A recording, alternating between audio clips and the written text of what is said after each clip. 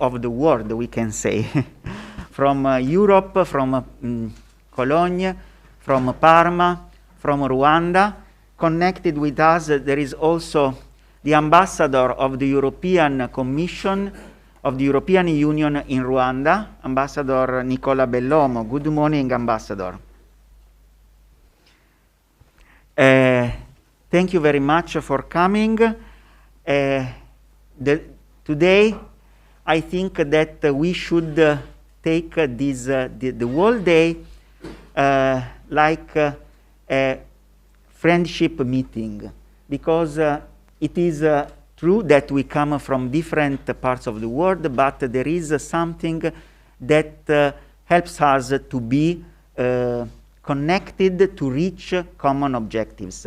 And we are here in order to share our experience, real experience of our life of this period, in which this experience gives us the possibility to work together, to grow together, to share our lives. Then, thank you very much. I immediately give the floor to Professor Paolo Andrei, who is the rector of the University of Parma. Thank you, Professor Paolo Andrei, for coming here. Thank you very much, Roberto. And yes, it's a friendship meeting. And I begin with dear friends. And I'm very glad to welcome you warmly in our city of Parma and in our university.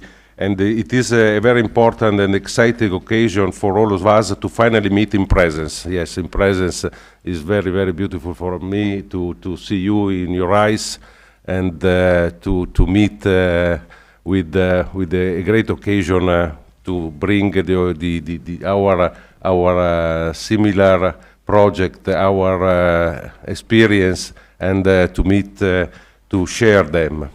And thank you all for accepting the challenge of a complex preparation of the long journey and for finally being here today.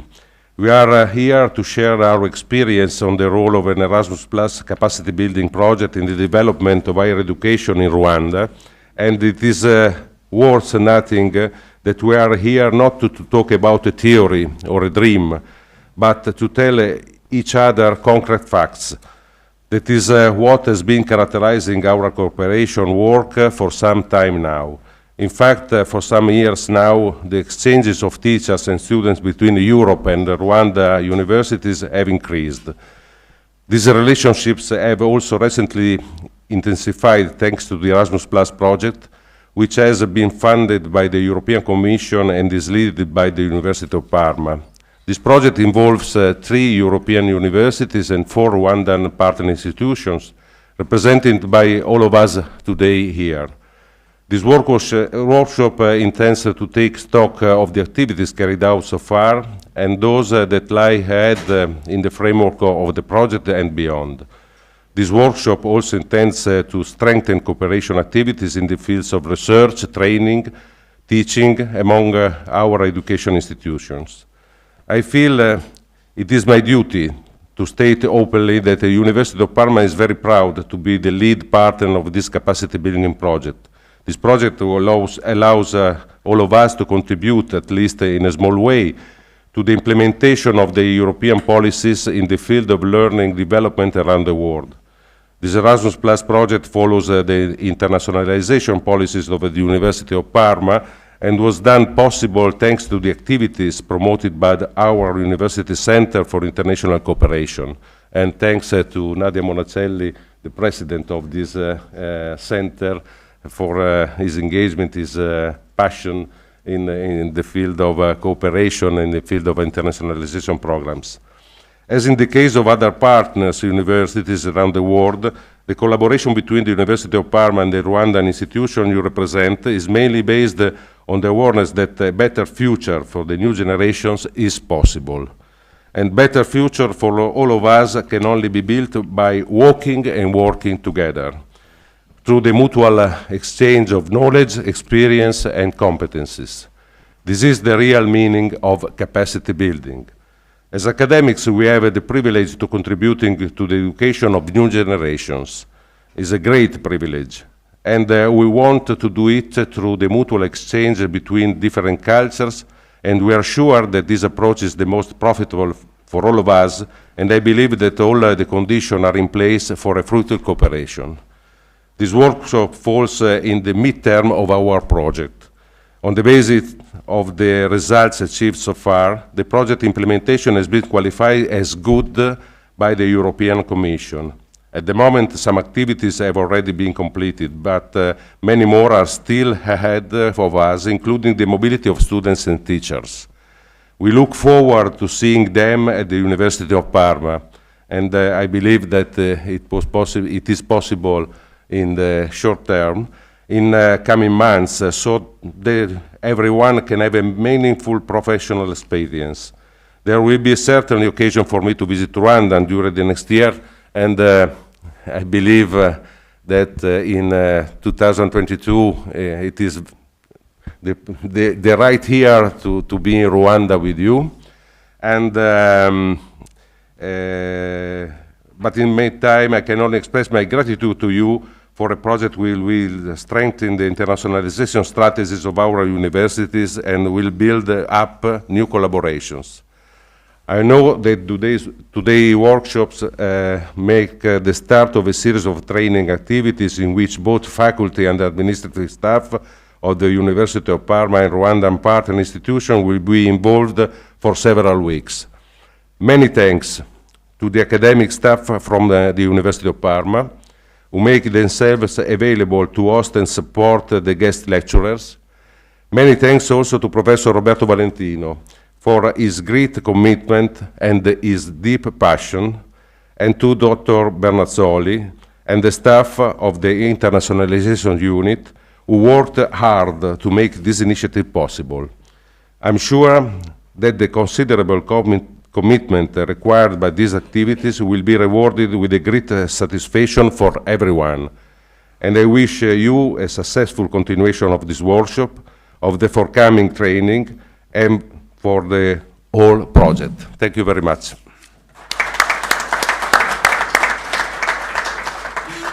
Thank you very much. Thank you very much, Rector. Before giving the floor to the ambassador, I would like to give the floor to the directors of the departments that are directly involved in this project. Then Professor Gabriele Costantino and Professor Roberto Corradini. Then Gabriele, please.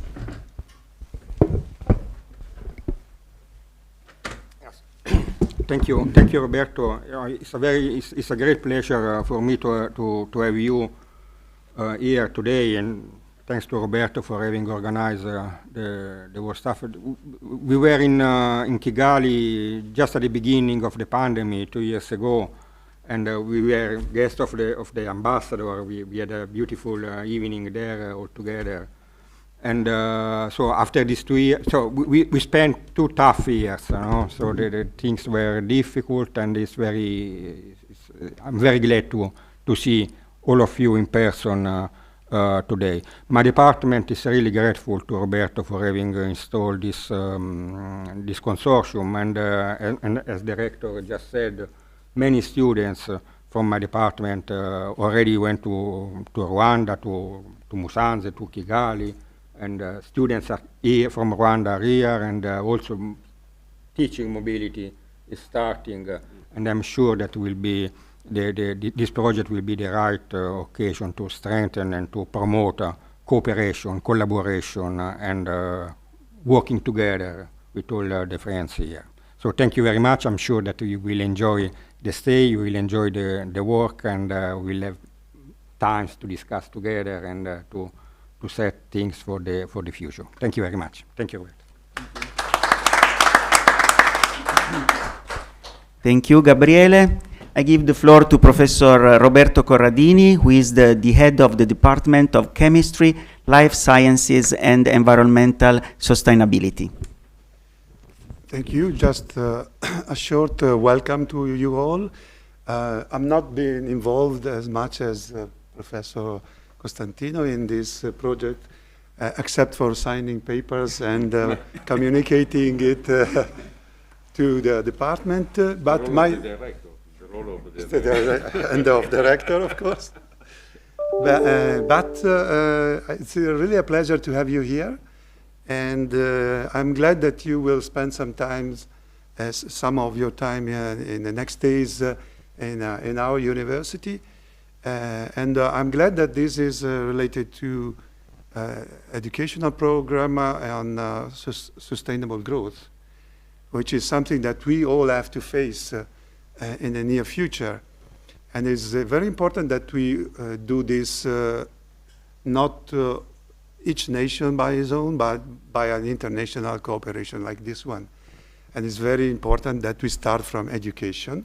And so on my part, I will be available for all of you that will come and visit our department and talk with colleagues that are involved in both sustainable growth and growth in general, to discuss not only educational topics but also research topics that are essential for then having an updated knowledge to transmit to our students.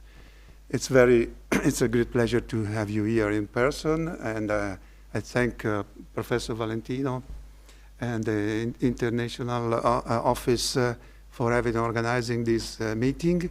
We all have to leave for the Academic Senate very soon, but we wish you all a good work and a good discussion, and you will be welcome to come and see us, myself and my colleagues, during the next days.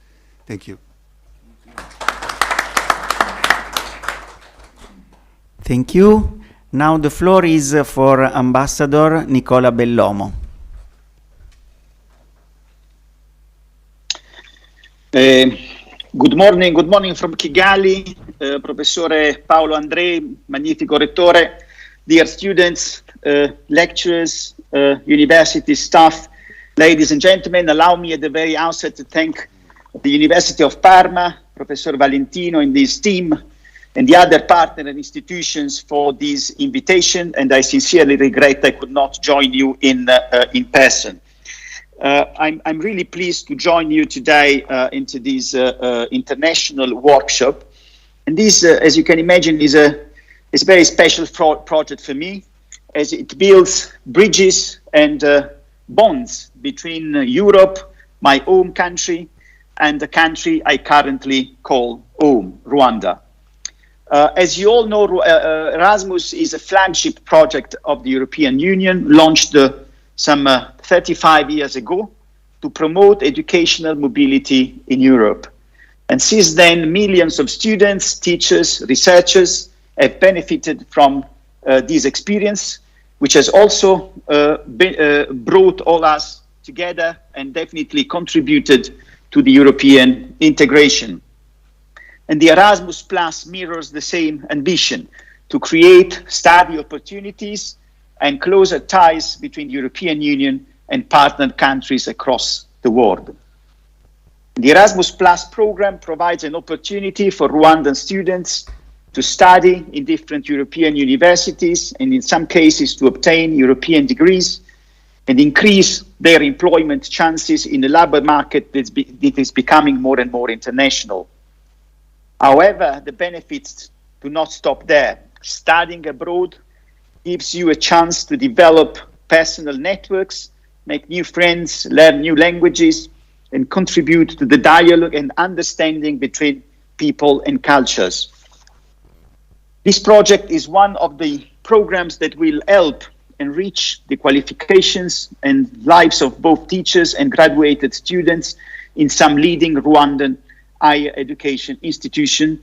They focus on some key areas of Rwanda development ambitions and strategic sectors for sustainable development, such as food and science technology and environmental protection. These are certainly activities that we follow closely, also to draw best practices for our future generation of exchange programs. Over the years, the Erasmus program has opened up opportunities for Rwandans to study and upgrade their skills in Europe. But I want to be clear. Our ambition is to do more, and we want to build on a very strong political commitment and engagement to increase the size and the quality of our cooperation in this field. As EU delegation to Rwanda, it is our aspiration that more and more Rwandans benefit in the future and make the best use of the tremendous opportunities of the Erasmus+. This is why this year we also organized our second Study in Europe Fair in Rwanda. It's an awareness-raising session with Rwandan universities where students could learn about opportunities to study in Europe, including scholarship opportunities from the European Union and from our member states. We hope that some of you will be able to join us and share your experience with your peers in our future session. I would also seize the opportunity and would like to highlight that the European Union commitment to support education in Rwanda goes even beyond Erasmus. Erasmus, in other words, is part of a broader engagement, part of a broader picture. The ambitious development objectives and the aspiration of the people of Rwanda for a secure, prosperous, and modern future will require dramatic improvements in both the amount and the quality of human capital. As it was highlighted in a Future Drivers of Growth report jointly produced by the World Bank and the government of Rwanda, human capital investment and economic growth form a virtuous cycle. And cross-country comparative analysis clearly demonstrates that countries that invest in human capital early in the cycle enjoy the benefits of this virtuous cycle, whereas countries that experience high initial economic growth without investing in human capital often fall into a vicious cycle of low human capital followed by a slowdown of economic growth. And it is against this background the European Union in Rwanda, in agreement with the government of Rwanda, has just made education one of the priority sector for our future development cooperation cycle. This is to respond to the governments of Rwanda's strong commitment to improve human capital in the country. We want to play our role. We want to add value in promoting quality and inclusive education in Rwanda, working closely with the government and other partners within and outside the country.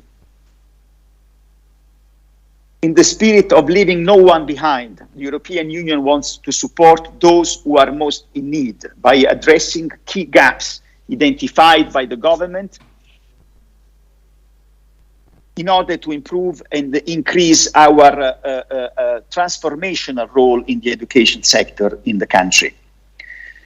To young graduates and participants today, I would like also to tell that, we are more and more putting the youth at the center of our development strategy.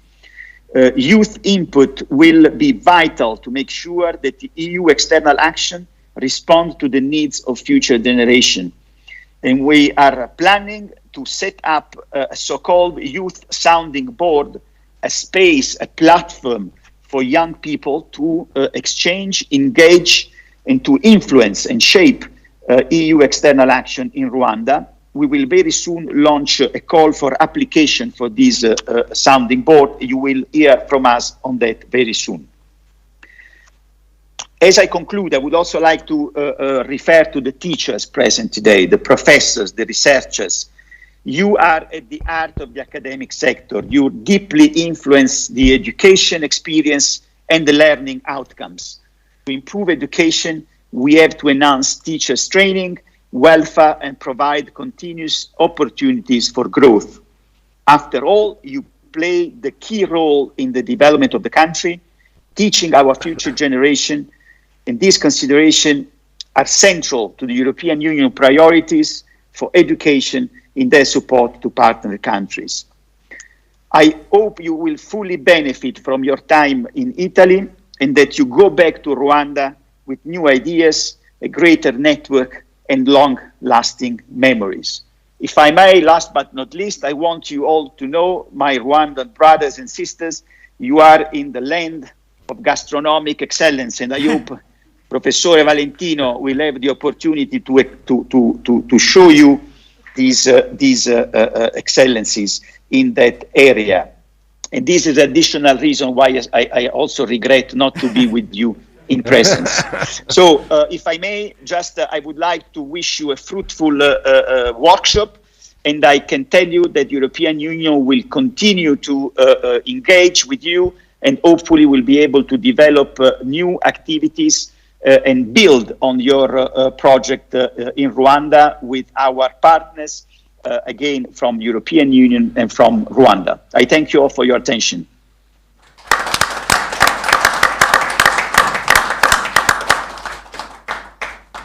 Thank you very much, Ambassador, and I hope you will connect with us not only by computer, but in presence to test our specialties in Parma that you mentioned before. Thank you very much. Thank you very much, Ambassador Bellomo. I give the floor to Professor Guglielmo Wolleb, who is the delegate from the rector for internationalization activities at the University of Parma. Arrivederci.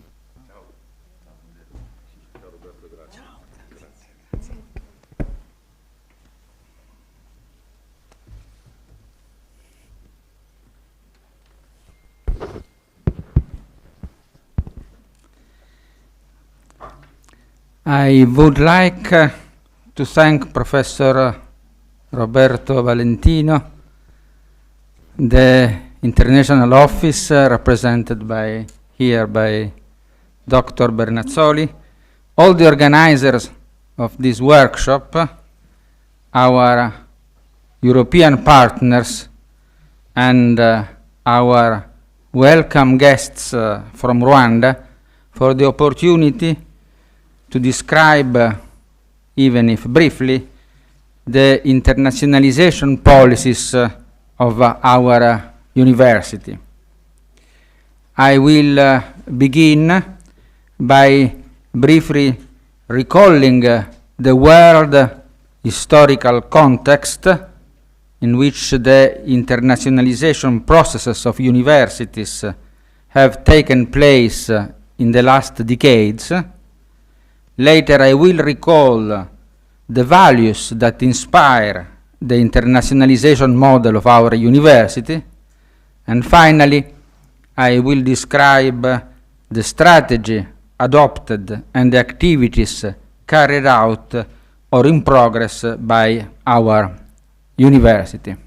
So I shall start saying few words, of course, about the historical context. The last decades have been marked by a rapid process of internationalization of higher education institutions. This process has taken on many dimensions, has been driven by different forces, and is articulated in a great variety of activities. The physical mobility of students and teachers has traditionally been a central component of internationalization. An important distinction is between mobility for exchange and degree-seeking mobility. The exchange mobility has developed above all in Europe and essentially between European countries. The motivation of our exchange is essentially culture and academic. It has expanded as the result of the Erasmus program and of the Bologna process for the creation of an European higher education area. The second type of mobility refers to the acquisition of the degree in a foreign country. The flows of students in this case have an unilateral direction from emerging countries to the most economically advanced countries. This type of mobility has experienced an impressive rapid growth in recent decades. The roots of this phenomenon of growth in international mobility lie in the processes of economic development that have affected vast and populous area of the world. The result of economic development has been a sharp rise in secondary education completion rates, which has created a massive pool of potential demand for tertiary education. A few figures are sufficient to give an idea of the size of the phenomenon worldwide. Adopting a long-term perspective, the number of students enrolled in the world in tertiary education went from about 33 million in 1970 to 235 million in 2020. However, this increase was very unevenly distributed in the various regions of the world. It was a limited increase in the more advanced regions where significant enrollment rates in tertiary education had already been achieved in 1970. Therefore, if in 1970 Europe represented 41% of the total enrollments in tertiary education and the United States the 28%, in 2020 these shares had dropped to 12% and 9% respectively. Instead, it was an extraordinary increase in East and Southeast Asia, which contains China, and in Central and South Asia, which includes India. These two areas represented respectively 11% and 10% of the total number of students enrolled in tertiary education, while today they represent more than 50%. Since the last decade, the absolute number of students enrolled in tertiary education courses in South and Southeast Asia has exceeded that of those enrolled in Europe and the United States together. Finally, these increases were significant but less relevant in other areas of the world and in particular on the African continent. The number of students enrolled in tertiary education in Africa rose from 741,000 in 1970 to 16 million in 2019. A major increase, of course, but the share of the world students enrolled in tertiary education programs in Africa remains just below 8%. The increase in the number of students enrolled in tertiary education is, of course, only a background condition for an increase in international mobility flows. Going to study abroad is a choice that can be dictated by different reasons that have been analyzed in the specialist literature.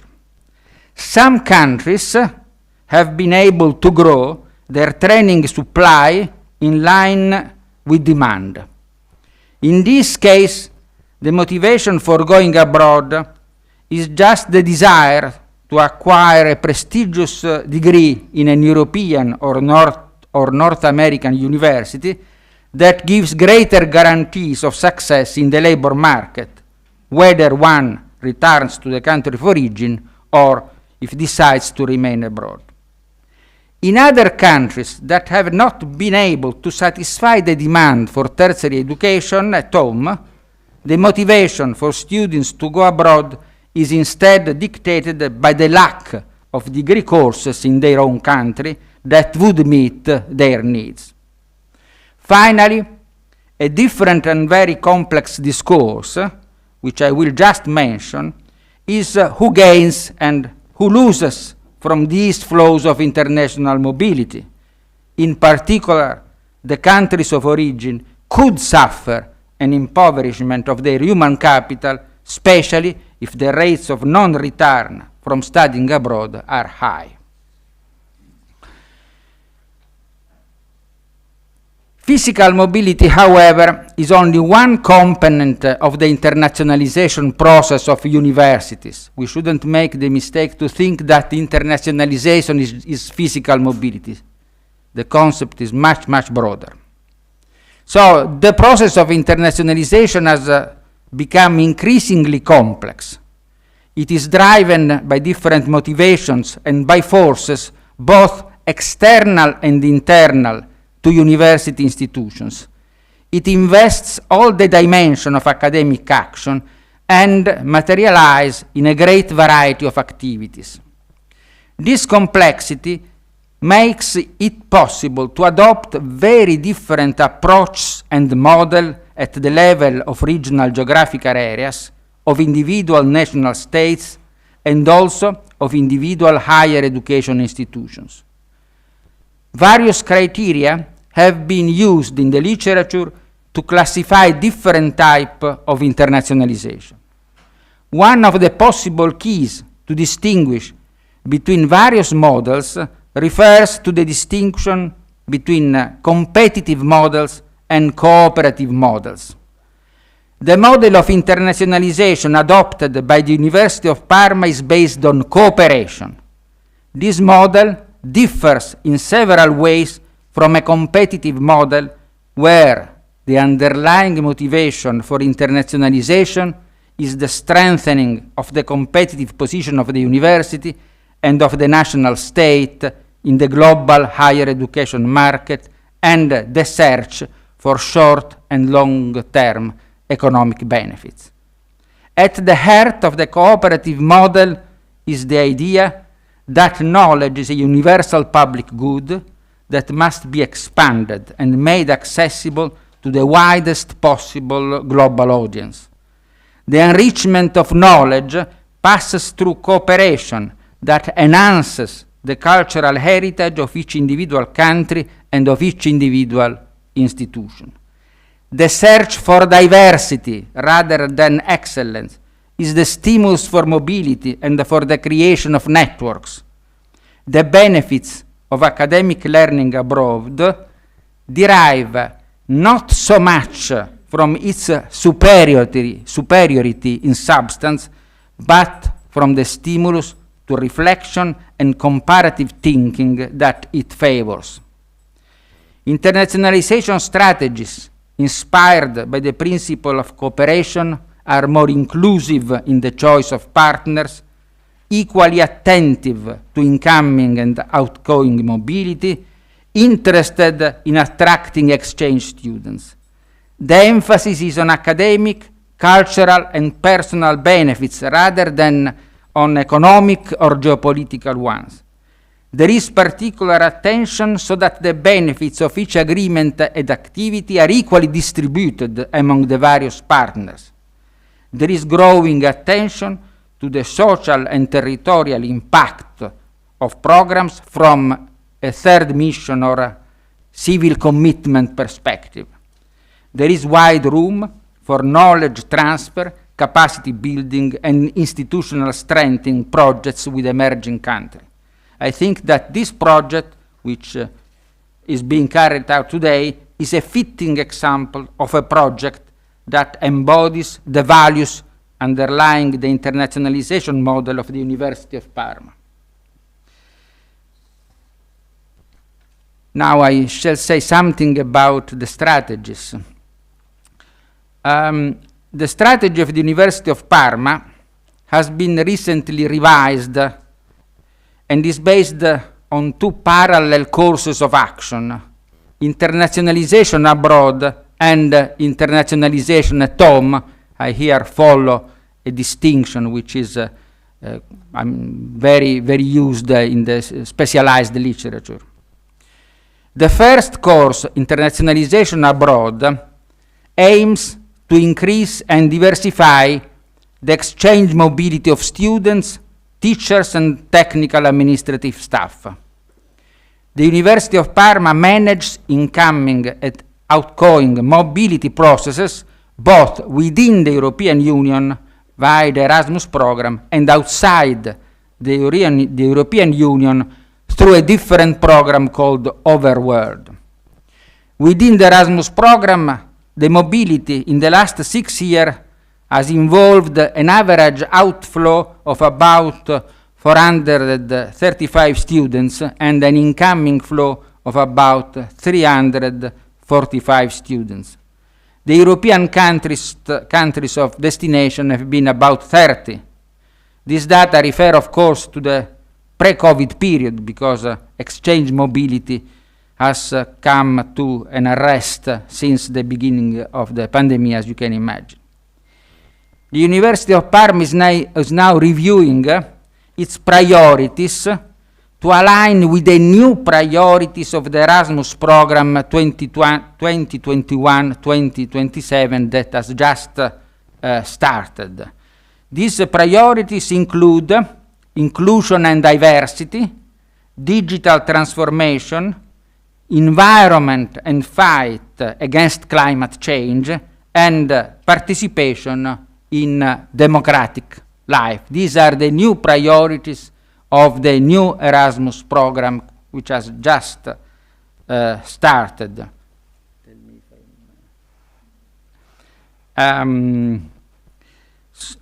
Inclusion and diversity means to enlarge the range of beneficiaries of the internationalization process to those students with fewer opportunities, overcoming economic, social, cultural, geographical, or health barriers to the participation of the program. The second priority, digital transformation, aims at developing an high-performing digital education ecosystem and at enhancing digital skills of students, teachers, and staff. In this regard, the University of Parma has just approved an ambitious project for the widespread use of online teaching to support international cooperation in teaching and research. The third priority of the new Erasmus program is environment and climate action. This priority recognizes the role played by the education system in supporting the transition to climate neutrality by 2050, in line with the new European growth strategy.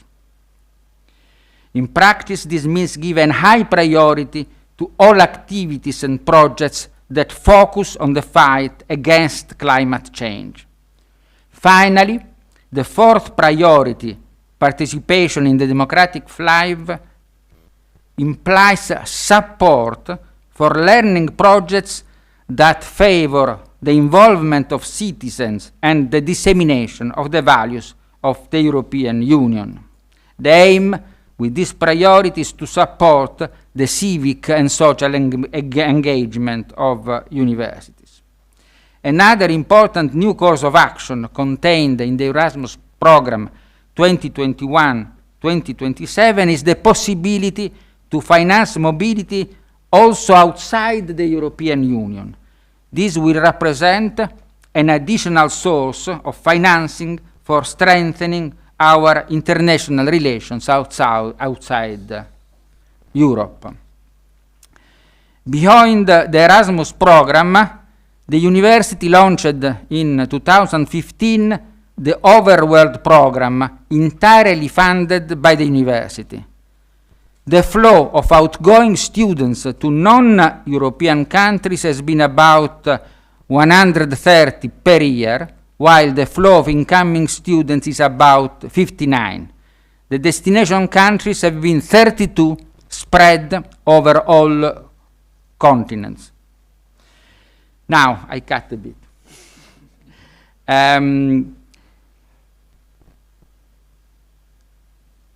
This increase of student and teacher mobility has been associated by a very rapid progress in the creation of international networks through bilateral agreements within and outside the Erasmus program. The University of Parma has exchange relationships with 311 European universities and with more than 100 non-European universities, as well as participating in various other thematic networks. Double degree programs have been activated with some of the university with which relations are particularly strong. There are at the moment about 20 of such programs in act.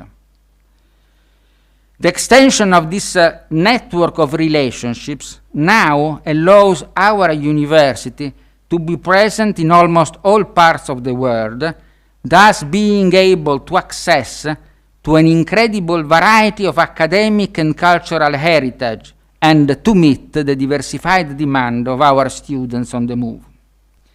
Now, the university is now facing a major challenge, preparing its participation to the next European call for the creation of the so-called European universities. This is a futuristic project of the European Union that finances the building of alliances between European universities with the objective of creating a single space of mobility for students and teachers within the boundaries of these alliances. The project, of course, is in line with the aims of the Bologna process and the creation of an European higher education area. The alliance, of which Parma is a component, has been signed a few months ago and includes 8 universities located in Spain, Portugal, France, Germany, Poland, Ireland, Sweden, and of course, Italy. I said that this is the first strategic line, internationalization abroad. The second strategic line is internationalization at home. We have been talking about internationalization at home for many years in the literature, but until recently it has received much less attention than internationalization abroad. The emphasis on internationalization at home stems from the observation that internationalization abroad involves only a small minority of students and teachers, as physical mobility has obvious financial and logistical limits. Instead, the goal of internationalization at home is to extend the benefits of internationalization to the entire student body and to the entire teaching staff.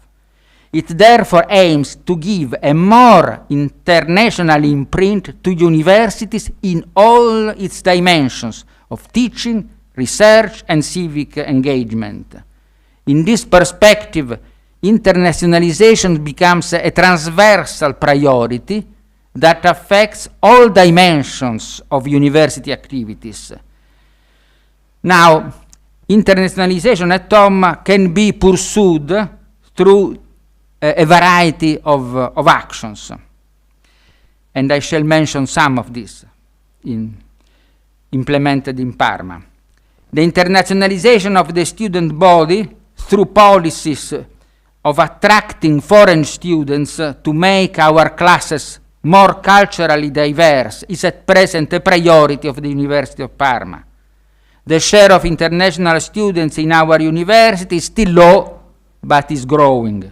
We attract students mainly from India, Iran, Bangladesh, North Africa, and Eastern Europe, but there are wide margins of improvement. A way of increasing our international attractiveness is to increase the numbers of degree courses entirely held in English. At present, the University of Parma offers master courses held in English in medicine and surgery, in communication engineering, in international business and development, in engineering for the food industry, in language sciences and cultural studies for special needs, and in food safety and food risk management. New degree courses in English are planned to be introduced in the coming years. A major initiative to increase the attractiveness of foreign students has been the creation of the foundation year, a 10-month preparatory course to the bachelor. The foundation year produces several benefits. By improving their knowledge of the Italian language, it allows students to follow all the courses in Italian in our education supply. It also makes it possible to fill any gaps in the disciplines that foreign students intend to study in our country. And finally, it allows students to reach 12 years of schooling, which is a necessary condition for enrolling our bachelor courses. Internationalization of the teaching staff through a targeted recruitment of foreign teachers and of visiting professors is also a course of action of our university. Each year the university issues a call for recruiting visiting professors in all disciplines. In the last academic year, 20 highly qualified scientific teachers from 15 countries on 3 continents were selected.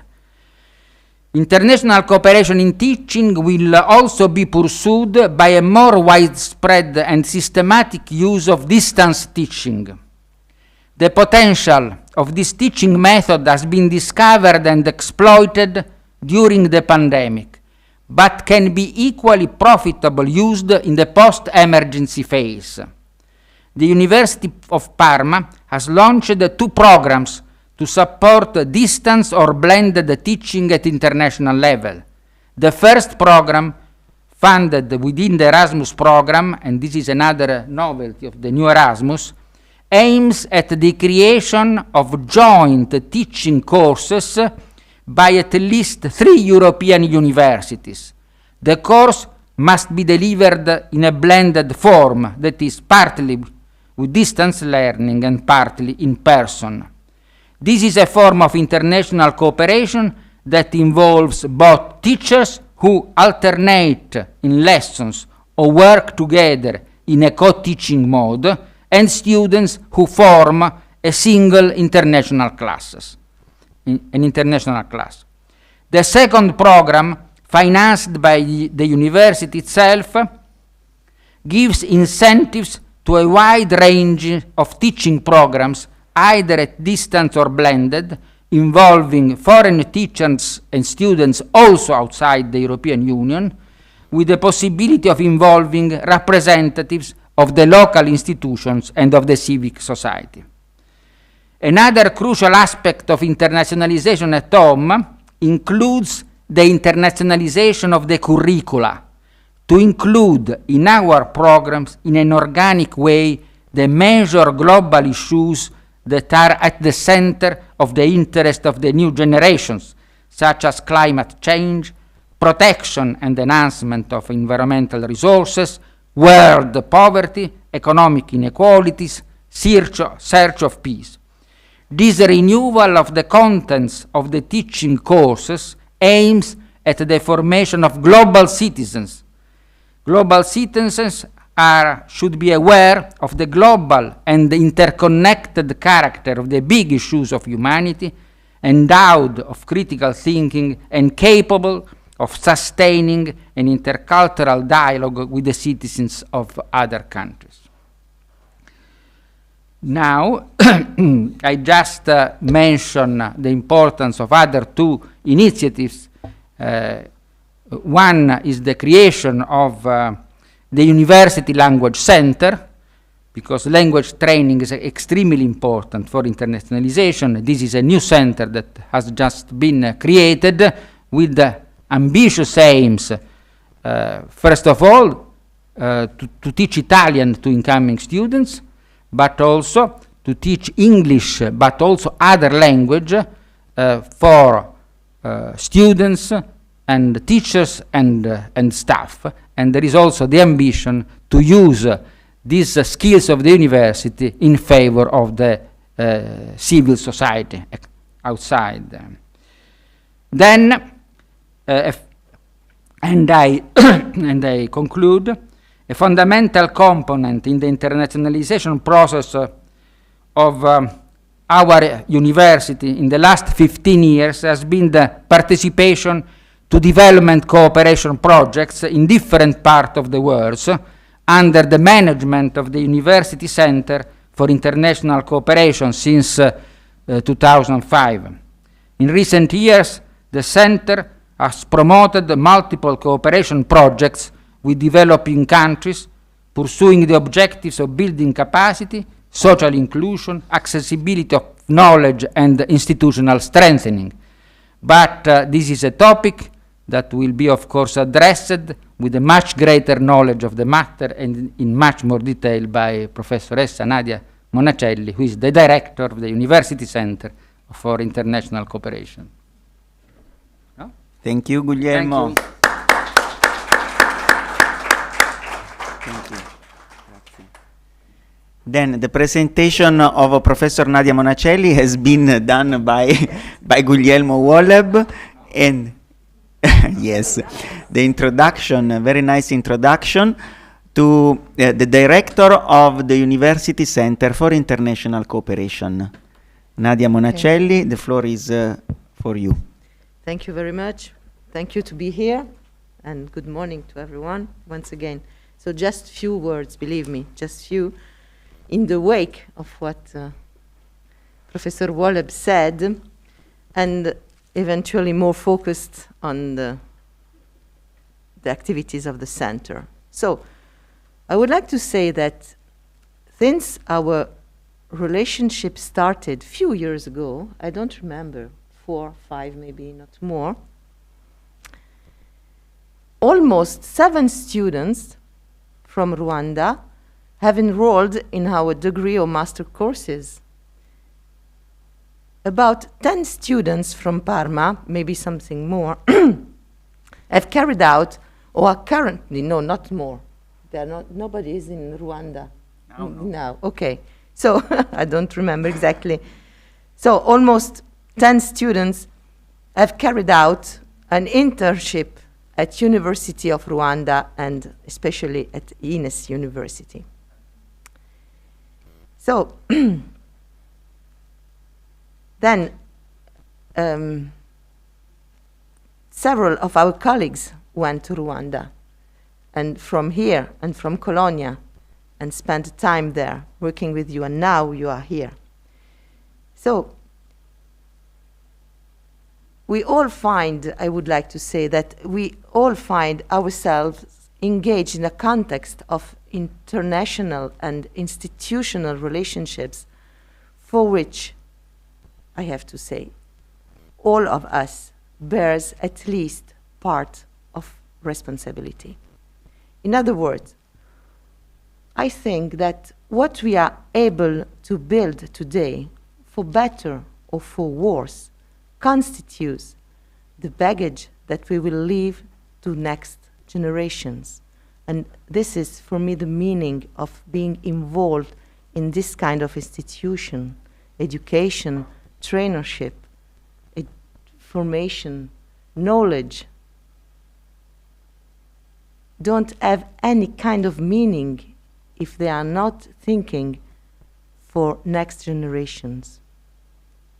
So we can take a very short view, looking of our small career and our limited life, or we can, while appreciating, of course, our small career and our obviously limited life, imagine ourselves as humble but important builders of tomorrow.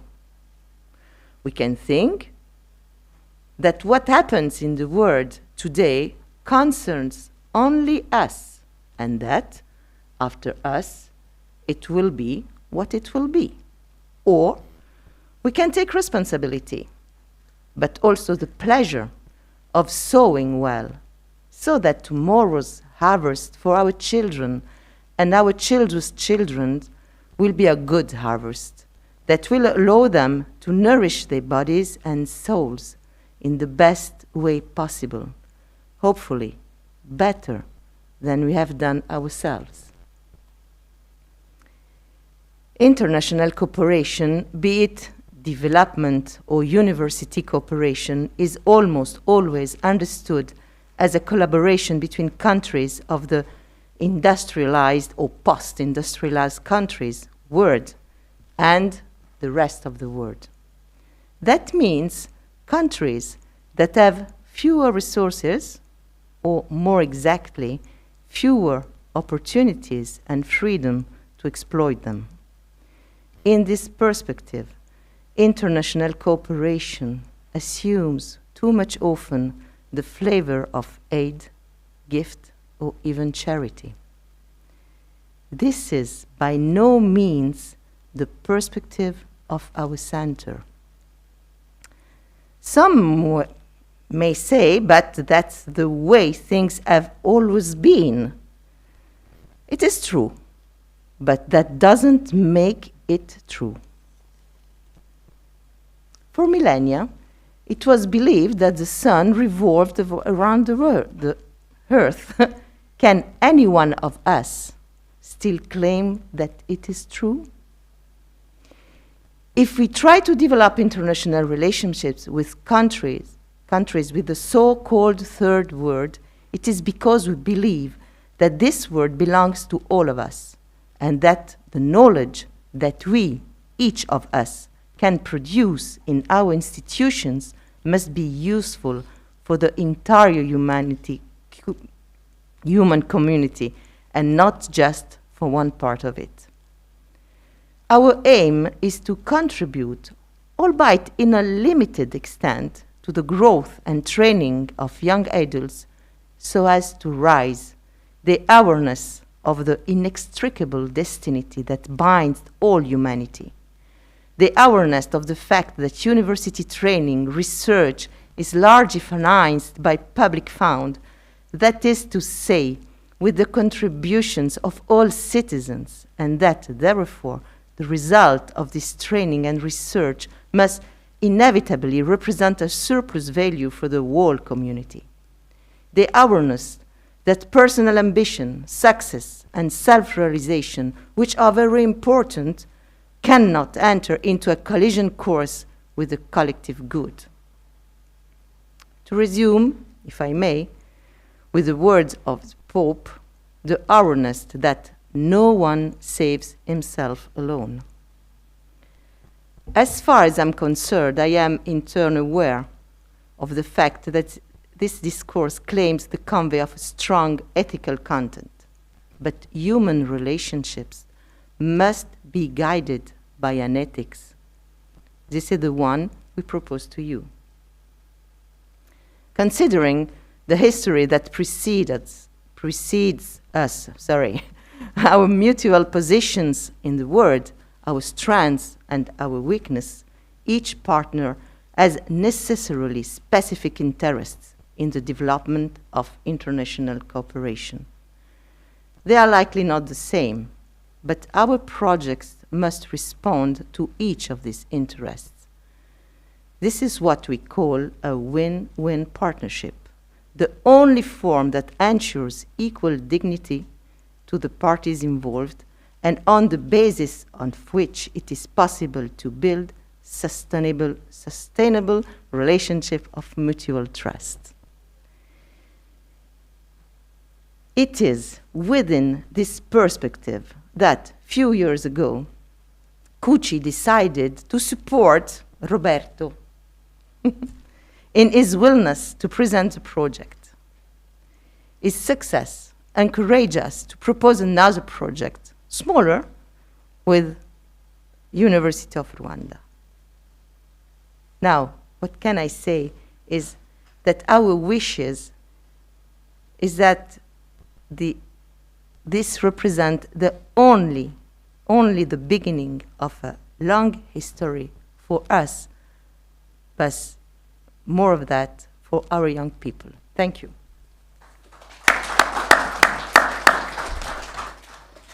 Thank you, Nadia.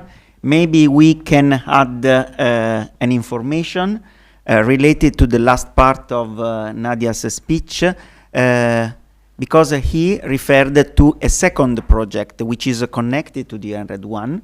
This is an Erasmus Plus project that has been won by the University of Parma in cooperation with the University of Rwanda. in the field of psychology, pediatrics, and pharmacy. And in this, this is a project that includes exchanges of both the teachers and the students. It is in progress, but it is strictly connected to the EnRHEd project, and it gives an added value to the cooperation between our institution and Rwandan institutions. Then we are here to speak about EnRHEd project, but we should take into account that there are other different projects connected to this one. Even Professor Guglielmo Wolleb mentioned the internal project of Overworld. It is founded only by the University of Parma, and it supports several scholarships for our students who intend to spend time in Rwanda in the connected institutions, in partner institutions like INES, for the time being, INES and UR. University of Rwanda. Then there are many parts of the same plant, of the same tree, we can say. Then, like a tree with different arms, with different branches. Thank you. Okay. Thank you very much for your attention. Thank you very much to all the speakers. And even if we are early, we can give space to the coffee break, which is intended as a special occasion to share, to meet each other, to greet each other, to stay together, to share ideas. I can say that we can come here maybe at 10:45. Okay, 10:45, 10:50, maybe 10 minutes before the scheduled time on the program. Thank you very much.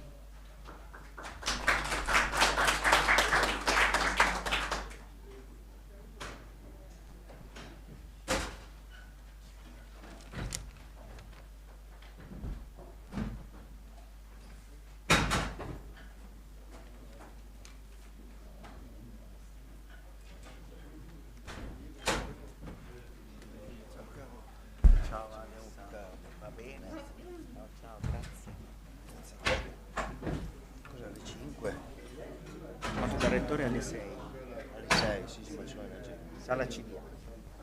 Sala CDA poi? Dovevamo essere in 18, poi c'è qualche defezione.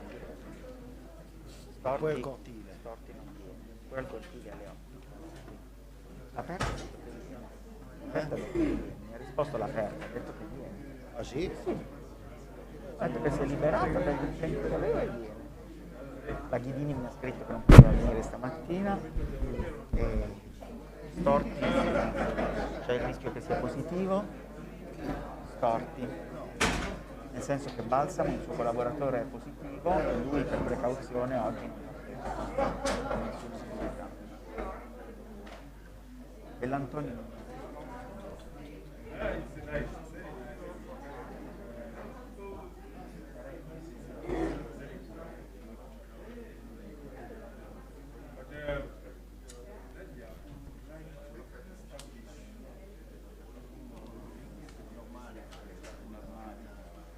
va bene, a dopo.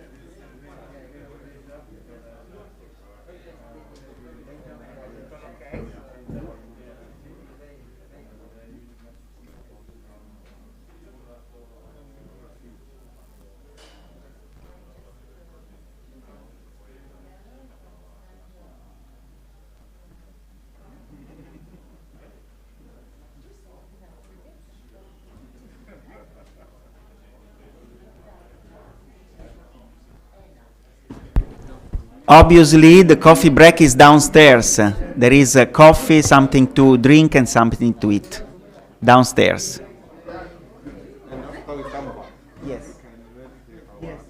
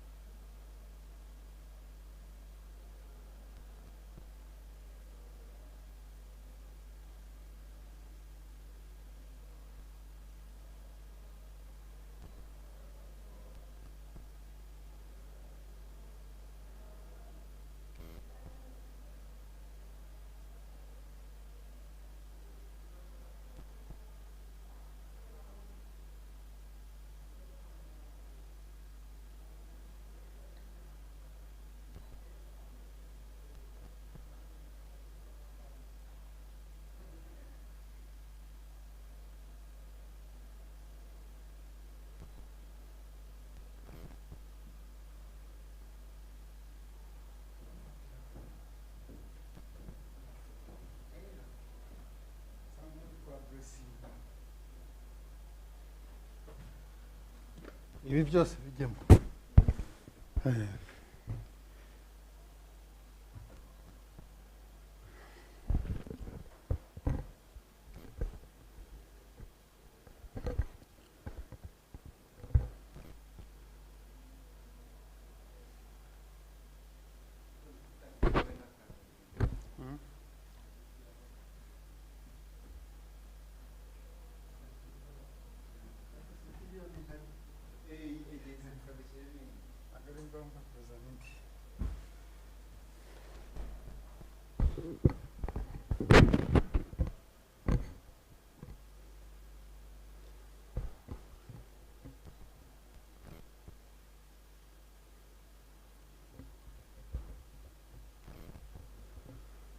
Zabonetse.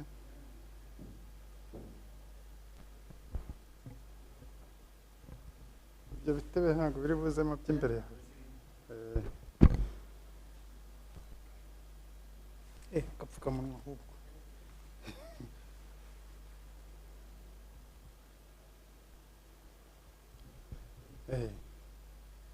Nk'umuntu uri kubwira abantu.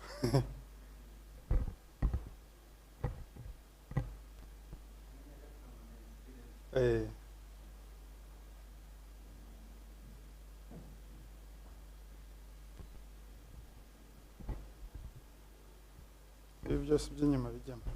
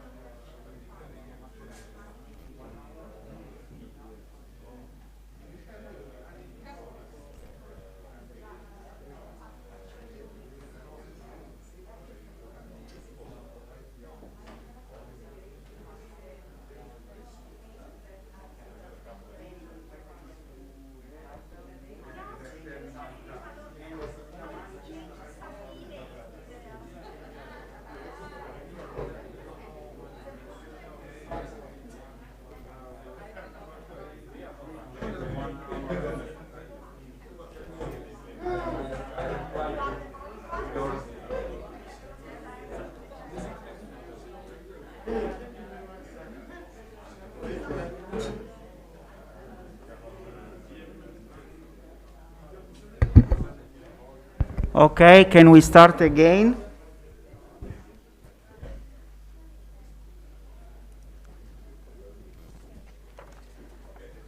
It is 11 o'clock now. We are perfectly on time. In the program includes coffee break until 11. Then from 11 to 12:30, the first part of the discussion about the impact of the EnRHEd project in the program partner institutions. Program partner institution means the institutions in the so-called program countries. Erasmus Plus distinguishes two kinds of countries: program countries, which are European countries, and partner countries, which are outside Europe. But we need a change of the program because Professor Roland Billen, representing the University of Liège, is not available in the morning. He will be available in the first part of the afternoon. He will be connected with us online. Then the last of the three presentations this morning will be from University of Rwanda. Then there is a change between UR and ULiège. Now it is time of my presentation. And obviously I should start to present a general framework of the EnRHEd project. You have seen that we printed a paper brochure summarizing the main aspects and the main objectives of the EnRHEd project. And in this presentation, I prefer to use the images and some words that you can find inside the paper brochure.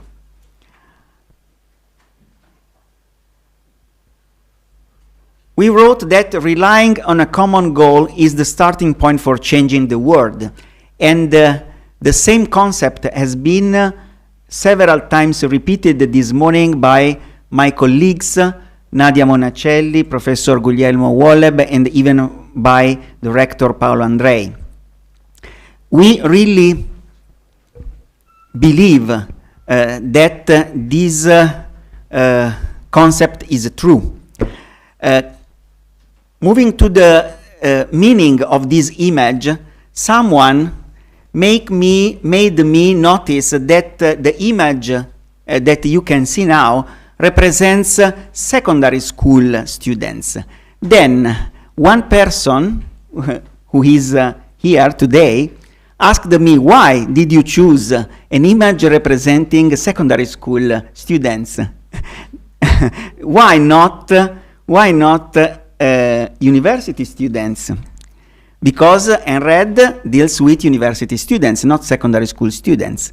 But the answer is very simple, because the secondary school students are the future generation of university students, and we are working for the new generations, as has been recalled by Nadia Monacelli, by Professor Andrei, and so on. Obviously, we cannot forget our university students, and you can see some images taken in the classrooms of your institutions in Rwanda, at Ines Ruengeri, at the IPRC, only to represent some of them, but all of you are represented. Then we are working for the new generation of young Rwandan people. A general framework of the EnRHEd project. KA2 stays for K Action 2, Cooperation for Innovation and the Exchange of Good Practices. In particular, the EnRHEd project, in the framework of the Erasmus Plus program, this project is a capacity building in the field of higher education, a joint project specifically. I love to remember which is and which was the success rate when we submitted our proposal in 2018. 840 applications had been submitted. Only 163 applications were selected for funding. Then only 19.4% had been selected.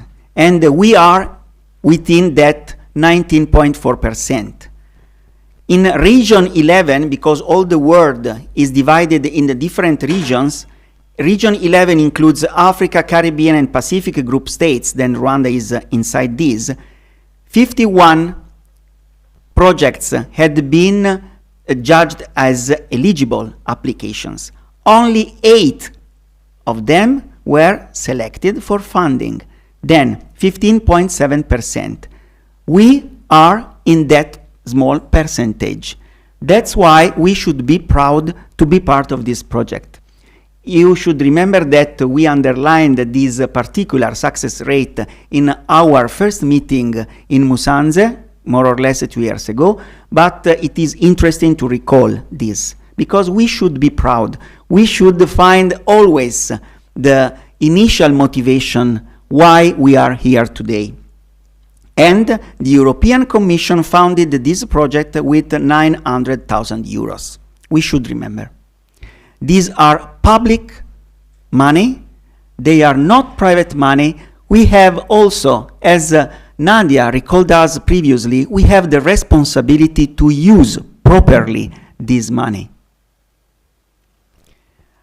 The EnRHEd project aims at supporting modernization, accessibility, and internationalization of higher education in 4 Rwandan institutions that are all represented here today: University of Rwanda, Ines Ruengeri, IPRC Musanze, University of Technology and Arts of Byumba, and 3 European institutions: University of Parma, the lead institution, Rheinische Fachhochschule Köln, University of Applied Sciences in Cologne, and University of Liège, Belgium. I also love to recall the history of this project, because a project like this cannot be built in a few days. This was the final stage of a long building process, which started 4 years ago when I went for the first time to Rwanda, pushed by my friend Enat, who is present here today. He connected me with a person who is Father Innocent Consolator. Most of the Rwandans maybe know him very well because he is well known in the country. And he introduced me to Father Fabien as the Vice Chancellor of Ines Ruengeri. Then our history began at that time. In 2018, the Vice Chancellor of Ines came to Parma. He met our rector, Paolo Andrei. Then after, when I came to Rwanda, I met at that time, Deputy Vice Chancellor, Ambassador Murigande. And you can see here, we also met some focal persons at the UR. On the basis of these meetings, 2 memorandum of understandings were signed. The first one with Ines, and the second one with UR. Then after, Ambassador Murigande asked to be concrete, then to pass from the words to facts.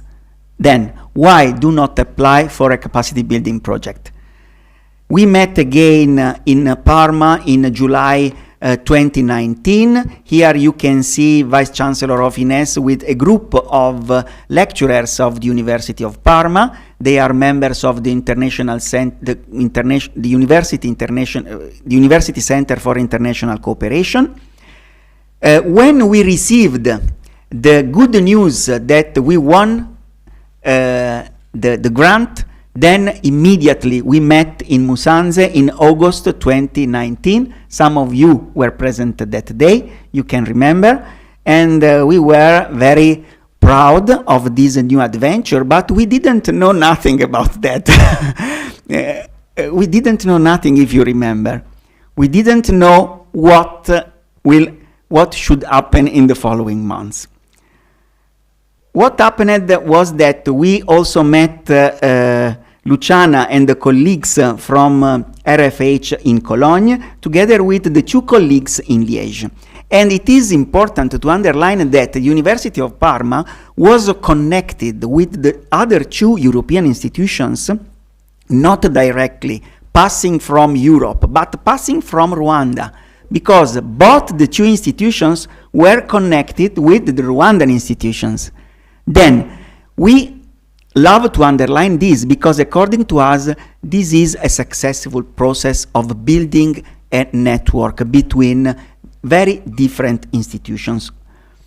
Then after, all of us can remember the kickoff meeting at Ines Ruengeri in February 2020.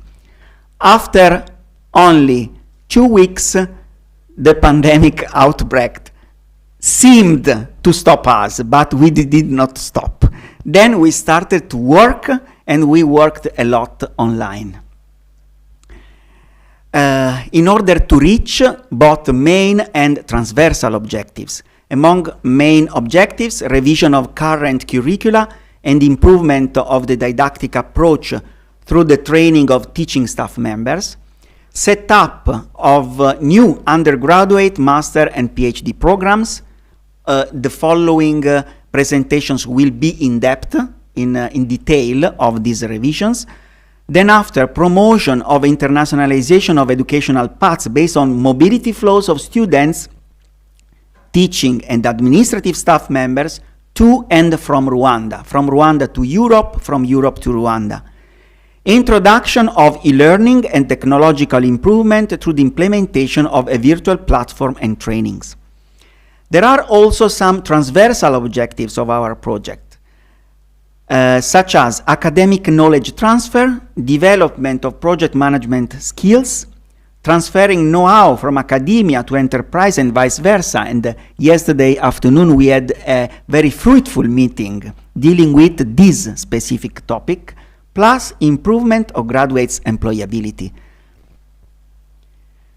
2 strategic fields for sustainable growth have been selected since the beginning: food science and technology, and environmental protection, safety and management. Specifically in the second group are included both civil engineering, architecture and land planning. This is the list of the 9 curricula to be revised, as you see, and the list of the 13 programs to be set up, 13 new programs. Most of them are master programs, PhD programs, as you can see in this list. Globally, we can say that at the moment, more or less 70% of this activity has been already concluded. Most of the revised and the new programs are under approval process, both internal approval in the Rwandan institutions and external approval coming from the HEC, Higher Education Council of the Rwandan government, the Rwandan Education Ministry. The original list included 13 new programs, but other programs added, as at the UR. We supported the implementation of 2 programs in the field of food science and technology instead of only 1. And even at INES, they proposed to support the implementation of 2 programs, bachelor programs, instead of 1. It means that now health taught, since the beginning, the project seemed very big, but some other parts have been added time by time.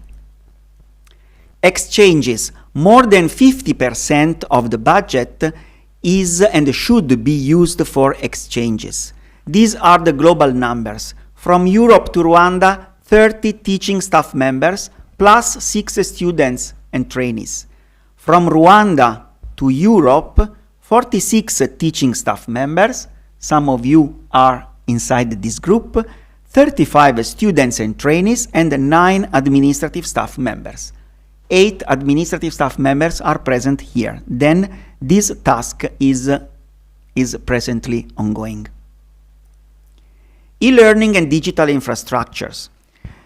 Building and activation of a virtual platform to share didactic perspective and experiences, as well as teaching learning materials and attending distance classes. Plus, purchase of digital equipment, software and devices needed to facilitate e-learning, and it was very important to facilitate e-learning during the phase of pandemic outbreak.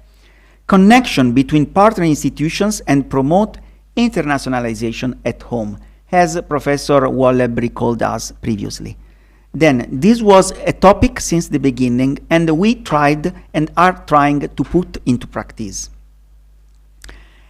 We had a lot of training online related to e-learning, thanks to the support and the coordination of RFH Cologne. We also had the possibility to purchase digital infrastructure, then digital equipment for the digital labs in your institutions. Achieve the results: kick-off meeting and visit of Rwandan institutions, purchase of digital equipment, revision of current curricula, work on setup of new programs, training on e-learning and innovative teaching approaches. A lot of work in 1 year and a half. Last September, last August, we had the midterm visit to Rwanda. Then after, we sent to the European Commission the midterm report, which has been, through which our project has been qualified as good. And this is a very good achievement, taking into account all the difficulties we met during these years. The international workshop today and administrative staff training, which is ongoing. It started yesterday and it will continue for the next 3 weeks. Upcoming activities globally: outgoing and incoming mobility for teaching staff for training, outgoing incoming mobility for students and trainees, summer school at Liège, September 2022, production of teaching learning material. The lecturers who are here for the next 4 weeks are encouraged to produce new learning material for their courses. Please profit of this occasion to renew or to build new didactic material. Plus dissemination and exploitation to be continued now and in the future months. Now, let's point out which is the impact of the EnRHEd project in the lead institution at the University of Parma. I would like to underline that 4 departments are involved. Today morning we had the speech, the greetings from the heads of 2 of these 4 departments. Department of Chemistry, Life Sciences, Environmental Sustainability, Department of Food and Drug, Department of Engineering and Architecture, Department of Economics and Management. Plus the involvement, obviously, of the University Center for International Cooperation. As Nadia recalled us previously, this project proposal came from this center, and even the coordination is up to the center. Together with me, there is obviously Alessandro Bernazzoli as regards the project administration and Francesco Maria Froldi for project supervision. Why he is not here with us today? He has an important exam. He is a lawyer, and today it is the last step of his to become to be recognized officially as a lawyer in Italy. Then the date was exactly corresponding to the date of our international workshop, but we wish him all the best for his career. And we all know him, his professionality, his engagement, in this project, and we hope he will continue to support us in the supervision of the project. We are speaking about University of Parma. I'm speaking about the impact of the EnRHEd project in our institution. I cannot forget the focal person in our institution, Professor Davide Barbanti, a very strong supporter and a great friend in the field of food science and technology, Professor Silvia Rossetti, and Professor Marco Doria. They help very, very much the implementation of the project inside our institution. And we have to say a great thank you to them. And a lot of people, I didn't like to make a list. A list was too boring, but I prefer to put inside this slide the faces of a lot of colleagues. They are not all present today here. Some of them are here today. Some of them came before. Some of them will come in the afternoon to greet you, to meet you. But most of them are working, and will work even in the shadow. But they are there. Some of them revised your curricula, and you know that the curricula have been revised by them. They were not directly connected with you, because it is rather impossible to connect all people or together. We tried to make an interface between your institution and our institution, but I can assure you that more than 30 people are directly involved in this project and support the project. We also have a quality plan. We have an internal evaluation board, which is led by Professor Maria Candida Ghidini. She apologizes with me yesterday because she planned to come here to be present today, but she had no more the possibility to come today. And the external expert, Katiusha Cipri, who is coming from Rome now, and you will meet her in a couple of hours. Dissemination and exploitation. And you already know the official project website. It is lovely, according to me. It is well structured and attractive. We also have two social media profiles on Facebook and on Twitter, the most used. We also have a quarterly newsletter and a paper brochure. Obviously, dissemination and exploitation will continue and must continue even after the official end of the project.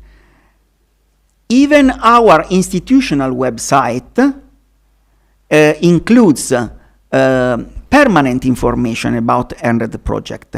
As you can see on the right side, under internationalization, there is our project is mentioned, is there, and time by time, when there is a news, it is published immediately on the home page of the institutional website. Here you can see it is written in Italian, but this is the announcement of this international workshop today.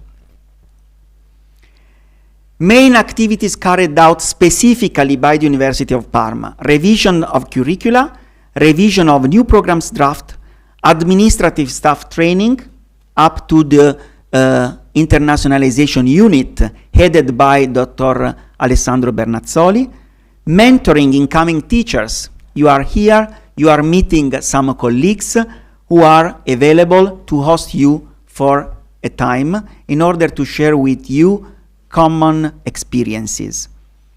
Plus, project coordination, obviously.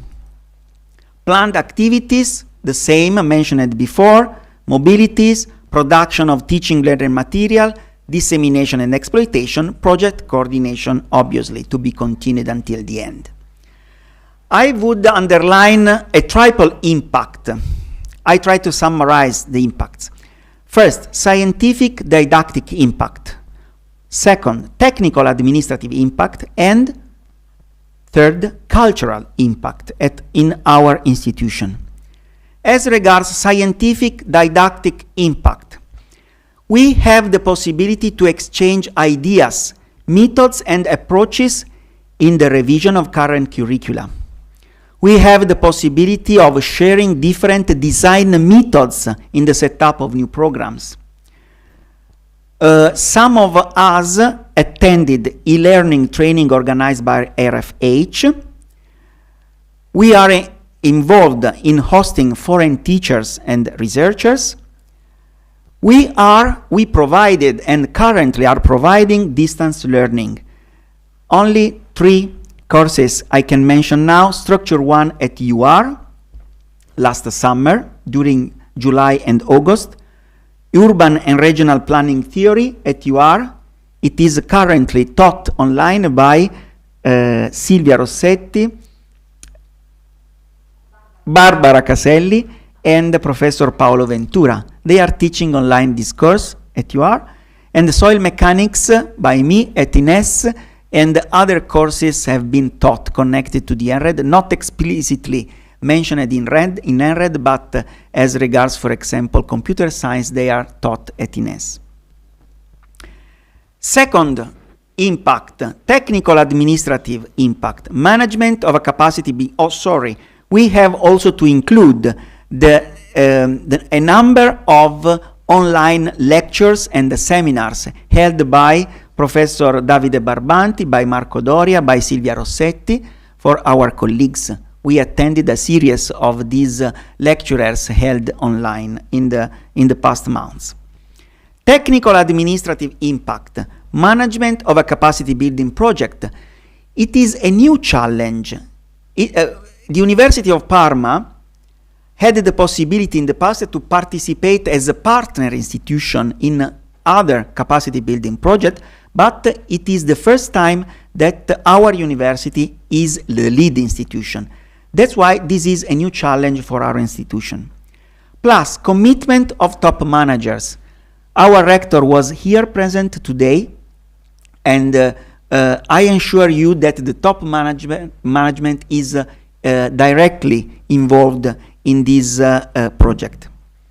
Involvement of at least, but they are more than 11 administrative staff members in training or administrative processes. Most of them belong to the internationalization unit. Plus 6 external expert staff involved in the administrative training. You will meet them in the following 3 weeks. Plus technical and financial organization of events, travels, and hosting. And you already know how many challenges it includes. Third impact, cultural impact. I would say that there is a first level, which is an internal level of cultural impact in terms of collaboration between people and colleagues of different areas and departments. It is not normal to cooperate coming from different areas of interest, but we are experiencing this kind of cooperation inside our institution. Second level, with Rwandan partners, then with you, different methodological approaches. There is a meeting of different sensitivities. There is a mutual exchange, obviously. There is the possibility of meeting people with very different histories, habits, and lifestyles. And this is an enrichment for each of us. We have the possibility to learn from each other, but especially from the process we do together. I have nothing to learn directly by you, but if we work and we walk together in order to reach a common objective, the same process, the same path enriches both of us. Then we learn from the process we make together. Third level, international level. Obviously, the international profile and the international visibility of our institution increased. And I'm sure that this is true even for the Rwandan institutions. as well as the other European institutions. I conclude summarizing my feeling in three words. All of these, all of the impacts I mentioned before require a lot of effort of coming from each of us. Then the first word is effort. The second word is improvement. Improvement of people, improvement of methods, improvement of contents, improvement, wide range of improvements everywhere. Third and last, human relations. We are growing in human relations, and this is the much more, the most important thing. The challenges are many, but they deserve to be addressed. Okay? Thank you very much for your attention.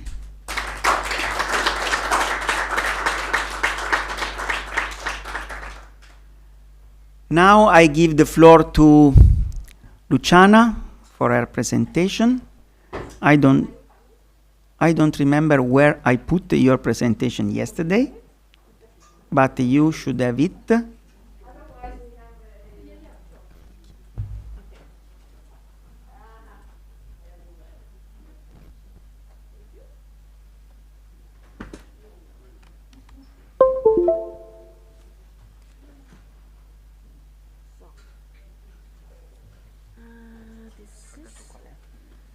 Ok, vediamo un poco. Aspetta, vediamo un attimo. LS, sì. Ok, si fa più grande. Ok, so, may I? Sì, sì. Okay, because it's not easy with a mask. Ok, and come vado avanti? Con questo, ok, benissimo. Ok, thank you very much. Yes, thank you very much, Roberto, for having organized the meeting today, and not just for this, because, I mean, Roberto, thank you for everything.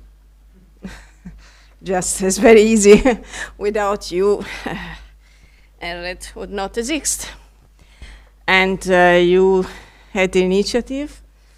You take care of this project, really like a father.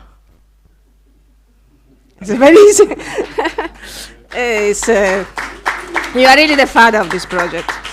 And it means a lot of responsibility, a lot of work, many problems, but it works. It works very well, and today is another proof that it works. It's working very well. Okay, I'm Luciana Stortoni. I'm Italian, but I'm living in Germany since many years, and I work for the RFH, Rheinische Fachhochschule Köln. I'm here with my colleague, Professor Silke Schonert. She's here. She is a new entry, so in EnRHEd. So for her today is a very important opportunity to meet with you.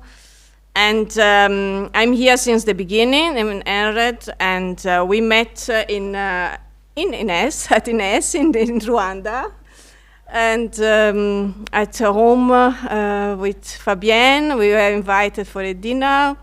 I was there with two colleagues from RFH. It was a fact-finding mission financed by DAD. DAD is the German Exchange Academic Service.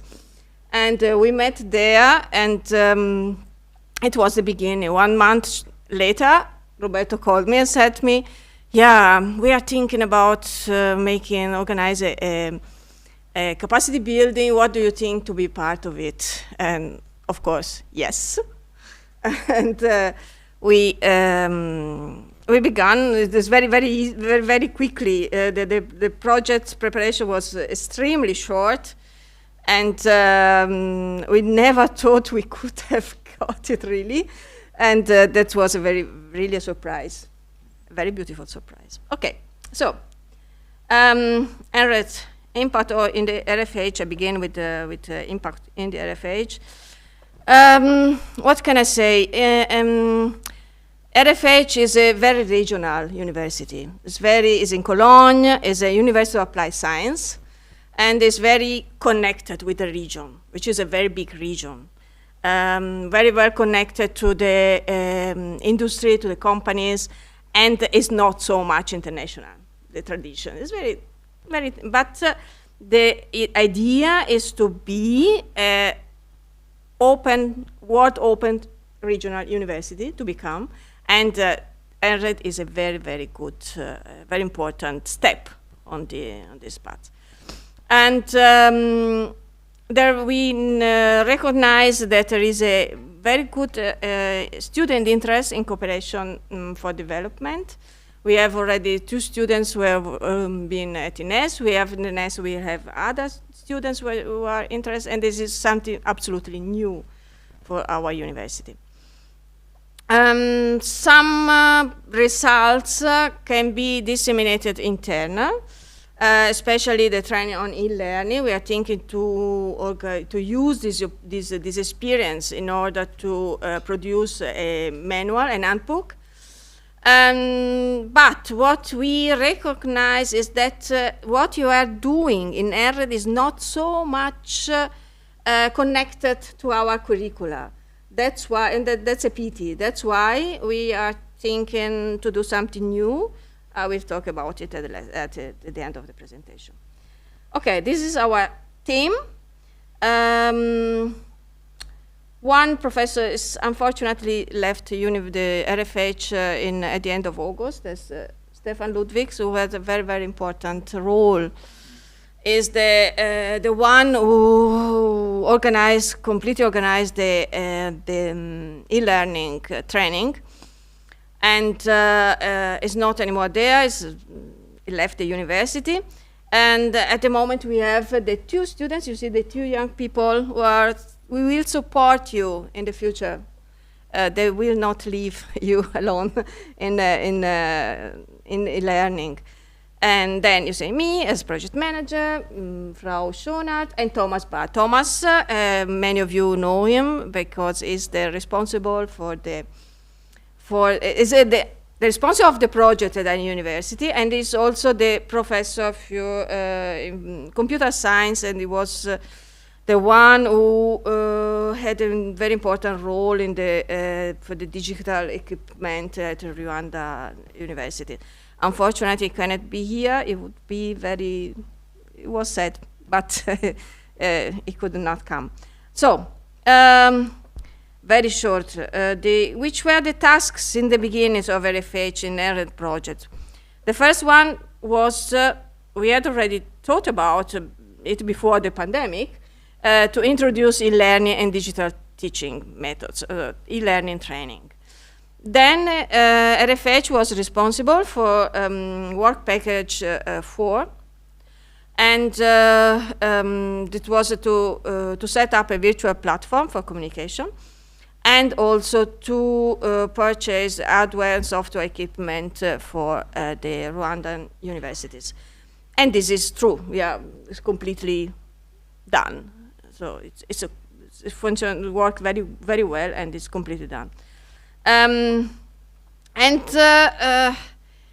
Roberto just said, we left Rwanda at the beginning of the pandemic, and it was a new situation, and of course, the new digital needs were very clear. That's why we decided, the consortium decided, to change, to make an important change in the budget, and we increased the funding for purchase of digital infrastructures, and so we could install the new digital labs. Here you can see the different steps of this. This is a work package 4. The responsibility was of the EnRHEd, but I want to say that we did it really in cooperation with the University of Parma. We did absolutely not alone.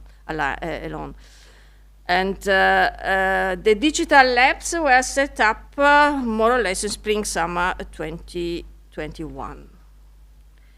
Okay, here you see some pictures, but they're more or less the same pictures that Roberto already showed you. And people at work, people installing NOI devices, and so on. And e-learning. E-learning was e-learning got a special value because of the pandemic. And we began almost immediately with the first training, which was parallel to what we were doing at EnRHEd. So that was relatively easy. We have three phases. A more general didactic training, a technical training, and a more specific training. Because it was really a learning by doing. Because at the beginning we had no idea. So that's why with time, we recognized who were the problems, which were the problems, where we had to do. And so it was a process. The start, we established where we revised e-learning concepts and we organize a Moodle platform, which already exists, and because it was very important since the beginning. It was quite clear in the beginning that we have to support the self-learning phases of all participants in this training. So these are the topics of the first e-learning training from March to June 2020. What is e-learning? How can e-learning enhance the teaching and learning process? How is e-learning implemented? This was the first step. The second step was a technical training from June to September 2020, because we recognized there were some technical, was the need for some technical focus training, especially on Moodle and on Zoom. And then there were also some sessions for students. Then this is the third step. There was e-learning more specific just for lecturers involved in EnRHEd, directly involved in EnRHEd. And in the fields of EnRHEd, that means food science and technology, civil engineering, architecture, and land survey. And we identified two profiles, experts profiles. The e-learning experts who have more the task of developing digital teaching at their university, and they have a strategic role. They formulate the strategy, organize training courses, support the teachers in their project, and bring about the operational decision. And then we identified the pilot expert teachers, PET, so we call them PET, which are experts in their faculties. They form the team of teachers that develop sample application for digital teaching. And they are the e-learning reference teachers for the institution and acquire didactic and technical competences. So this is the format. We had some training some training between March and August, and the training focus on questions. This is very important. The training focus on questions of motivation and activation of students to get engaged in a rich learning experience by the help of digital tools, especially Moodle and Zoom. And we had at the end of also you show also this picture. At the beginning of September, we had a session where the teacher who had attended this training presented what they had planned, what they have sometimes also implemented in terms of didactical material. And I attended this session. They were very, very good. I was impressed. And they get a special certificate, expert certificate. So, just to give you an idea about the participation, in the first and second phase, the didactic and technical phase, we had an average of 52 people and a peak with 68 participants, so many, many people. In the second, more specific training, we had 28 attendance. We distributed 11 certificates and 6 participation certificates. What we learn, I mean, I refer to EnRHEd in this slide. The internet connection is sometimes really a problem. Limits communication, especially when we try to make breakout seasons or spontaneous cooperative work is still really hard. And we recognize that the transfer of learned knowledge into a didactic context was sometimes too abstract in our training, especially in the first phase of the training. And that's why the solution was later a more target and individual workshop. What did our partners learn? Okay, this was what they learned: the technical understanding and advanced usage of Moodle and Zoom. What is learning and how it can enhance the teaching process. This is a very important point.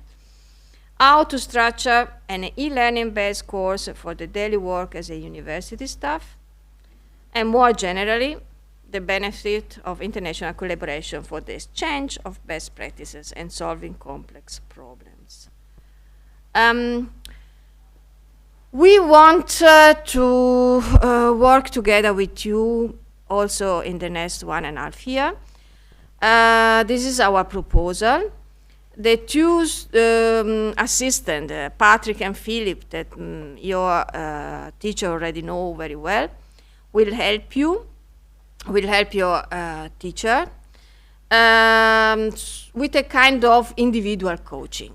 So we will propose you 1 day in the amount. We will propose you a calendar in the next time. And your colleague, they can make an appointment, and they can talk with Patrick and Philip, explaining if they have problems, they need support, if they have questions, and they will get really very concrete support for the preparation of their didactical material and for the implementation of their lessons.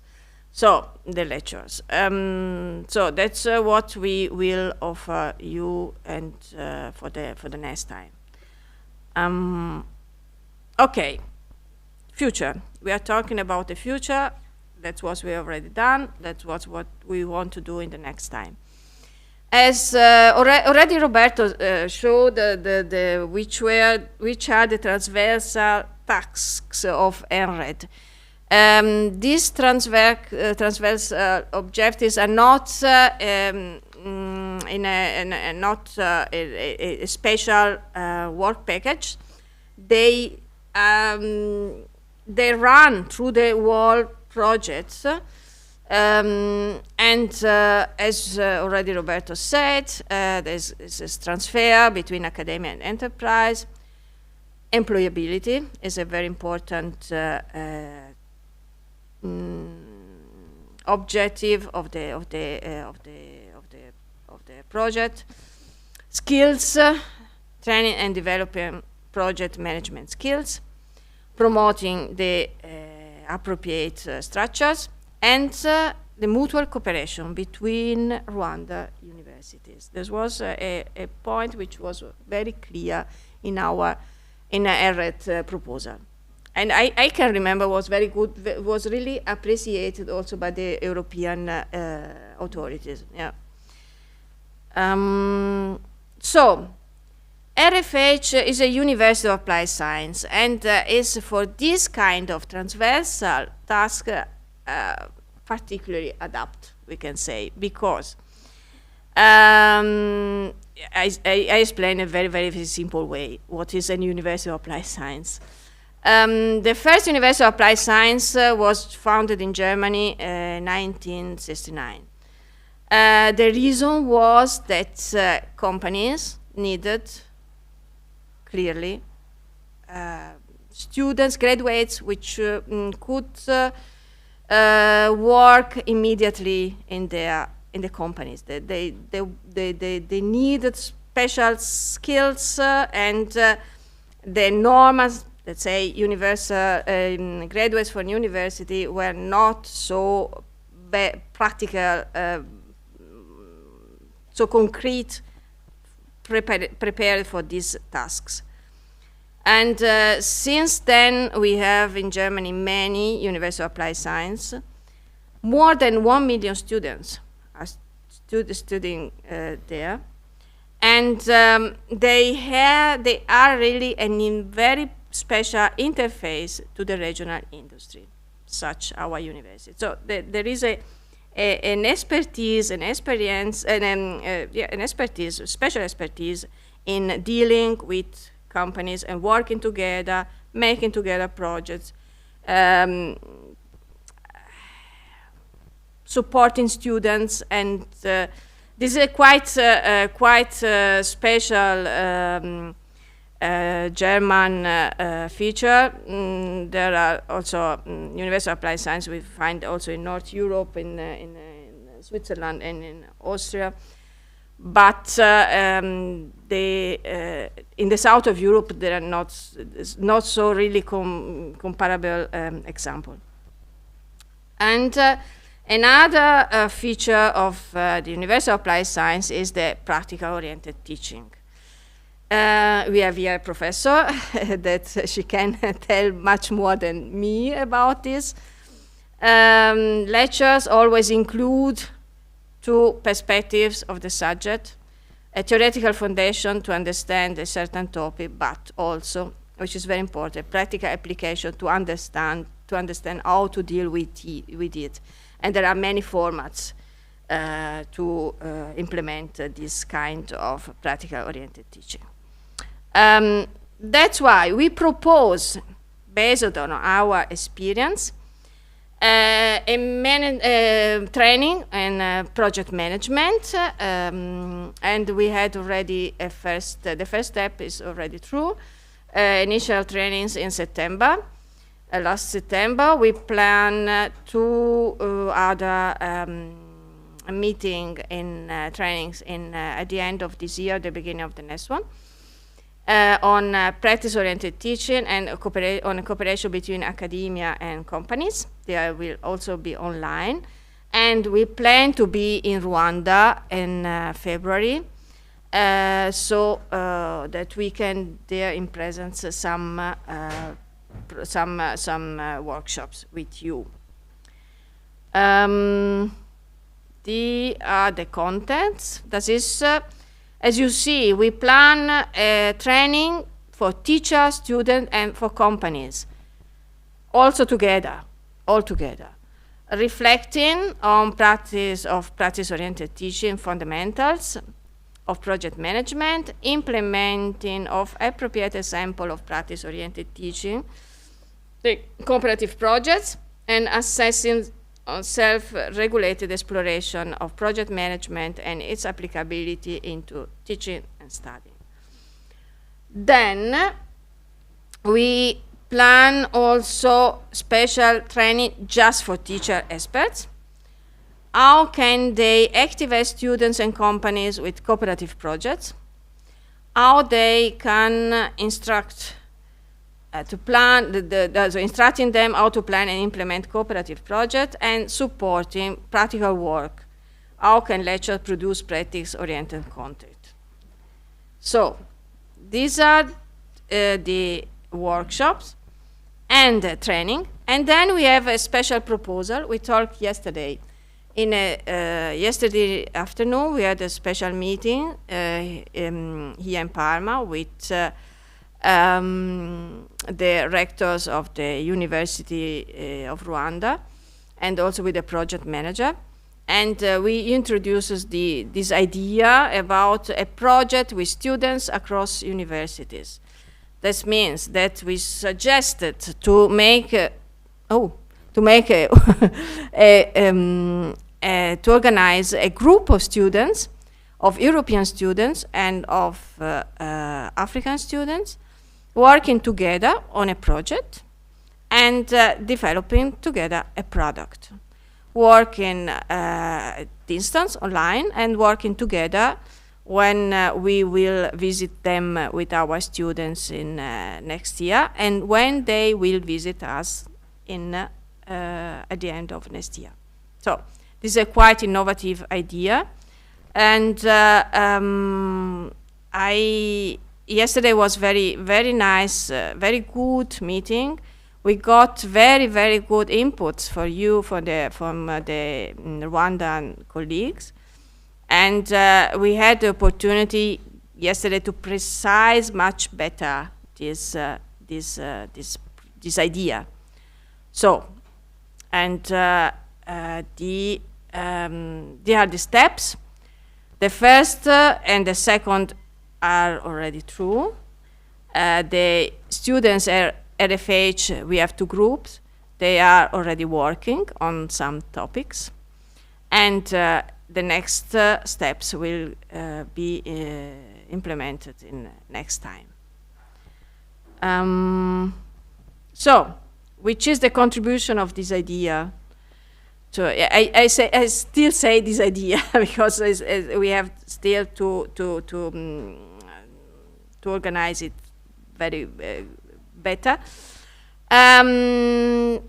The contribution is to train the teachers together with the students in application of innovative teaching and learning methods. To create a good balance between theoretical knowledge and practical application for students and teachers. To give a practical insights for students to enhance their employability. To encourage and enable the transfer of knowledge between academia and business. To train and develop project management skills. And last, but absolutely not least, this is a very important, it could be a very important change for building multicultural bridges. Thank you for your attention.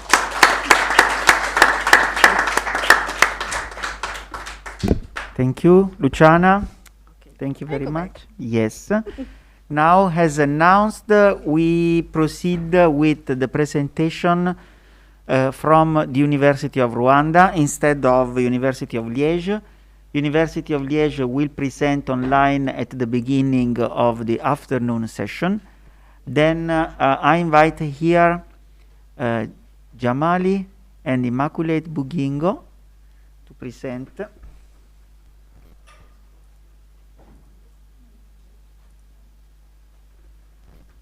In particular, Mrs. Immaculate Bugingo officially represents the Vice Chancellor of the University of Rwanda.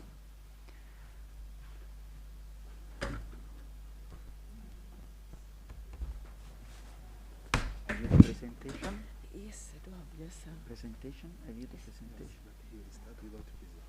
Okay. Okay.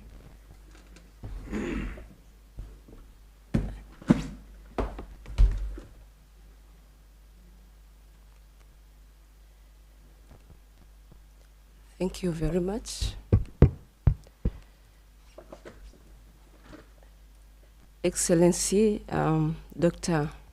Ngarambe, Ambassador of Rwanda to France and Italy. Excellency, Ambassador Nicola Belamo, Head of EU, Delegation Rwanda. Professor Paola Andre, Rector of the University of Parma, fellow delegates to this EnRHEd International Workshop, all protocols observed. Good morning.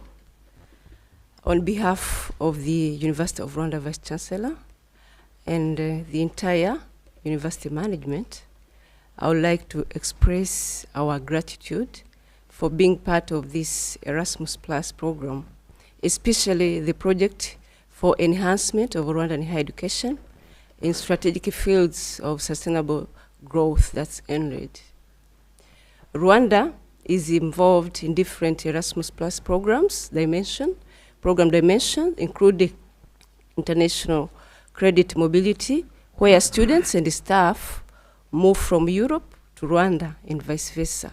In the Erasmus Mundus Joint Master Program, and now Erasmus Plus Capacity Building in Higher Education Action project.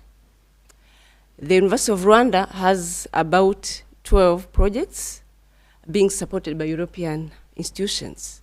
We appreciate this, and we don't take it for granted. We appreciate the European support and partnership with the University of Rwanda. We are specifically thankful that this particular project that the University of Rwanda and other academic institutions in Rwanda are part of, it aims at modernizing and reinforcing higher education institutions, developing new curricula, improving governance, and build relationships between higher education institutions. This is exactly the conversation we are engaged in back home.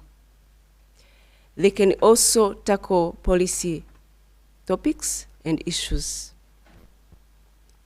preparing the ground for higher education reform in cooperation with national authorities. Referring to the overall objective of EnRHEd project, which is focusing on the revision of curricula and developing the didactic approach through the training of professionals and staff in Rwanda, setting up a new master's and PhD programs, introducing e-learning and technological improvement through implementation of virtual platforms, promoting internationalization of educational path based on the exchange that will develop in the mobility flow of professionals, professors, staff, members, and students to and from Rwanda. I would say that the EnRHEd project came at the right time.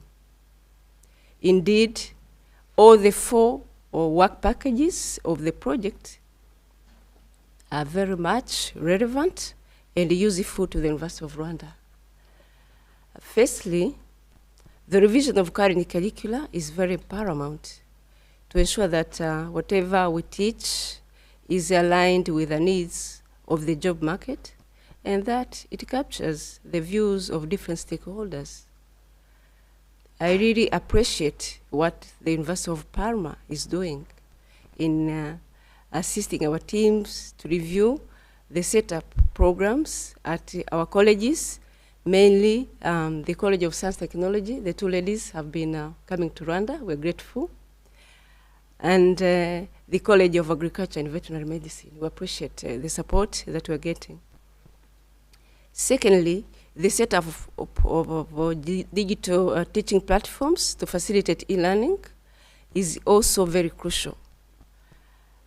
20 desktops have been purchased so far, 3 smart boards and projectors, 8 headphones, and 5 cameras have been purchased to assist in development of digital teaching content, thanks to EnRHEd project. Furthermore, the project has supported in capacity building of our teaching staff in areas of e-learning.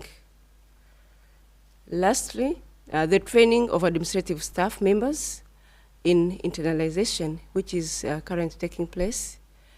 We appreciate this as well.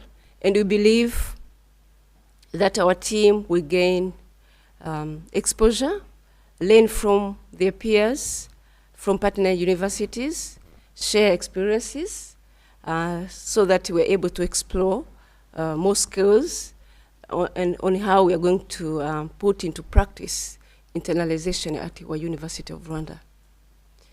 Without further ado, dear Professor Paula, Director of University of Parma, allow me to welcome Mr. Jamal. He's the EnRHEd Project Manager at the University of Rwanda to present a summary of key achievements of the project at our institution that have already attained so far. Though we had COVID pandemic that affected our activities, but generally what a good step.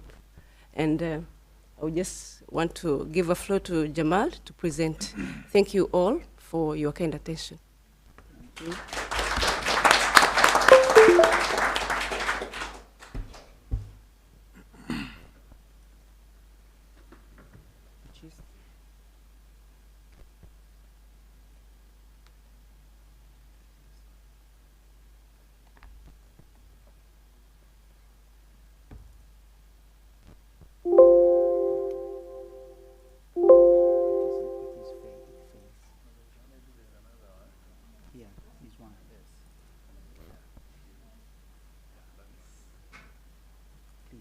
You can sit here. I go back. Thank you, and good morning once again. Maybe stemming from the introduction part done by Immaculée, who is representing our Vice Chancellor for the University of Rwanda. I would also like to make a quick summary of what we have achieved so far through the implementation of the EnRHEd project. But to go for that, probably I would take this opportunity to first introduce what the University of Rwanda is before we get involved in the project of EnRHEd. The University of Rwanda being one single public university in Rwanda. It was established recently in 2013, but it resulted from a merger of other existed 7 higher learning institutions, and the government of Rwanda took a decision of merging them to form one single public university. Currently, we have one public university and the other private institutions that are supporting the education sector in Rwanda. That University of Rwanda now was divided into 6 colleges, and all the activities are implemented at the college level. The EnRHEd project is being implemented in one of the two colleges out of 6, namely the College of Science and Technology and the College of Agriculture and Veterinary Medicine. We are there to support the development of our country by discovering and advancing knowledge and being committed to the highest standard of academic excellence. And then we are preparing our graduates to be ready for the job market. In terms of population, the University of Rwanda currently has a population of students of around 25,000. And a big number of these students are doing courses in science, technology, and mathematics STEM programs. And since 2013, when the university was merged, was created through a merger of other 7 institutions, it has graduated around 49,000 graduates. And currently, it has some staff, both academics and the administrative staff, who support the endeavor of the university. And particularly being one public institution, it is also available in it is available in all parts of the country, meaning that any European partner institution that wants to partner with the University of Rwanda it can be available in all parts of the country and be able to cooperate. Then, before I talk of maybe what we have done as part of the internationalization and partnerships, giving much focus on the EnRHEd project, I would say that the University of Rwanda is also implementing some other projects with other different partners, and mainly we are hosting centers of excellence at African level. We are having some African centers of excellence in different areas, and these ones are funded mainly by the World Bank. And these centers of excellence are supporting the university in different areas, teaching, research, and other aspects. Then, again, as we were discussing this in our first session that we had, we are more involved in internationalization and partnership, but we are running a lot from the University of Parma and the other institutions because we want to strengthen our internationalization office structures and make sure that we get involved in long-lasting partnerships with different partners. Currently, we're having around 116 MOUs that have been signed, but most of them, some of around 30 to 40% are active. Others are gathering dust, and we expect that through these mobility exchange programs, we will be able to run the best practice on how to reactivate our existing MOUs and make sure that we have strengthened our partnerships with different partners. More specifically for the EnRHEd project, this project, as was highlighted by our representative for the Vice Chancellor, it came at the right time. It came at the right time because, more especially, the whole process started back in 2019, but we started implementing the project around February 2020. And from there, the outbreak of COVID-19 started. Then we were seeing that implementing the project was not possible at that time. But thanks to the support we received from the University of Parma and the other partners, because we were able to implement some of the key activities. Specifically for the University of Rwanda, this project was being, we are implementing mainly in the 4 components. And in the part of revising the programs, we are having 2 programs to be revised in the area of water resource management and architecture. And we are yet to set up 5 new programs.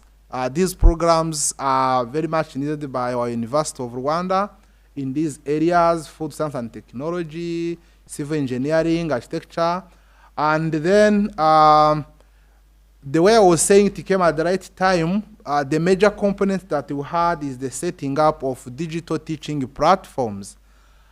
And in the digital teaching platforms, I would not start with the equipment themselves, but I would start with the trainings that the university staff have received during the pandemic era. Thanks to RFH, because they trained our staff, they trained in e-learning, and these trainings were provided during the COVID-19, where lecturers have learned different didactic approach that they can use for the e-learning process. Then again, we received some digital equipments that we set up, and some of these digital equipments are being used by the teaching staff to develop the digital teaching contents, and they can produce some teaching podcasts that can be used by the students. Lastly, the training of administrative staff members that is taking place today, because the staff needs to acquire some knowledge in terms of internationalization, grants, and project management. And we are also we are happy that welcomed members from the University of Parma, and we look forward to strengthen this mobility. Of course, the project is being implemented at the university, and it is being implemented by a team of 13 people. I'm leading the team as the project manager, but I have the technical staff who are at the head of implementing the activities. We have one of our scientific coordinator, Dr. Vedaste. He's here with us, and he supports really the area of food science and technology. He's working with David Barbanto in the program of food science and technology, and they have really achieved so much as of now. And we also have some pilot expert teachers, which was this was an initiative that was brought, as Professor Luciano was mentioning, that these pilot expert teachers, they are assisting us because they are the model teachers who are even ready to train their fellow teaching staff.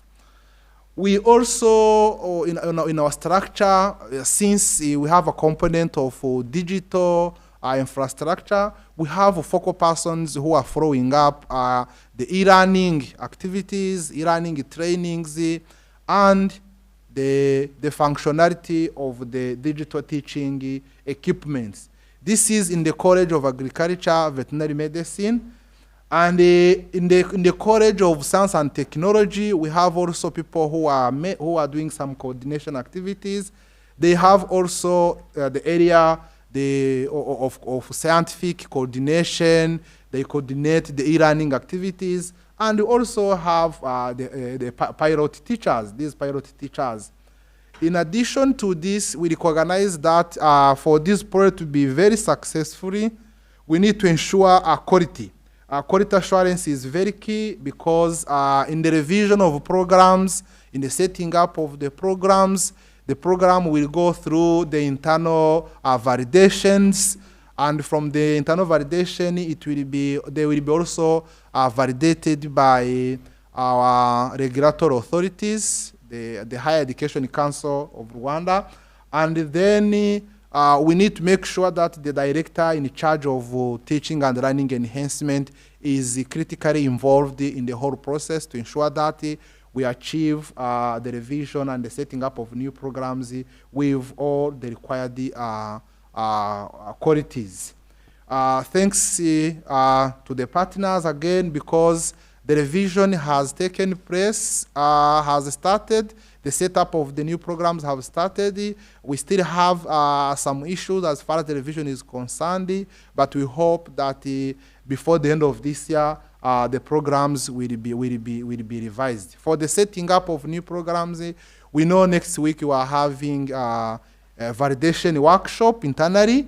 Hopefully by next 3 months, the programs will be finally approved, then to go through the whole journey of implementing them.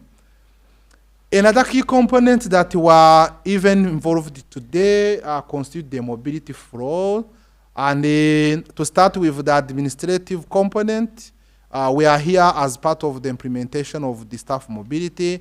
3 admin staff are here with 1 teaching staff. We hope that in the next year, we will be able to have also the mobility of our teaching staff. 11 of them will visit the European institutions.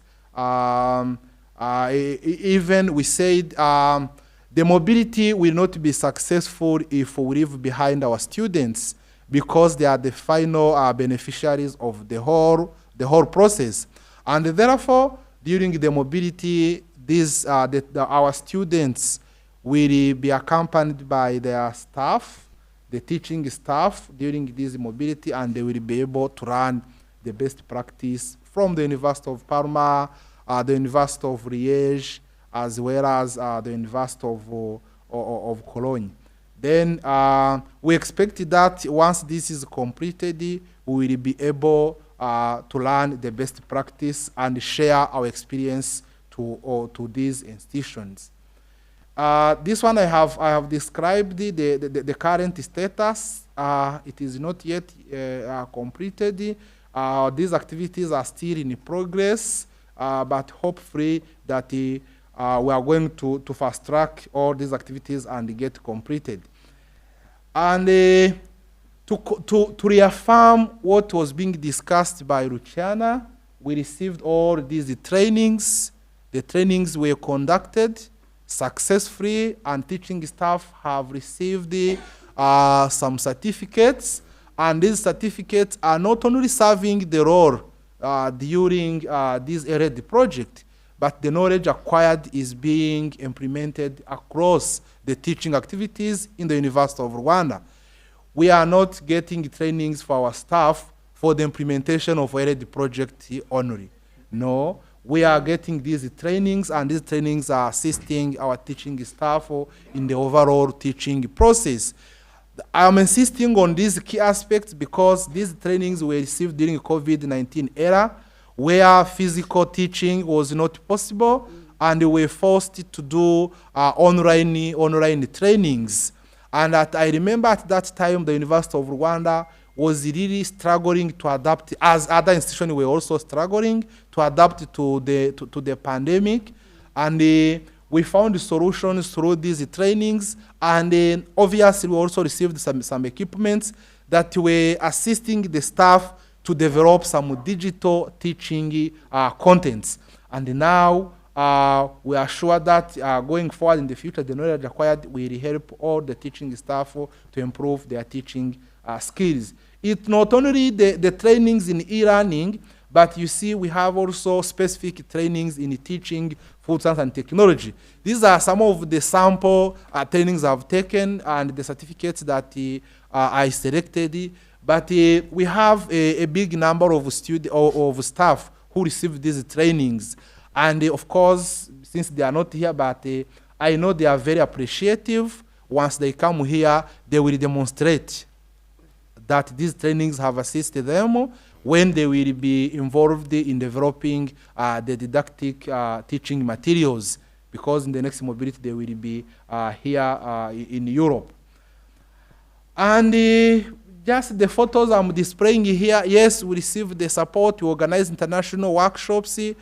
Through the trainings we received, then our team of teaching staff, they came together and they said, let's come together and develop the programs. In any case, if we have any problem, we will be able to contact our fellow partners and be able to share experience. This was a 1-week workshop where the team was developing the program of Master of Science in Food Science and Technology. And they gathered together, they developed the program. Now the program is going the final internal validation process. Again, this was the same training. And finally, I would say that for the funding that we get from this, we are implementing this. We are spending the money so far. The disbursement was received for the first installment, and of course, from the report we received from the European Commission, the implementation is good. We really appreciate that the implementation is good, and the funding that we received, we are spending it wisely. We have a specific unit in charge of following up the implementation of the projects, and we are assuring the European Commission that not only that we are implementing the project technically, but also financially we ensure due diligence, because we know that the funding we receive, the funding that is being dispersed comes from maybe the taxes of European people, and then we need to make sure that the funds dispersed are in the safe hands. And to ensure this, we have a specific unity to monitor the implementation of the project. 63% of the funds received has been used, and the remaining funds, even though it is not yet spent, but it is committed because it will be spent for the teaching staff mobility, which was not implemented due to the COVID-19 era. And we hope that by maybe next year around March, we would have spent the total budget at 100% to ensure that the project is progressing well. We have a lot to say on this partnership agreement. We have a lot to say on the implementation of EnRHEd project, but of course we have provided the midterm report that can be accessed and then show all the major achievements of this project in the same document. Thank you. Thank you.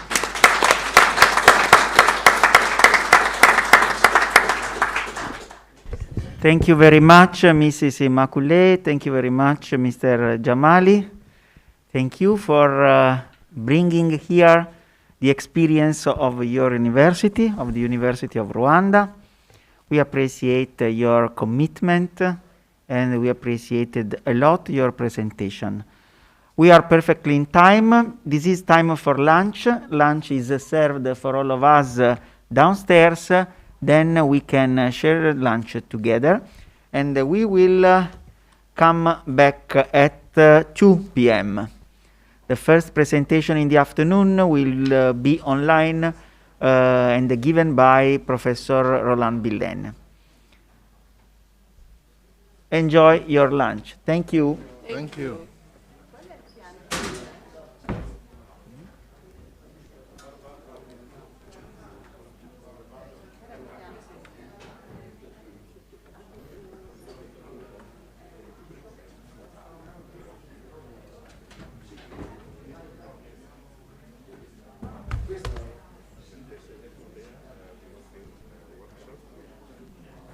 International workshop in this. You can take your, sorry, I give you this.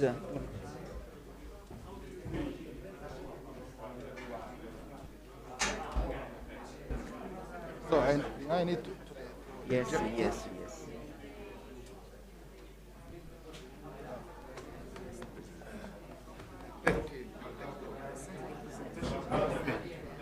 Now I download it. I will download it.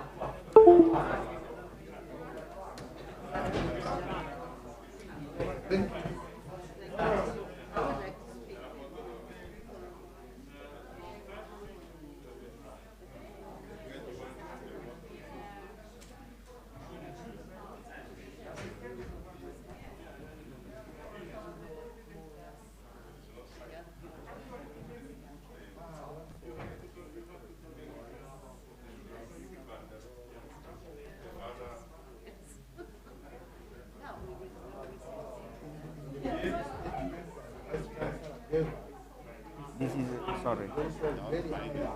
Yes, no, yes, yes. Otherwise, I don't remember.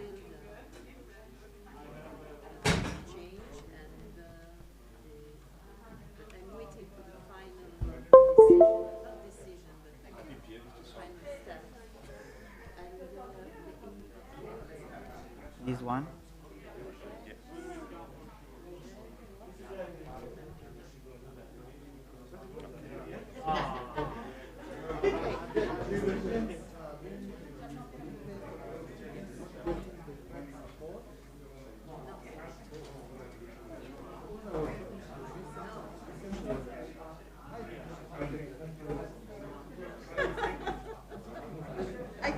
I can show you my the life.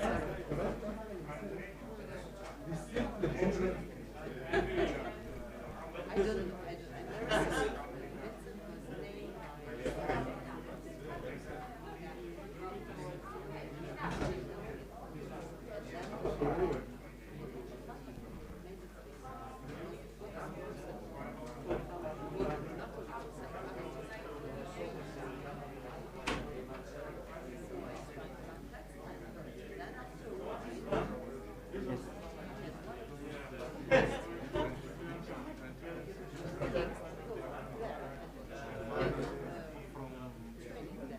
Sorry?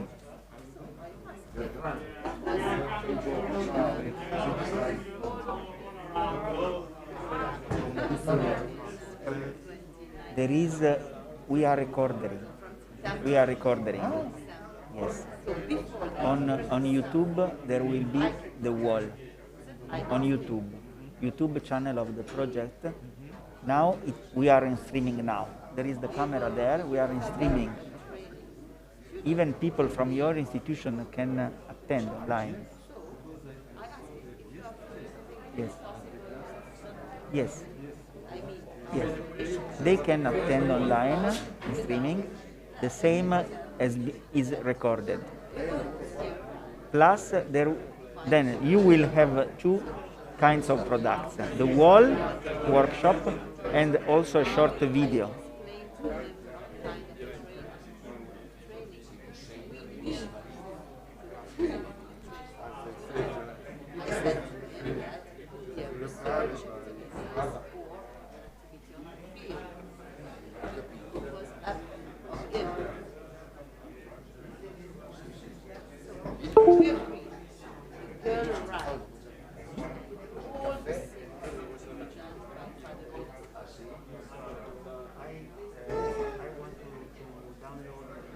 Ciao Nadia.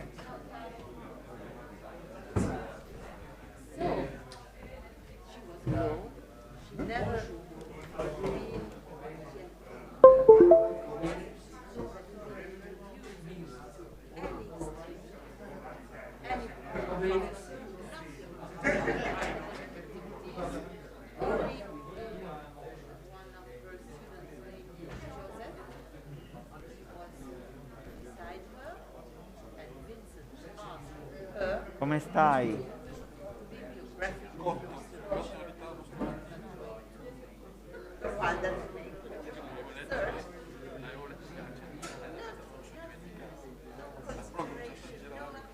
Venerdì purtroppo io non posso venire al tuo perché sono impegnato, la mattina ho lezione.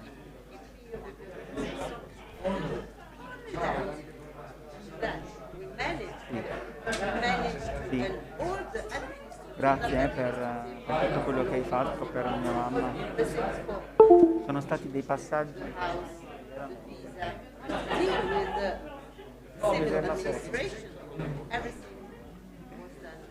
Va bene, non le sembra vero. Le sembra vero che in pochi giorni. Come stai? Grazie. Sono anche venuta di ritardo, ma mi sono fatta un po' avanti e indietro sotto la pioggia perché come da sera non ho controllato il programma.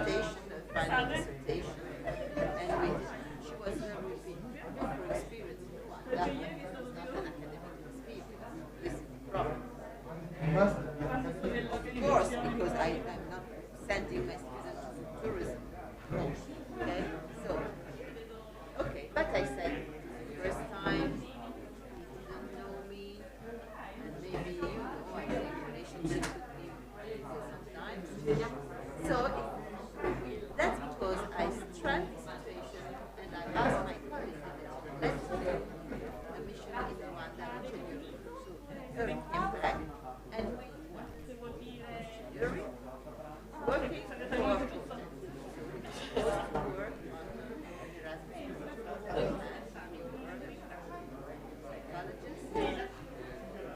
doctors, pediatricians, and went there, and effectively,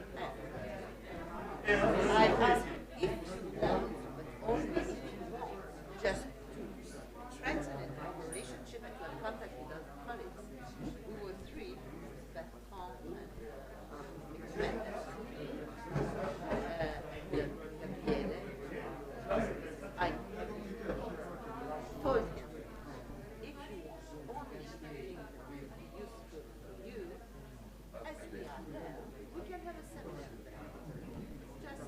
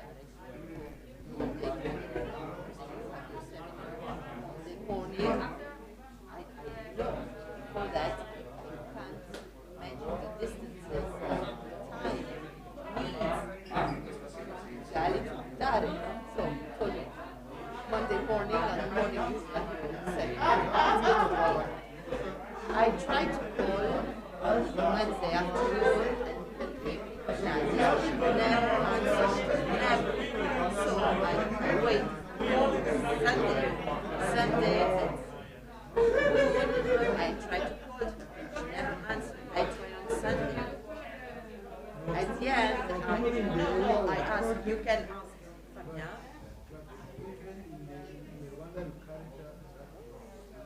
No, it's not a matter of randomness, it's a matter of individual. It's not a matter of problem of culture, it's a problem of one people. That individual. Yes. So, I find that through Fabian sent me this driving from Zanzibar.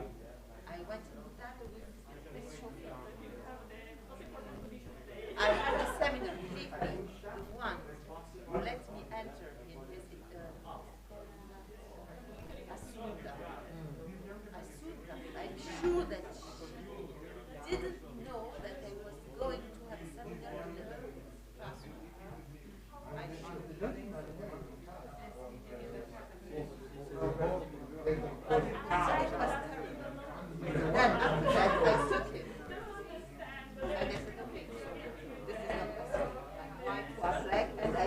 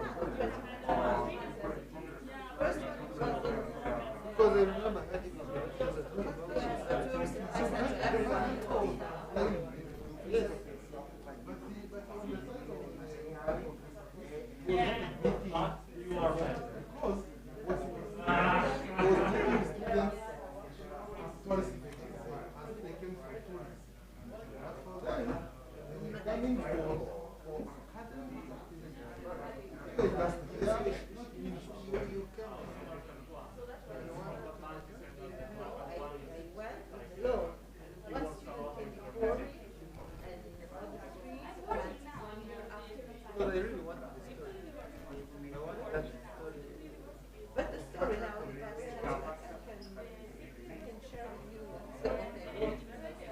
oh, yeah. Everything is written and everything is clear. I mean, I don't, there is nothing shadows. So after that, on the 7th, I said, I'm sorry, this is not my way. I know it would be difficult to build relationships between European and African. I know the story between us, but I'm very clear. This is not my way of working. So when I receive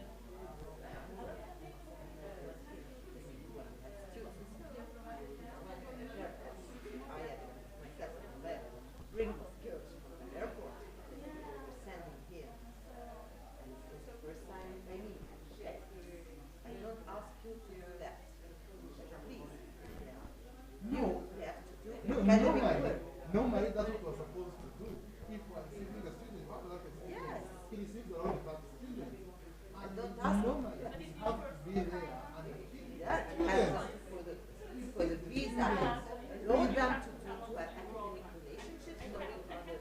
But even when I went there, I didn't know other colleagues. Only till that. I went to Votare and presented a project and it was terrible. Nobody was like, there were people maybe before. I don't know. But they looked angry. People, but not with me, but I'm sure with me. Then after that, we clarified. Then after 1 year, I have three students willing to go, to have the experience in University of Rwanda. So now the time I said, since now we have the possibility, but tell me only if it's possible for you. I don't want to give you more charges or difficulties or work, so simply tell me, yes, of course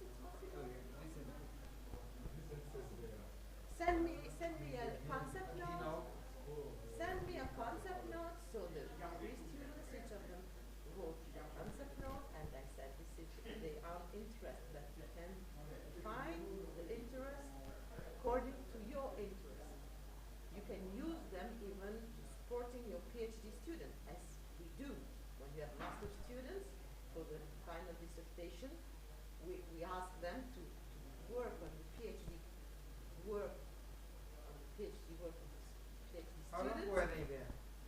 Huh? How long were they in Two of them stay 3 months and one 6 months.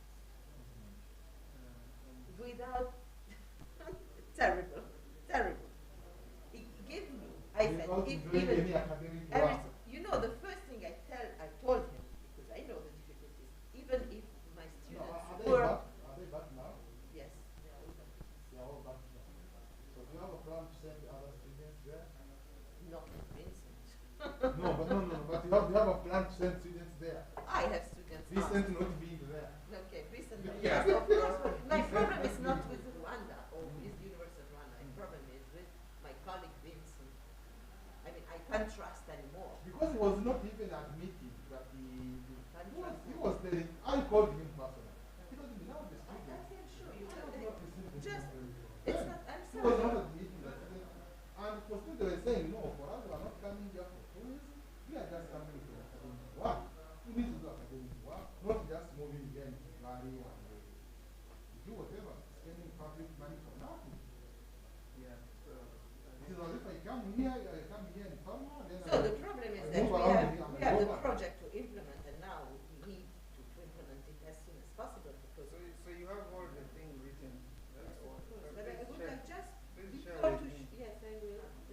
Because normally when you are receiving students, he's the one having the responsibility for receiving international students. Maybe the challenge we have is that at that area, the students were being conducted directly by Professor Wilson.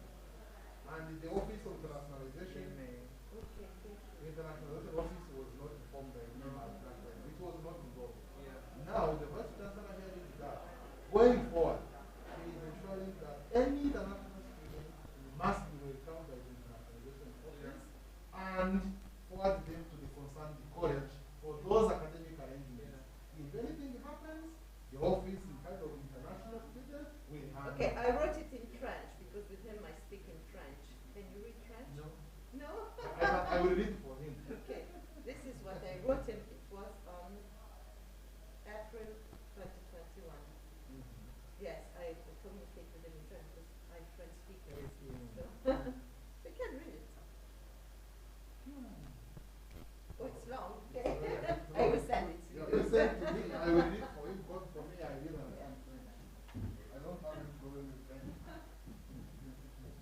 But no, that's because I allowed myself to work with the Vice Chancellor because it was not possible to implement the project in this condition without any time. Yeah.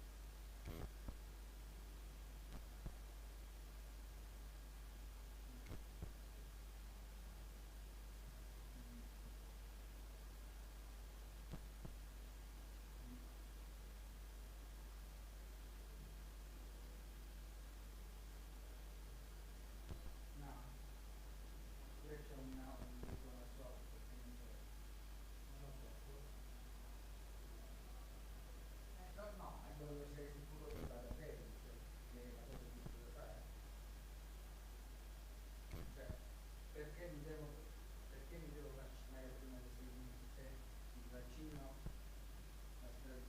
se il vaccino per 6 mesi funziona, mi devo...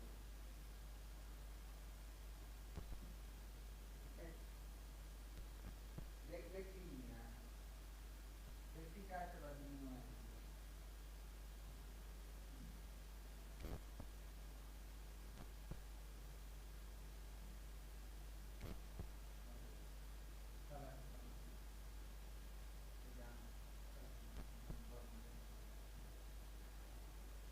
Sì, esatto, ci vediamo, certo.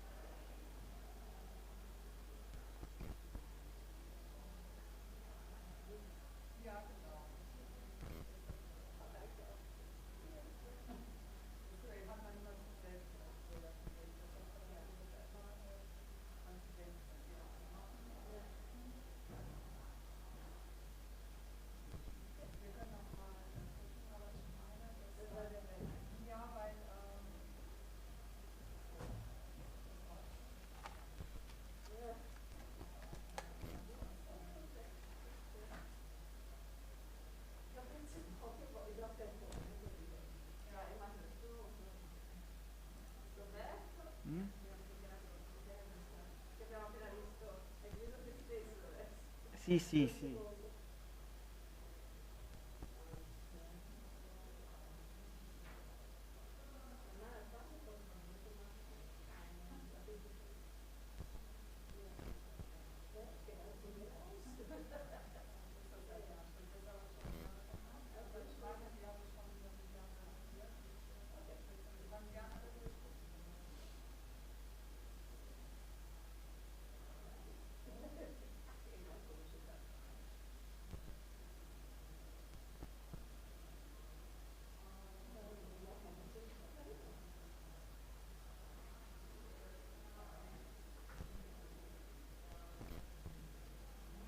Siamo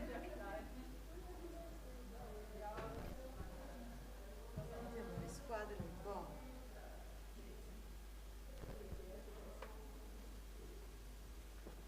Per entrare nella sede centrale, nel cortile, quando andiamo in centro.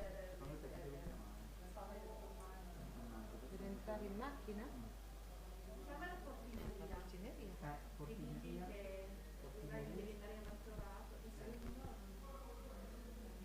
centrale dove si trovare quando si entra.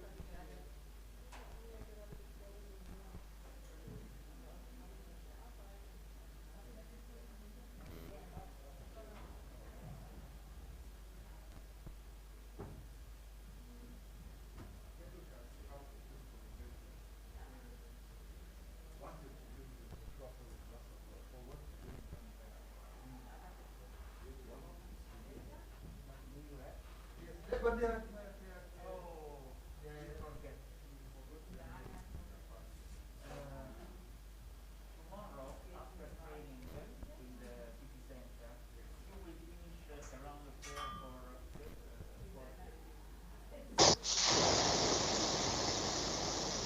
interview the project manager. You, Simon, and tomorrow. Then I ask you to kindly give them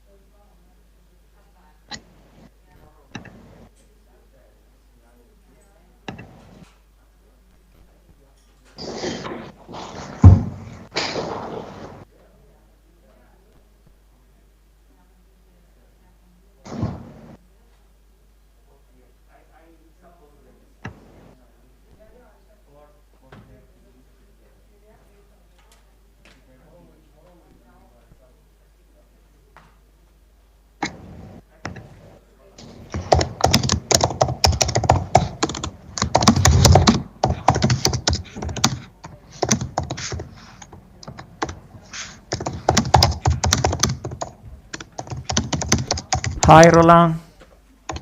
Hi, Roberto.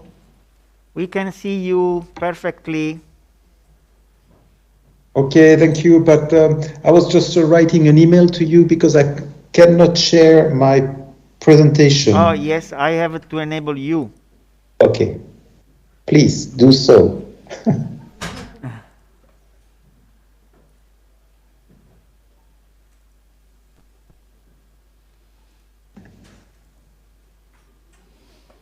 Now you are enabled.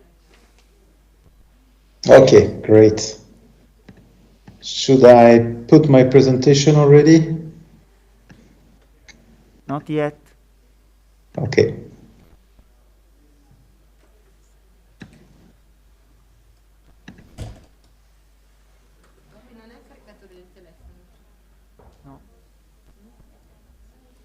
No, we cannot see.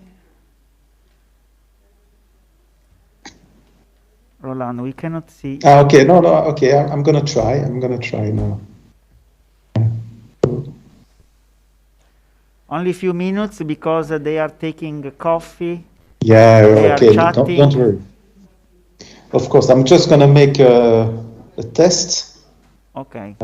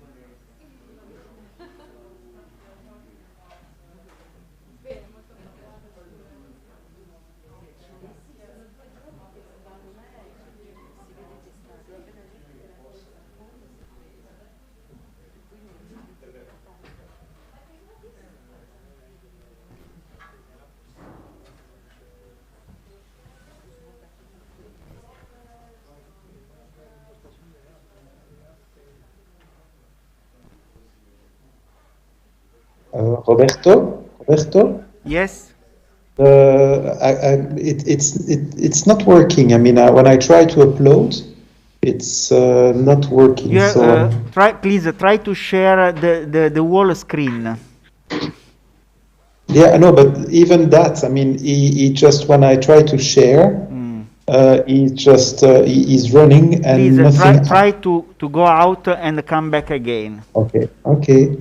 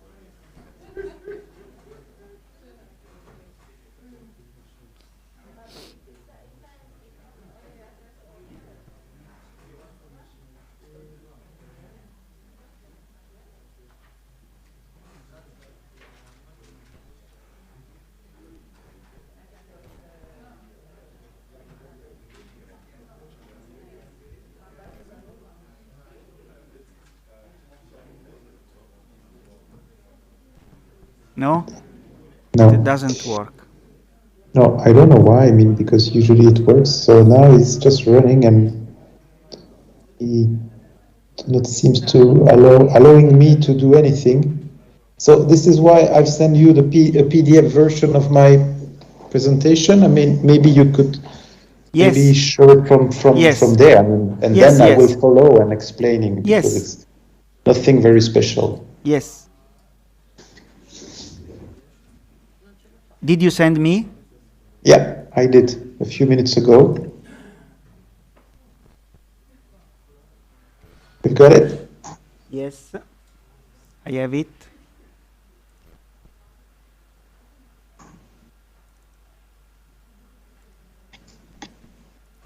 Then I share the screen so you can see your own presentation. Yeah, okay. You should see my screen now. Mm-hmm. Correct.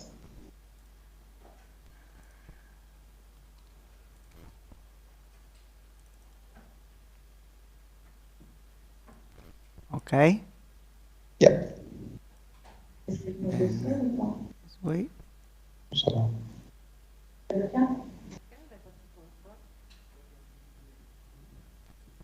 If you want, I can also send you the PowerPoint presentation if it's easier for you. No, it looks perfect like that. Is it okay? Yeah, perfect.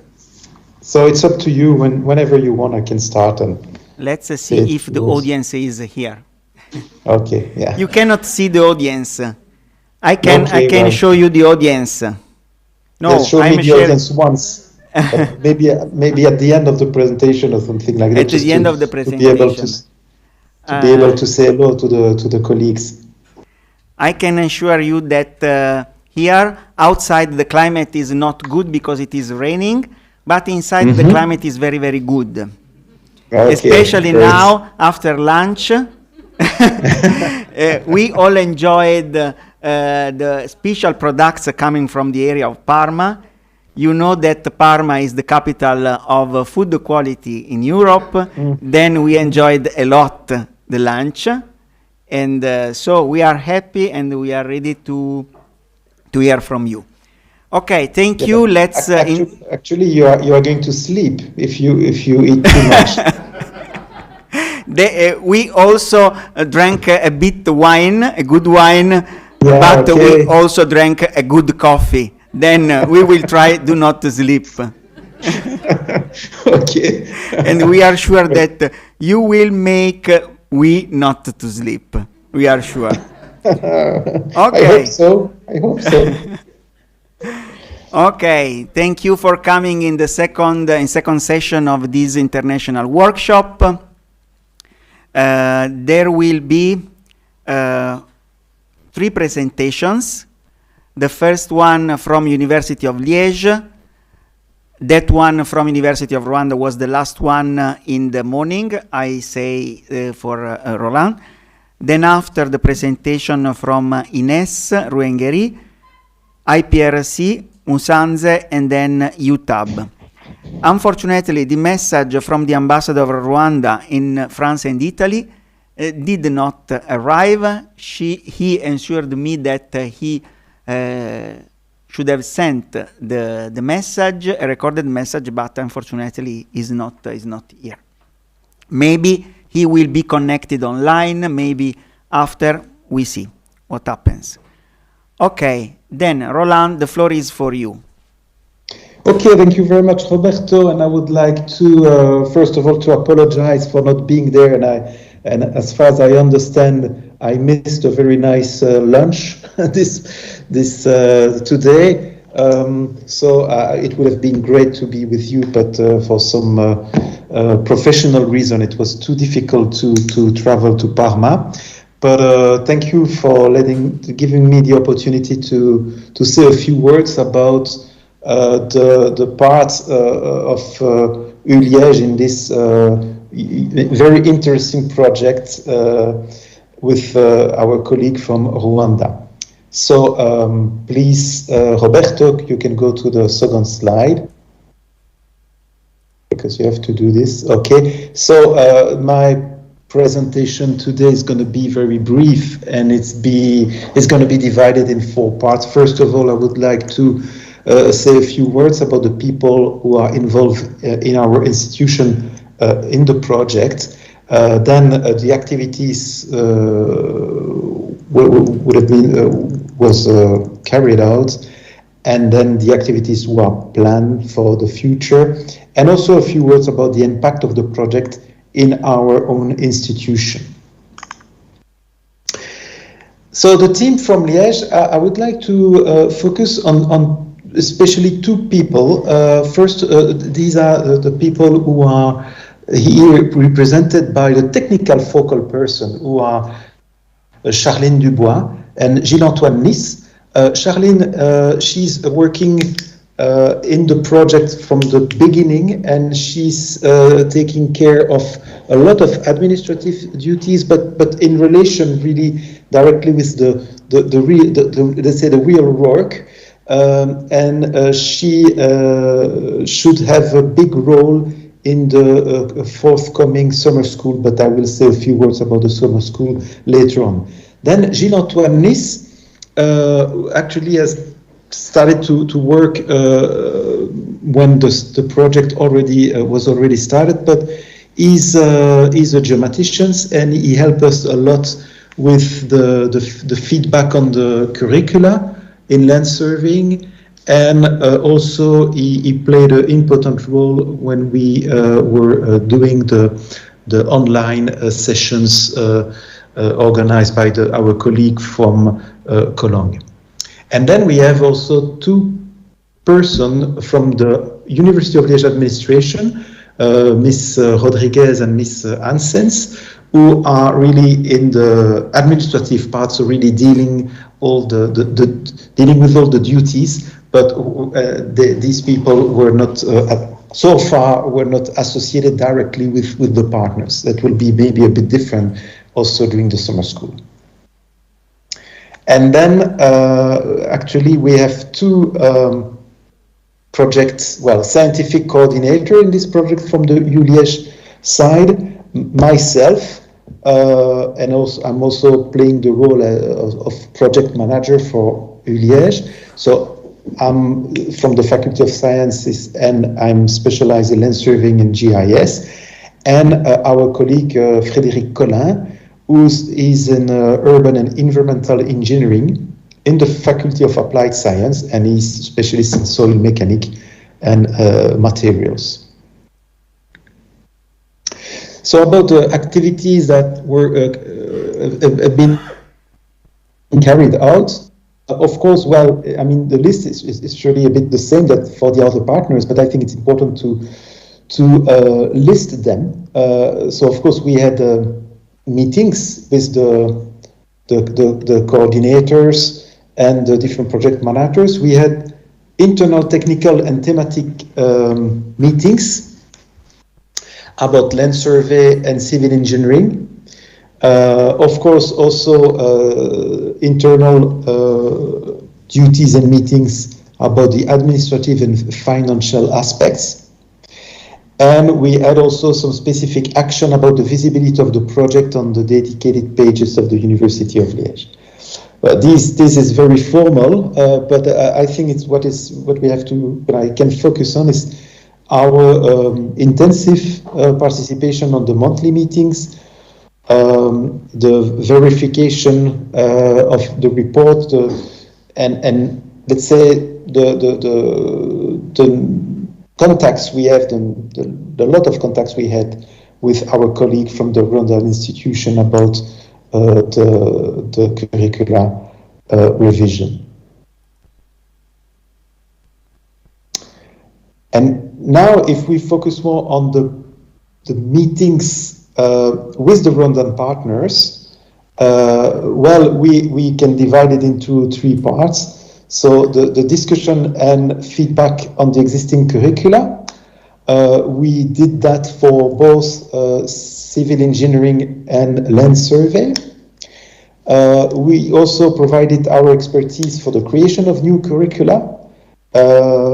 Especially, I will especially mention the Master in Geoinformatics from INES, which was our last big work. And as already mentioned, we took part of the e-learning session. It was myself and Charlene, but especially Gilles-Antoine Nice, who really tried to play a role with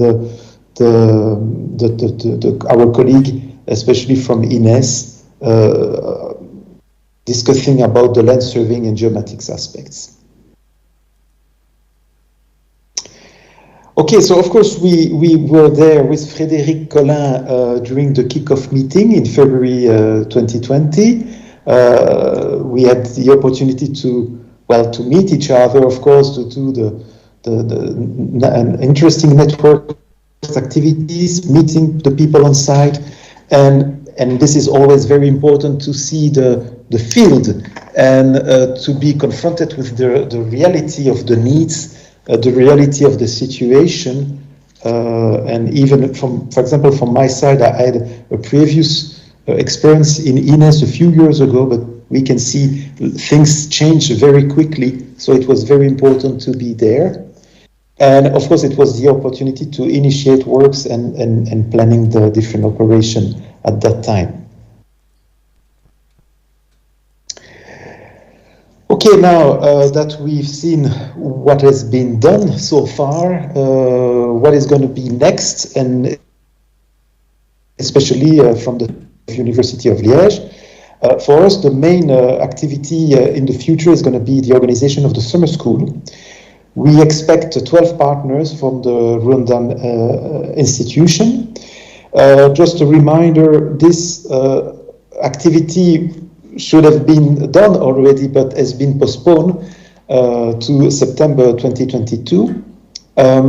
We, of course, have now to go into more details, but let's say that to sketch the content of the summer school, we would like to organize technical workshops on land surveying, geomatics, and civil engineering.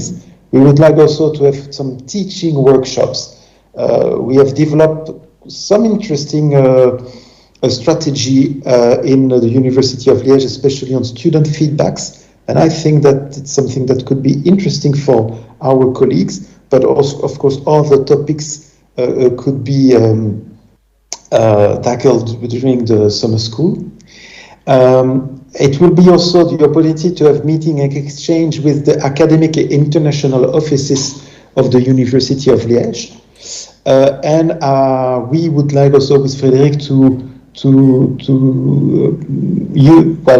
organize on-site visits. Of course, in our laboratories, but also with contact with industries. I was also having in mind to visit some place where we used to do some field trips also, and in order to be able to exchange and to continue to to exchange about our teaching strategy, and in this case especially with the field works.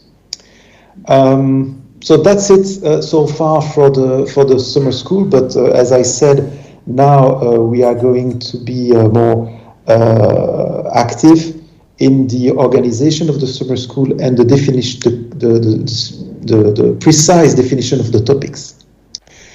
About now the visit to Rwanda, there is one visit who is planned for late January 2022. At the moment, I'm sure that I will go to Rwanda. Frédéric Collin, I'm still waiting for his answer, but I think it's very important for us to get a face-to-face contact. I know that going to Parma would have been one opportunity, but I think it's very important for us to be there, and especially before the summer school, to be sure that the summer school we are going to organize will meet the expectations of our partners. And of course, we have also another visit which is planned at the end of the project.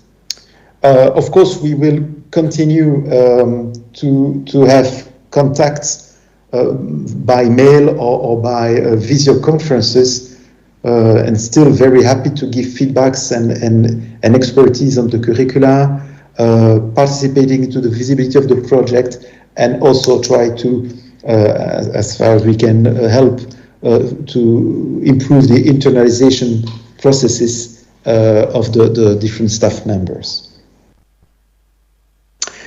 And this is almost my last overheads, and I think it's always a very important one. It's the impact of the project in our institution. I think that sometimes people could think that in such kind of project there is a kind of one-way direction. It's something that it will be mainly at the benefits of our Rwandan colleagues to have some feedback on the curricula and so on and so on. But from my experience, this is not true. I mean, yes, it's true, but also there is another very important part. It's the impact in our institution. And honestly, I mean, the work we have done in the revision of the curricula raise a lot of questions on our own curricula, which I think it's very, very, very refreshing. And also it's an opportunity to reposition our own course program in an international context. Now we have also the interest of having the contact with new potential partners, and the experience we gain, okay, from our meeting, but most of the time from our visit in Rwanda. It's always a very important part when we can learn a lot. And the following items is the collaboration between faculties, because you know that sometimes it's easier to collaborate with people from another institution than within your own institution. And it was for us the opportunity for Frédéric and myself to really strengthen the collaboration between our group and our faculties, applied science from one side and faculty of science on the other side. And of course, globally, such kind of project is important for our institution to improve its international cooperation. And I think this is the end of my presentation. So I was very pleased to be able to say these few words to you. I hope that you are not sleeping. I cannot see you, so maybe now Roberto will tell me if people are awake or not. And of course, I will be. I'm ready to. Okay, that's nice. I'm of course ready to answer to your question, and I will be I'm very looking forward going to Rwanda in January. Thank you very much. Thank you, Roland. Thank you very much, Roland. Okay, let's move to the following presentation from Ines Ruengeri. Then I give floor to the Vice Chancellor, Dr. Father Fabiena Genimana, who is the Vice Chancellor of Ines, and the Project Manager of the EnRHEd project, Dr. Silas Huabasigaye.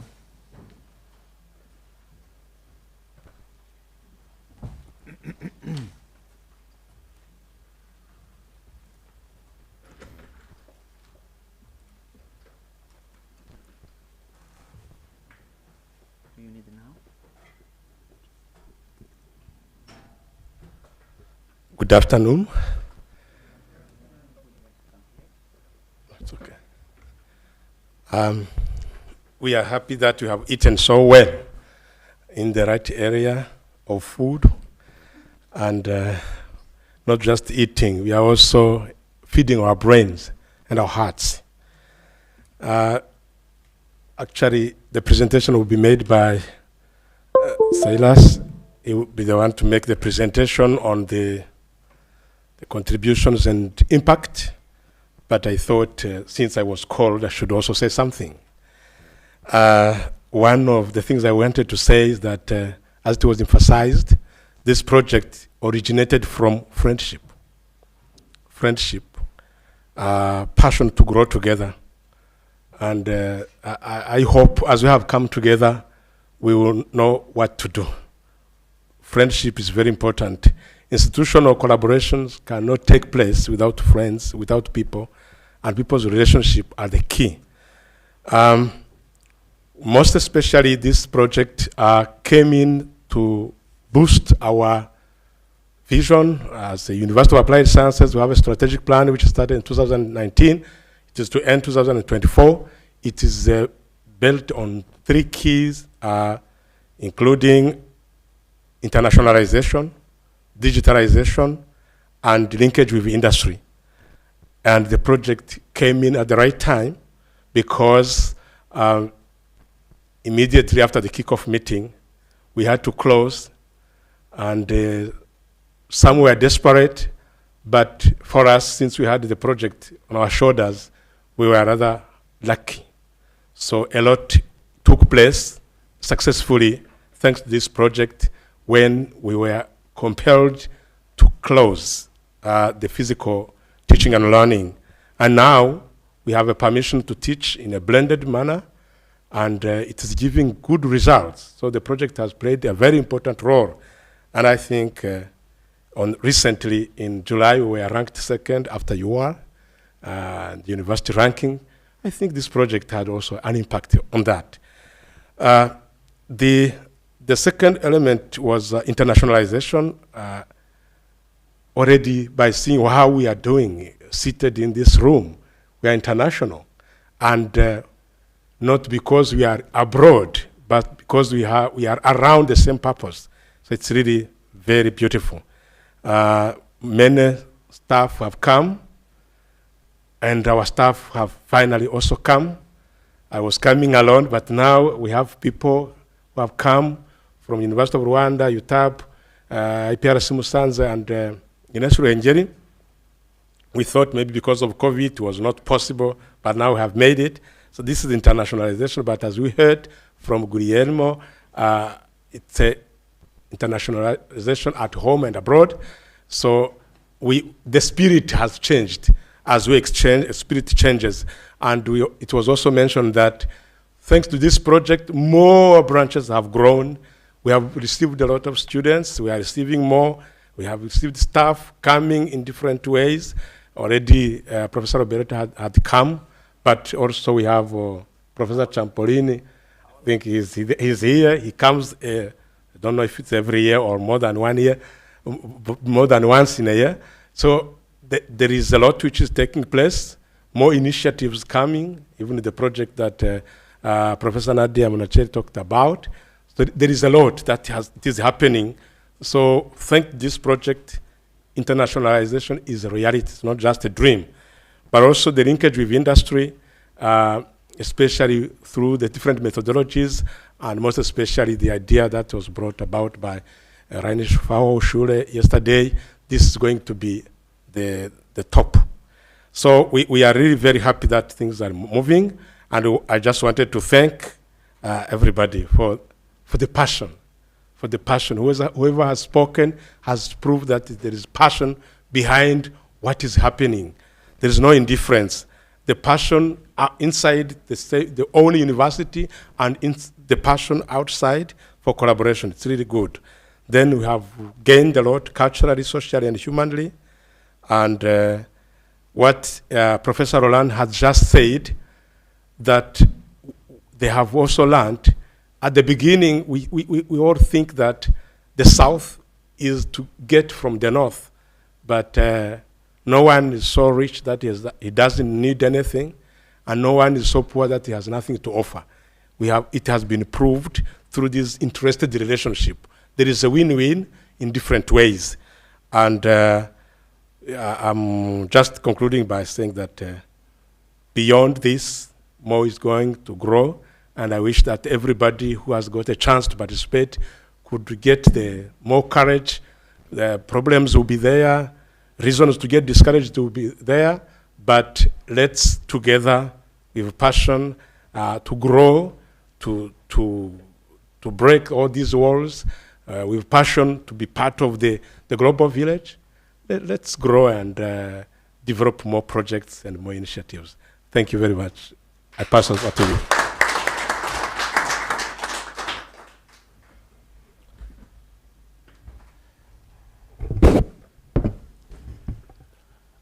Thank you very much. Good afternoon, everyone. I'm not the Vice Chancellor. We did not change. I'm Silas Zanzumuhire. I'm the Project Manager of EnRHEd project on behalf of Ines. I start by thanking our Vice Chancellor for the introduction, which made this presentation more easier and quicker because it summarizes most of what we have gained as impact, because the focus of this presentation is more on the impact of EnRHEd project on Ines development. But before, maybe some may not know more about the institution, I would like to start by quickly overviewing what Ines is and where it is. Ines stands for Institut d'Enseignement Supérieur de Ruhengeri. So it's a mnemonic word, which if we translate in English is the Ruhengeri Institute of Higher Education, which is located in the northern province of Rwanda. The pictures there are showing the volcanoes, because Ines is at the foot of volcanoes, or the national park, Volcano National Park. Gorillas are not students, they are our neighbors.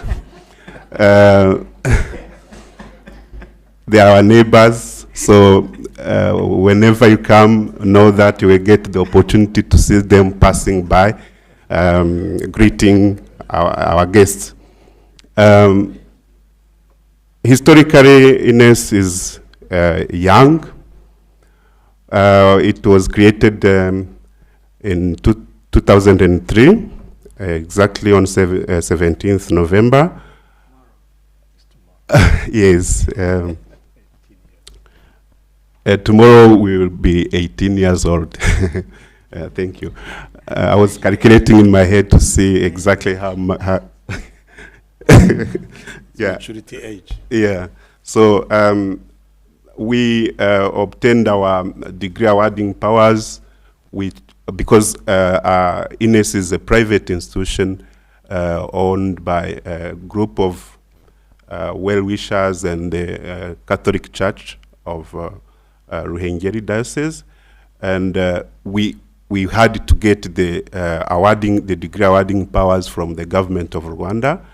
And we got this in 2010, on 16th June, 2010. And a few days after, we made our first graduation, giving degrees to around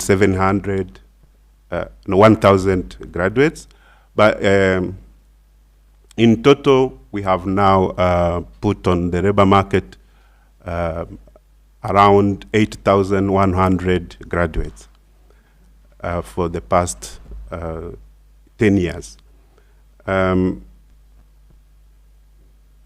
creation of INES was motivated in 3 ways. First of all, there was this need to build signs of hope. You know, Rwanda was coming from the horrible genocide against Tutsi, and the country needed to build hope and to build reconciliation and unity.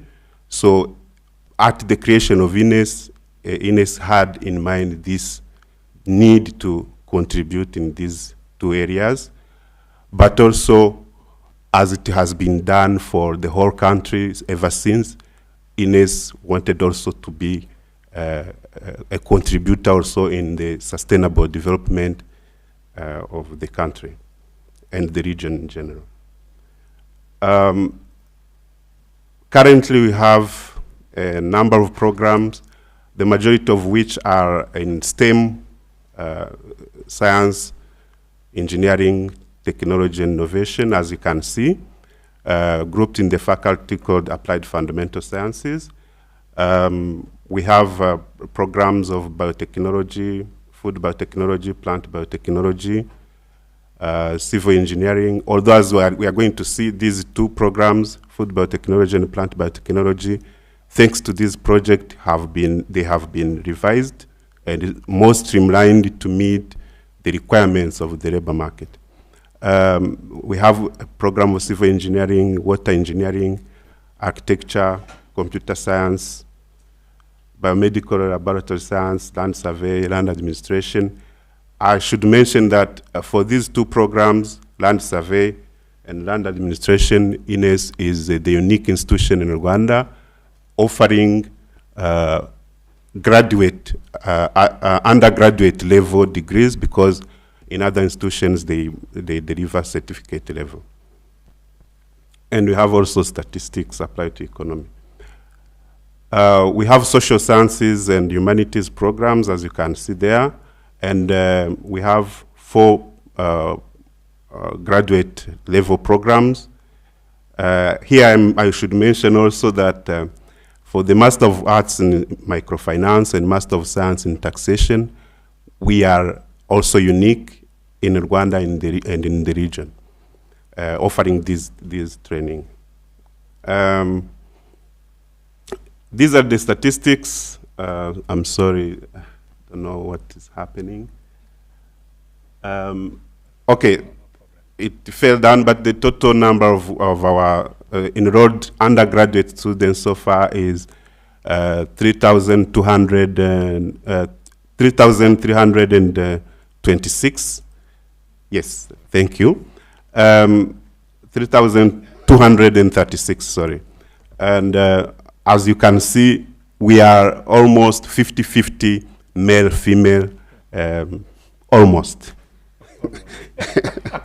Yeah. The staff numbers, as you see, we have around 216.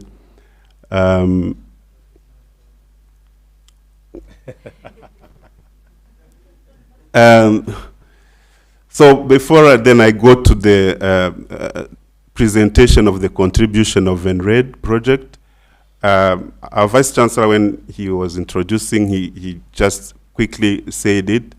The contribution of EnRHEd project is because it came at the right time and in line with INE's strategic orientation. So I would like to very quickly say something about it.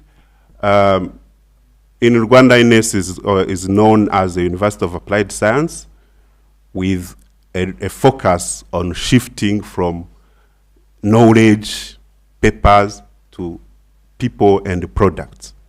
So that is the overall long-term orientation of the institution.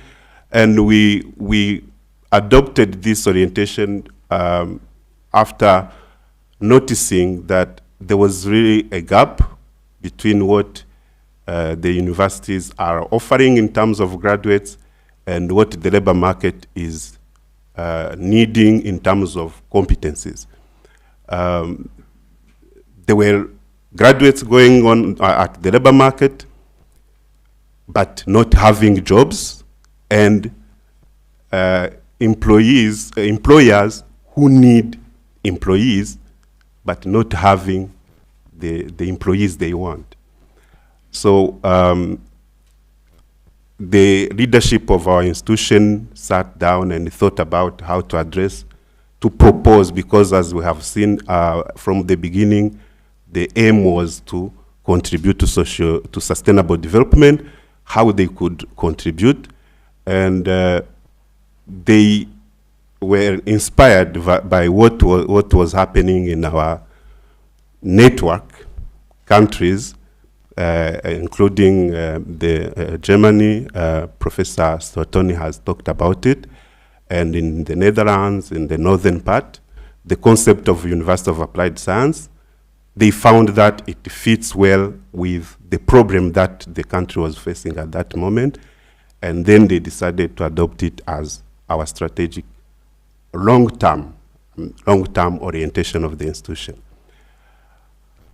But for the next 5 years, since 2009, because even if we had that as a vision, a long-term vision, there is also medium-term strategies. We are now focused on ensuring delivery of students who can satisfy what stakeholders need by meeting the labor market requirements. And to do that, the new strategic plan that we are following now is built around 3 main pillars. The first one is digitalization. The second is bridging academia and industry gap, and internationalization. It was a coincidence, a very pleasant one, because this was adopted in 2019, and we started this project, I think, some 6 months after adoption of the strategic plan. And as you can see, with the objective of the project, these 3 pillars meet exactly what the project is seeking to contribute to also. So it was really a very welcome intervention for the institution. Now let me quickly also talk about the contribution that came out of this so far, because the contribution, as my predecessors have said, they are still coming, and we are still building and progressing together. We start with digitalization. Everyone who spoke before me have said it. I will maybe emphasize more especially for Ines. When we were in the process of identifying which digital equipment to acquire, we looked at where we need to emphasize with regard to our capacity. And we discovered that because we were in the process of COVID, where we need to engage more with blended learning, but also because of the strategic orientation, where we needed to emphasize more was on how to deliver courses in blended mode in order to also to benefit from internationalization. We said our focus on purchasing digital equipment will be not on computers, but instead on materials which can help us access internet very quickly and also deliver blended mode. So we acquired equipments in the for like servers, more well-performing servers to help us in this blended mode, but also high-performing teleconference equipments and camera, projectors, etc. So now at this level, we are confident that whenever you want to, if you are here and you want to deliver a course at Ines here from this room, you can do it just as we are doing here because of this project and the equipment we have acquired. And there is an experience Professor Roberto can share. And in the mission that we had, they had in Rwanda in August, we hosted a meeting with project managers using the teleconference. I was somewhere, not in Athens. Others were at UR, and we were interacting, and we achieved the objective we had to achieve thanks to those equipment that we have received. The net worth of all the equipment received from the project was 45,000 euro. But apart from that, we need also capacity in terms of human resource. Thanks to EnRHEd, thanks to EnRHEd, we have had trainings. Professor Stoughton has talked about them. We started with the general training of academic staff to introduce them to e-learning, but later we found that there was also a need to emphasize the pedagogical aspects associated to shifting from the face-to-face to blended learning. So they also contributed in capacity building there, and the process is still continuing, as you have seen in the presentation of this morning. In total, for the first training, all the staff, the academic staff, were accessing, you have seen the figures, there were 68, I think, the highest, but the majority of staff were accessing one day or another, depending on the topic, the interest of the topic. But in the second phase, we selected people to serve as the training of trainers, as the focal people who will continue to build this momentum of capacity building even beyond the project, which is a sustainable aspect of the project. For internationalization, there was the curricula that were reviewed, and the curricula that are new curricula that are developed. We think that because of the exchange and interactions that have happened in their development and the revision, they are now they cannot now be benchmarked at international standard level, which is a way of also welcoming or opening up the internationalization, because if we have similar or closer programs, it's possible to exchange students, for instance, also to exchange staff more easily, but also to raise the level of our institution, the quality of education in our institution. But we had also the openness beyond even the project, because just as an anecdote, the picture you see here, it was a meeting we had, I think, 2 weeks ago.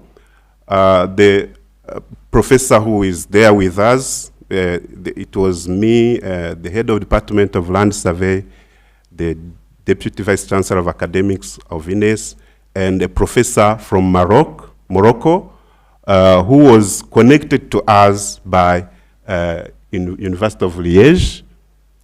Thanks to this collaboration we have, they said, you can also connect to them, and we continue to build a network in this sense.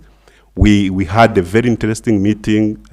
She said that she's planning to visit our institution maybe in a few months to come, which is also another testimony of internationalization, openness of the network, thanks to this project. But there was the training, my colleague Jamal talked about it, this training we are having now here on internationalization. We are expecting to build our competencies in continuing more opening up the networks and collaboration with even more other institutions than the University of Parma.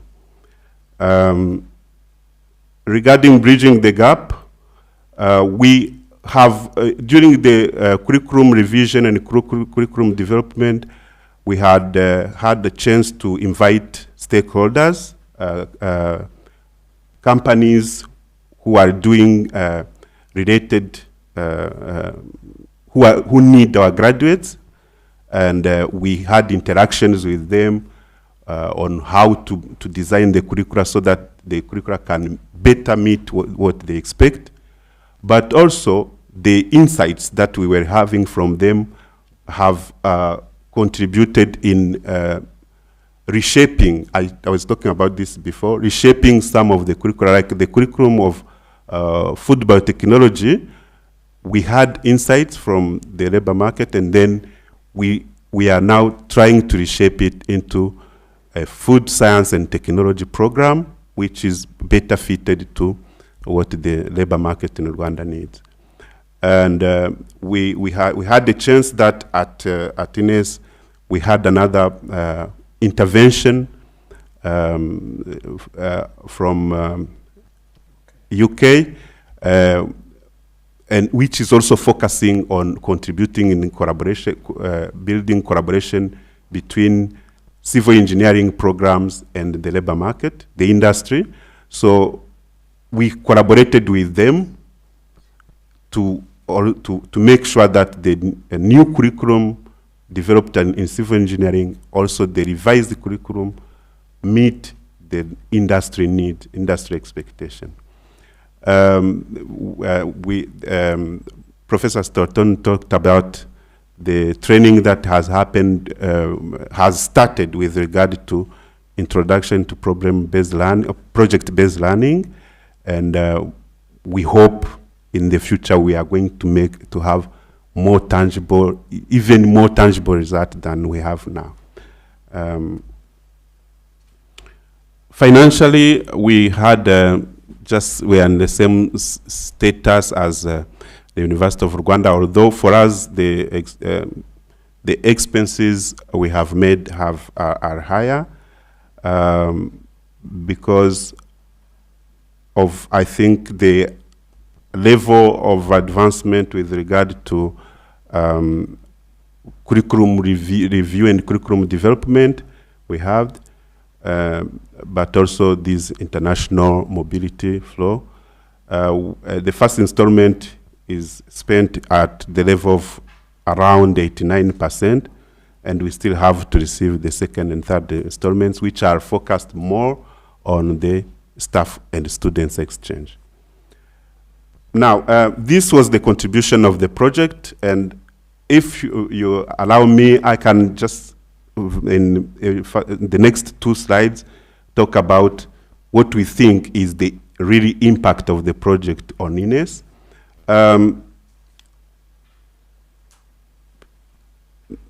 The Vice Chancellor talked about the visibility of the institution. I won't repeat that. Also, the fact that because of these equipments, because of the training, we were able to be among the few private institutions which have succeeded to pass through the COVID hassles. I'm not saying without a problem, but with less problem than what we would have if we had not the contribution of the project. Because at the end, when we finished, when the lockdown period was finished, and we had a very long period of no face-to-face teaching, but at the end, when the period was finished and the schools were open again, we were able to present and to justify from in front of the quality assurance institution of the government of Rwanda how we have continued to deliver quality teaching and learning to our students in such a way that all the teaching and learning we had during that period were validated, and students could continue as if they had not stopped. It didn't happen in many other institutions, but we were lucky and we were proud of that. And we say it is thanks to the contribution of this project in part. And we had, and we are still having, the opportunity to interact with these different partner institutions, not only between North-South institutions, European and us, but also the interaction between us, UR, UTAB. It is something that we are building and which is very essential also in our future progress and future contribution to sustainable development of our country. And the last impact, we think, is more about the skills we are acquiring in project management. Before this, we were using project management approaches, but which are just general management. But thanks to the requirements of the Erasmus Plus project management, we have adopted a new task management which is more time-oriented, which we think is very efficient and is very important for success of projects. And we think in our next projects we might be able to generate even more better results thanks to the skills we are acquiring here. There was the cultural communication and interaction aspect. I won't repeat it. Professor Roberto talked about it very well, but it's something we have earned. But the curriculum development skills also were something we have. We are proud of having improved thanks to the activities we did in this project. I thank you very much for your kind attention.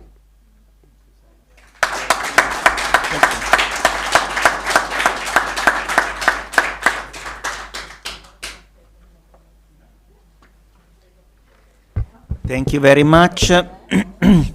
Let's move to the following presentation from IPRC Musanze. I invite here and I give the floor to the principal, Dr. Emile Abaisenga. The new one? You need the new one. We are connected. Then here, I give you the chair.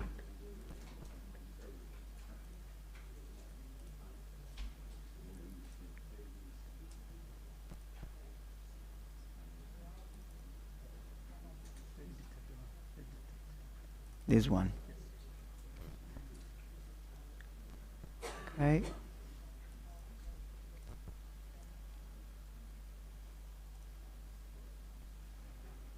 Is this? Yes.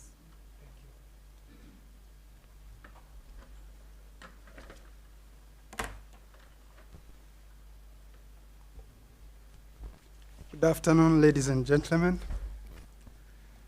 I should have been here with my colleague, Francois, who was the project coordinator. But at the last minute, he got employed by another institution that pays him very well because he gained a lot of experience through this project. So he started his new job yesterday, actually. It is an American institution operating in Rwanda. Training in the agriculture sector, training Rwandans and the Africans, supported by the Buffett Foundation. So he got employed there, and all of a sudden he couldn't make it here. So I will do it for myself and for him. So before I go into the introduction of Rwanda Polytechnic and the IPRC Musanze. I would like first to go to give you a history of TVET in Rwanda. So around 2000, that when the government of Rwanda realized that we have a high rate of unemployment. And then the government took a decision, one of the decisions, to make sure that the unemployment reduces. It is to focus or to give emphasis on technical education. Before then, we used to have some technical secondary schools, commonly known as ETO in French acronyms, École Technique Officielle. There were very few, and students who were joining those schools were considered as failures, those who didn't get enough marks to go to general education. So the perception, the government had to change it. So the government started creating those schools, give them equipment, train teachers, and attract the elite students, the brilliant ones. So that was around 2000. Later, after like 5 to 6 years, then the government also said these children need a mobility, a vertical mobility. So the government started installing colleges of higher learning and called them IPRCs, Integrated Polytechnic Regional Colleges, so that those children from second technical schools could join higher learning institutions in the same spirit of technical education. So that's how we created these 8 colleges. Actually, these are public, but we also have private ones. So we started with the College of Tumba in 2007. And I started with it as a vice principal. So I have experience with this since 2007. Then IPRC Kitabi in 2008. And by the way, I didn't introduce my boss, the Vice Chancellor, Dr. James Gashumba. Yeah. And then IPRC Kigali, 2009. IPRC Huye. Tumba is in the northern province, Kitabi in the south, Kigali, the capital city, of course. Huye is in the south as well. Karongi, Huye, Karongi, and Ngoma came the same year in 2012. And then Gishari, 2013. Musanze is the youngest, 2015. And I am the youngest principal as well, among the principals. So Rwanda Polytechnic counts around 10,000 students now. You can see that Rwanda Polytechnic was formed in 2018. It came to organize these public polytechnics into one strong polytechnic. Each one was operating individually with less students and less trainers. So to benchmark or to have a place on the internationalization was not easy. So forming together all these is giving us a place on the international level. So that's why Rwanda Polytechnic came in 2018. The colleges were existing already. But the name IPRC disappeared, although we are still using them because we don't want to confuse people, but they don't have any meaning now.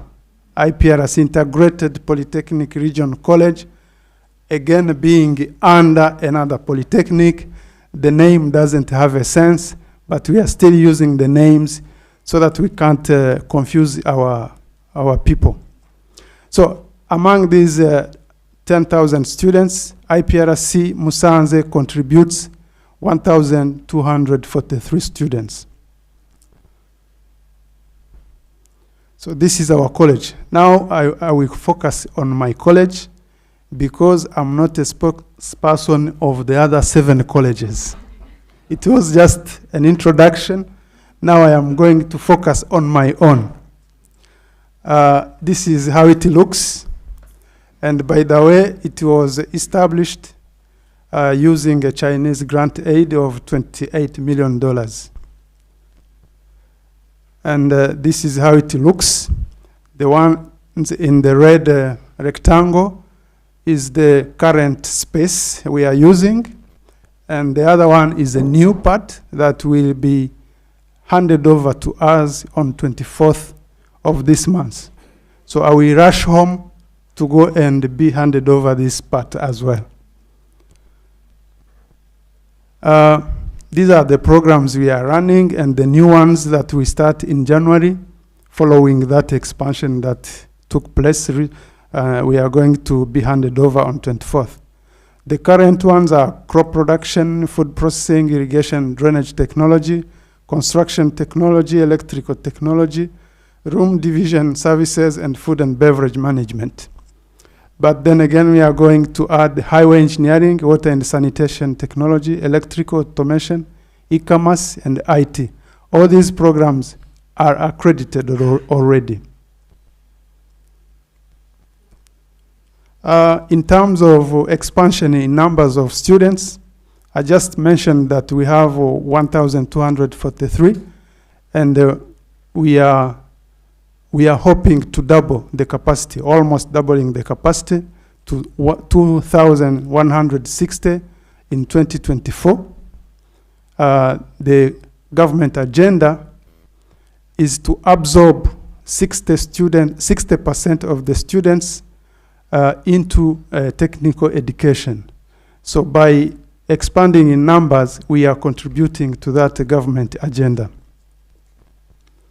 And this is only if we enroll very few students, like 30 per class. Otherwise, if we expand even to 40, 50, we can even go beyond these numbers. So now let me focus on the activities implemented in the EnRHEd project. So in the e-learning, we trained 35 academic staff to use the Moodle. And we acquired a good lab, ICT lab. I will show in the pictures. This is how it looks. The impact of this lab, this guy here who is standing teaching, we have another project also funded by the EU through our Ministry of Foreign Affairs, where the Rwandan diaspora, Rwandan living abroad, especially here in Europe, come back home and share their knowledge and expertise. So this guy lives in Belgium. He is an expert in electrical. So he came under that project, used this lab to transfer knowledge to our academic staff and students. This is a mathematics lecturer now using these digital devices. Initially, he was using chalks and the blackboard. Now he's using smart equipment. In the curricula, we revived the food processing, crop production, construction technology, and irrigation and drainage technology. So in the coming,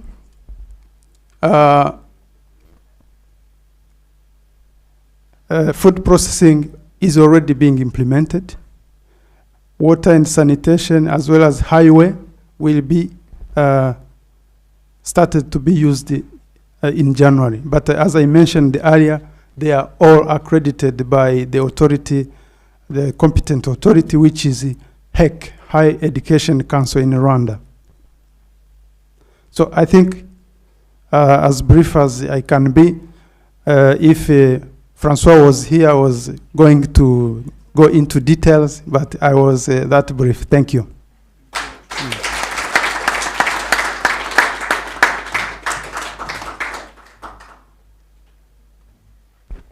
Thank you, Dr. Emile.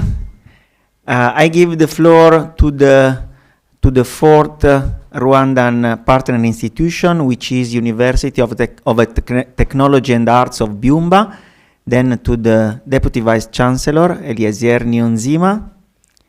I give the floor to you.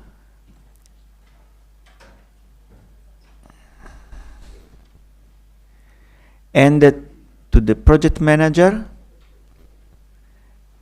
is Lucien Agizimana. Let's open your presentation. UTAB.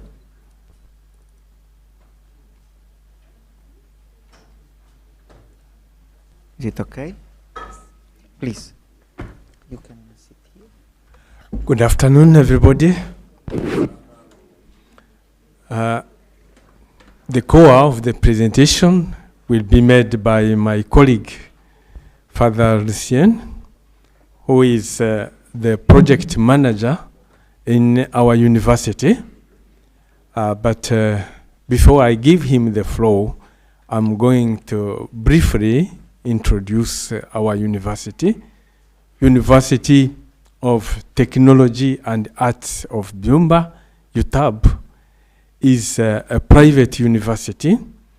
It was established by a group of people grouped in a non-profit making organization.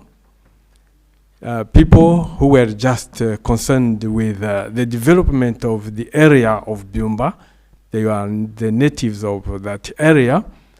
Byumba, which is found in the northern area of Rwanda, is a mountainous area with challenges mainly related to soil erosion, and characterized by agricultural practices which are not well developed. And people thought about a project that could change the lives of people in that area, a project that could bring development to the area. Then they thought that establishment of a university in that area could be an engine of development. It was in 2002, and the university started in 2006. It was accredited by the government of Rwanda in 2010.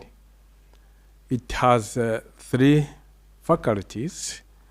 One of them that is mostly involved in this project is the Faculty of Agriculture, Environmental Management and Renewable Energy. It has 5 degree programs, food in area of food technology, that is crop production, animal production, agri-business, renewable energy, and environmental management. But this is not the only one that benefits from this project 100%.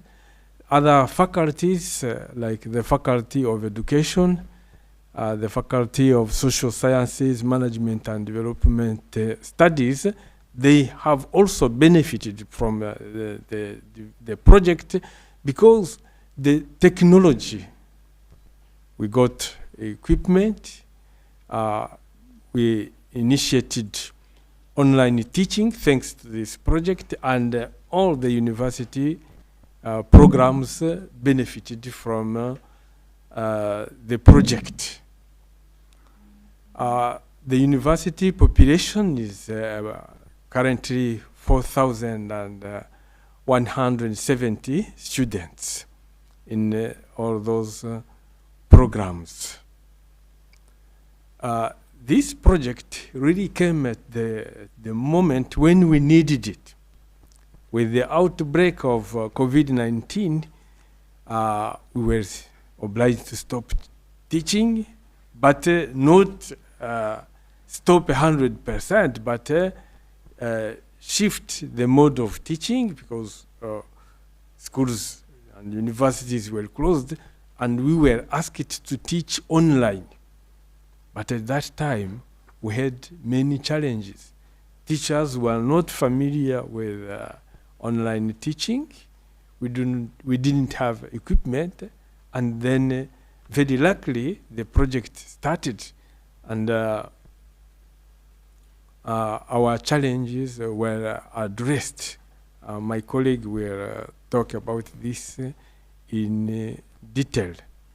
And without delay, I give him the floor. Thank you.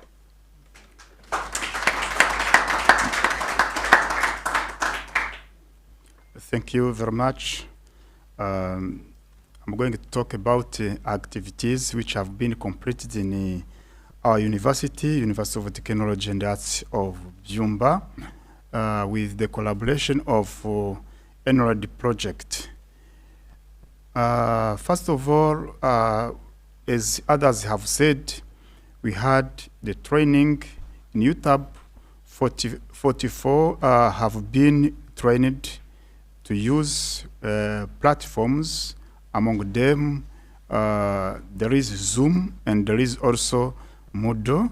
And I have also to highlight that one among our lecturers contributed more, much more in this training. He's Alexi. He trained some, he collaborated with Stephen in the training of other lecturers of this project and then students.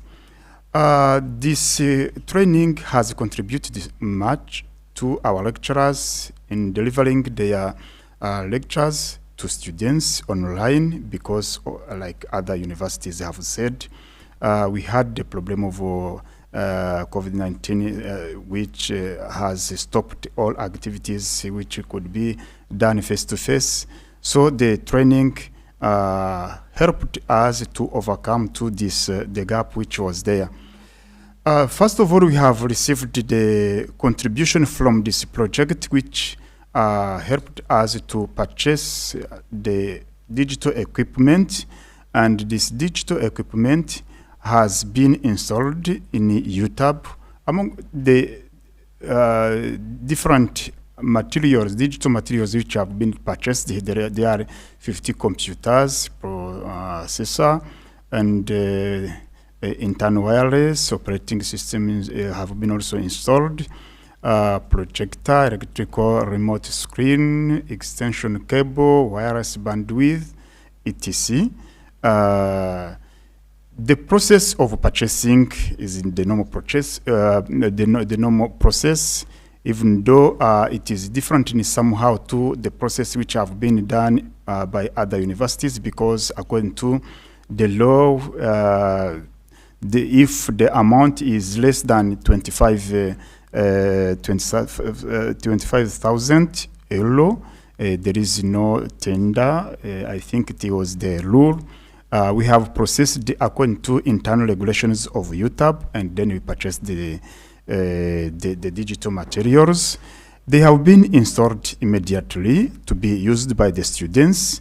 This is the image of the digital materials which have been purchased. They are here in the room, laboratory room. Here it was before their installation, and here after they have been installed, the students are using them, lecturers are teaching. They are being used for the research, for teaching, etc.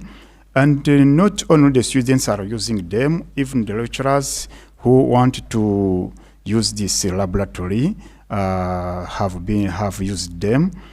We have installed 3 laboratories from the digital equipment which have been purchased, and this has been also displayed on our website in order to show the activities which have been completed in UTAB through the collaboration of EnRHEd project.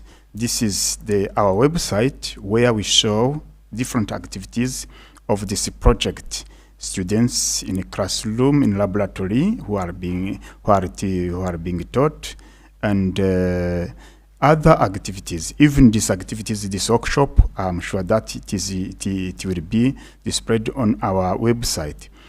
Apart the digital equipment which have been purchased, also some programs have been reviewed.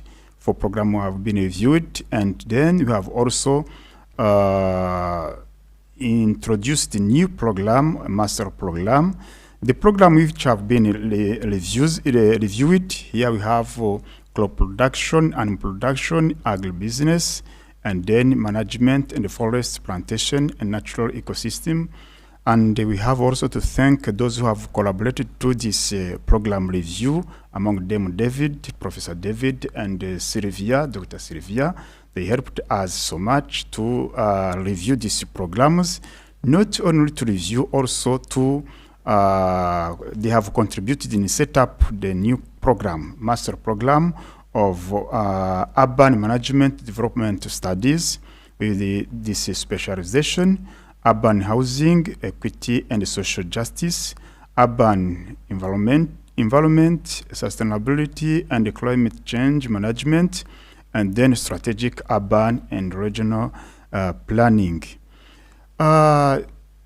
Developing this new program and reviewing this new program, of course, collaborating with the staff of the University of Parma, we have focused on different points, such as the knowledge of which should be delivered in the program, intellectual and academic skills, and the methods of inquiry to be acquired.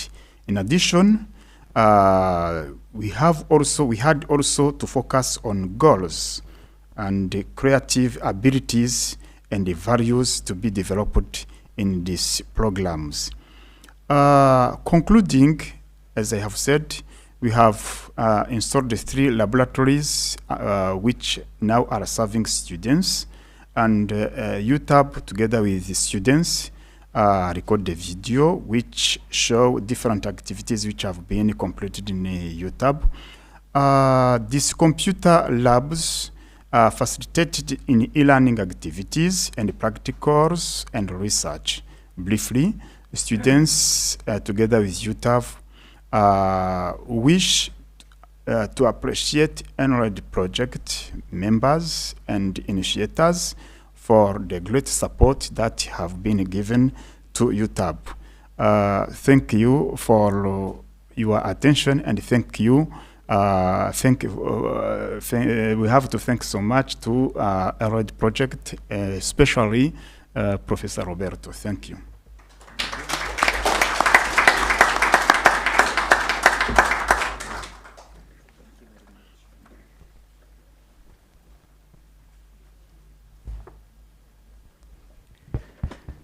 Okay, as you can see, we are early with respect the expected program, the planned program, and we will not take much more time. We can obviously leave space to communicate to each other our impression, maybe personally. But before the concluding remarks, I would like to ask to the audience if there are some further observations coming from you, some thoughts you would like to share with us freely, very freely, since we have said this morning at the beginning of the workshop that it should be, and it really is a friendship meeting. Then, like when we are with friends, please feel free to express your feeling if you want. This is the time. Okay, Ignatius, please, could you come here so we can hear better you? Here, yes, Ignatius, please come. You should know that Ignatius was selected to come here at the last minute. The last minute. selected person, but I'm joking. Ignatius. Yeah, thank you very much. Sorry, Ignatius from UR. Yes, Ignatius Kabagambe Guillermo from the University of Rwanda. I think we are 4 of us. With Madame Immaculate Bujingo and Jamal Nambajimana and Vedast. Yes, and I'm also coming to learn about the other colleagues from Rwanda whom I didn't. Most of them we met here for the first time, or I didn't know a number of them.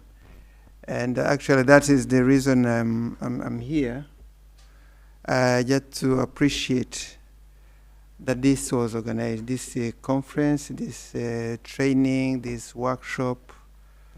It has many names. I mean, today it has a name. It's an international conference, a part of this project. But going forward from tomorrow, we are going to be involved in an intense training that we hope is going to be very fruitful to us. So look, I'm looking forward to learning and sharing our own experiences about what we don't know and about what we know. But special thanks for you, Roberto, and the University of Parma and whoever else was involved in organizing this, because we were joking, but also on a serious note, that we are getting to know each other, even as Rwandans, because you invited us here. There's a lot I didn't know about the UTAB. There is a lot I didn't know about Ines Ruhengeri. There's a lot I didn't know about the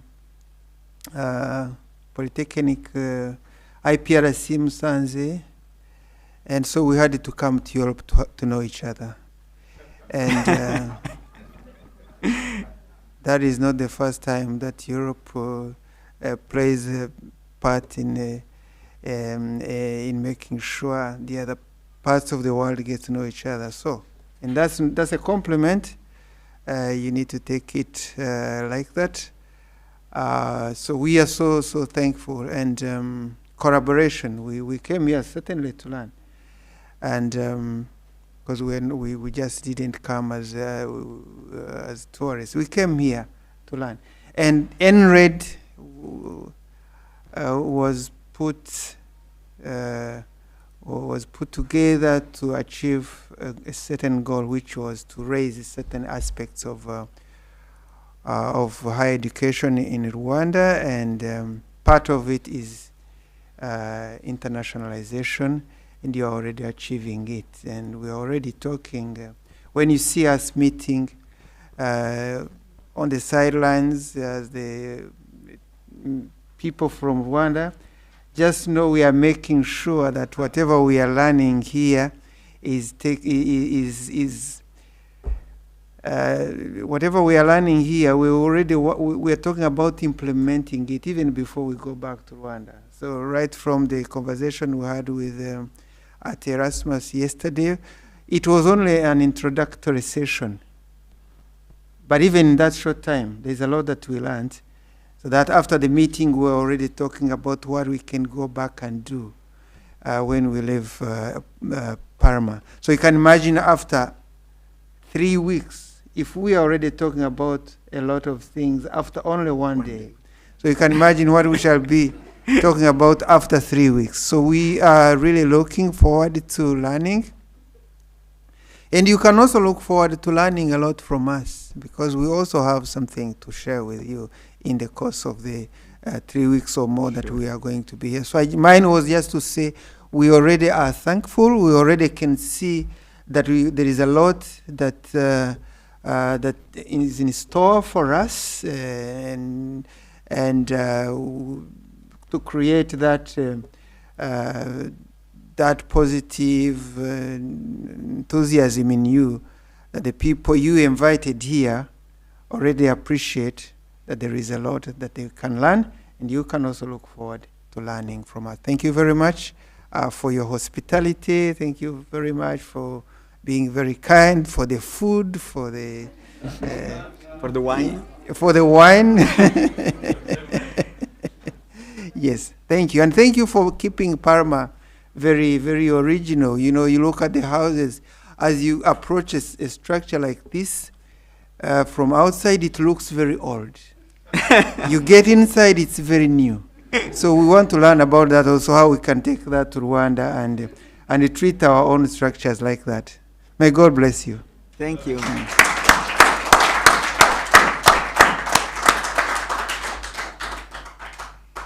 Any further comment? Yes, please, Davide.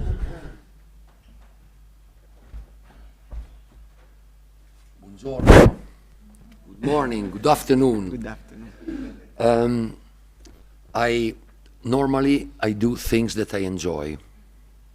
So this project is really enjoying me because it has an holistic approach. So it's not only something linked or about exclusively to food technology, which should be very sterile. Is something a word joke. Food technology sterile. But when I first was contacted by Roberto for this project, I didn't realize what it was. I needed months to understand what we were intended to do, especially concerning what in Germany are doing. It's not clear at all to me as now. No, I'm joking. Luciana knows me. No, it's important, this holistic approach, because we are observing all the days that apart from technical aspect, no, engineering problems, technology problems, food problems, or land survey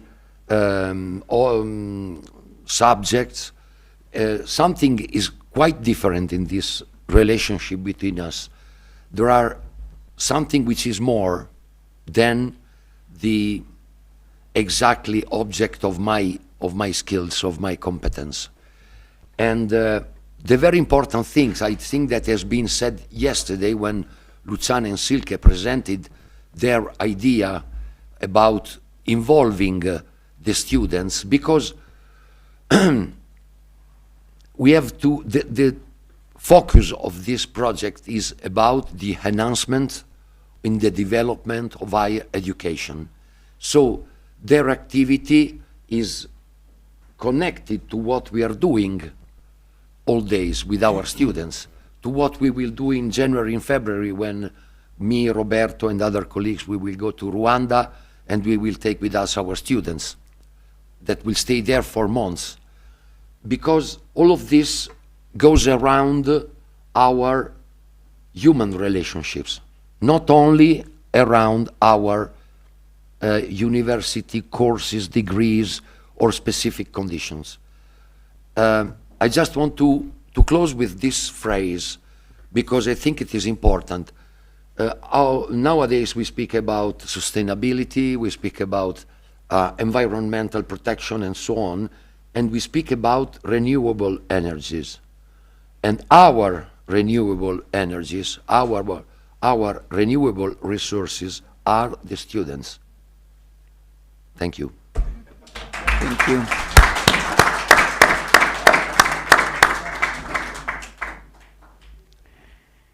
Any further comment by the audience? Yes, Emil, please come. Come back.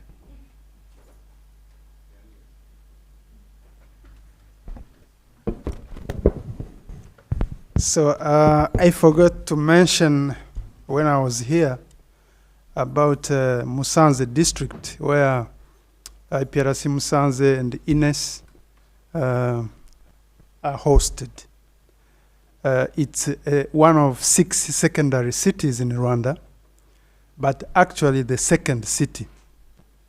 So this project will benefit, or even other projects that will come.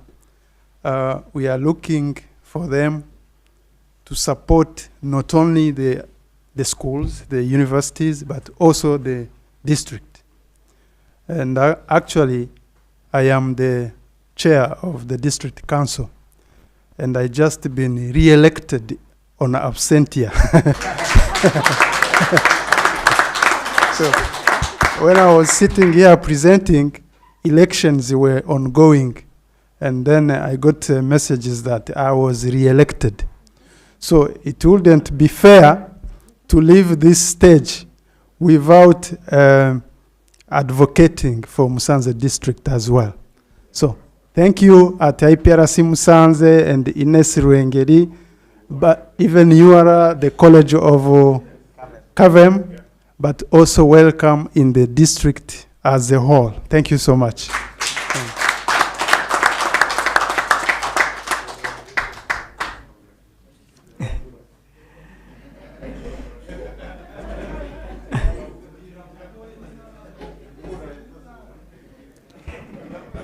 Any further comment from the audience, from the other colleagues coming from Rwanda?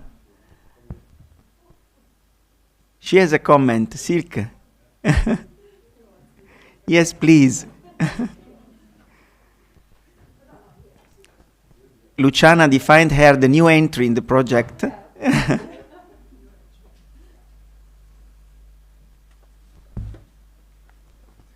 Yes, I'm a new entry to the project. I watched this project since the beginning, and I received beautiful pictures from Rwanda from my colleagues, which made me very jealous.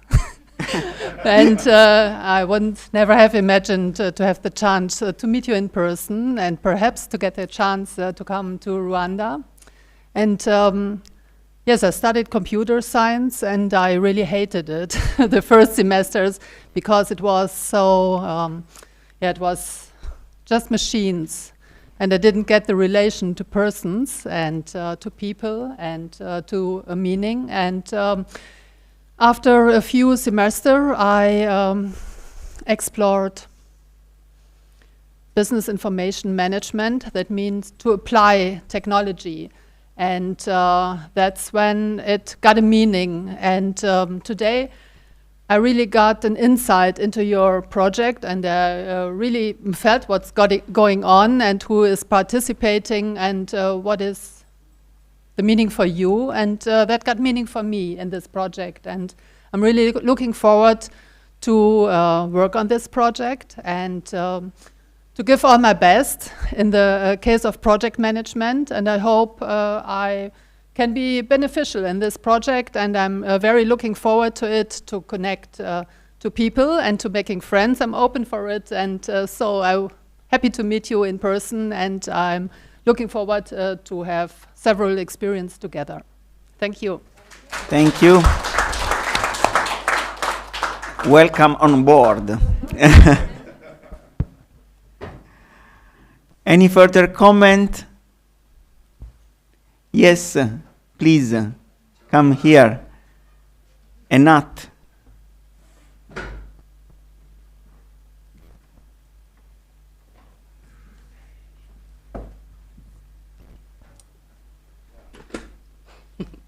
I'm not speak English, but I speak Kinyarwanda and Italian. Okay. So you translate. Sì? Parla in italiano, traduco in inglese. Proviamo. Vuoi parlare Kinyarwanda? Kinyarwanda prima, poi dopo in italiano traduco. Ok. Ecco. No, io non capisco il Kinyarwanda. Dopo magari poi devi dopo. tradurre tu. Ok.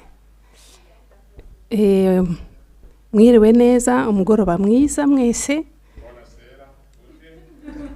Kandi ndabakiriye n'umutima mwiza wishimye cyane.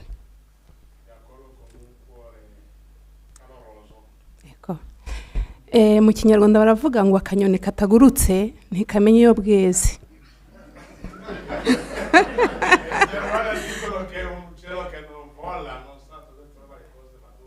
Cioè non trova il grano maturo. Jewe naragurutse nsanga bureze, hanyuma nsarurira iwacu.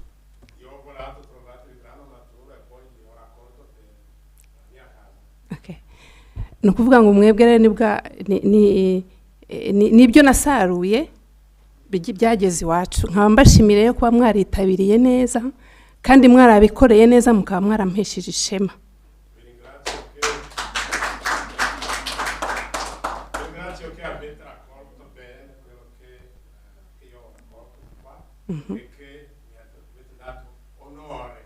Okay. Nkaba nshimiye Roberto ni murumuna wanjye tukaba tumenya Roberto muzi hashize imyaka 25 namumenye maze amezi 2 mu Butaliyani.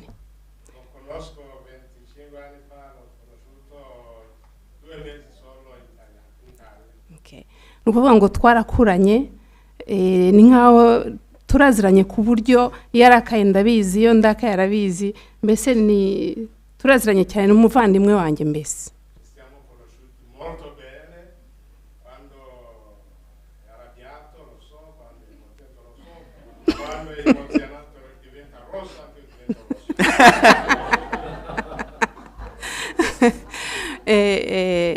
Adesso posso parlare anche in italiano.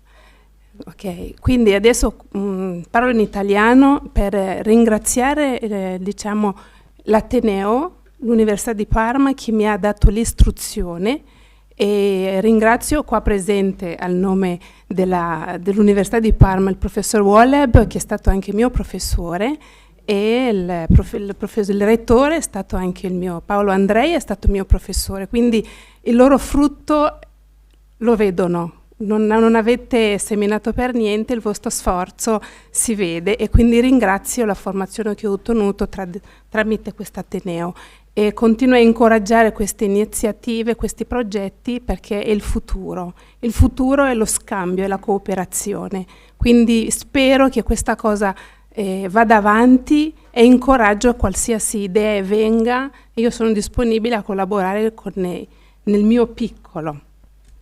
Grazie, buona serata.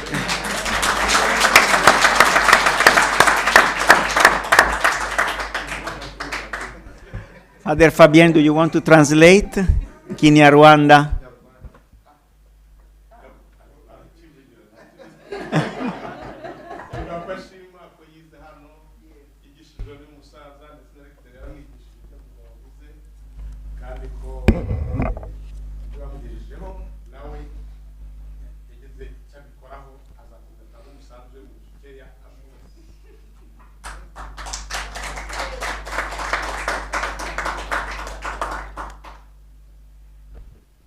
Roland, we turned the camera for you. Si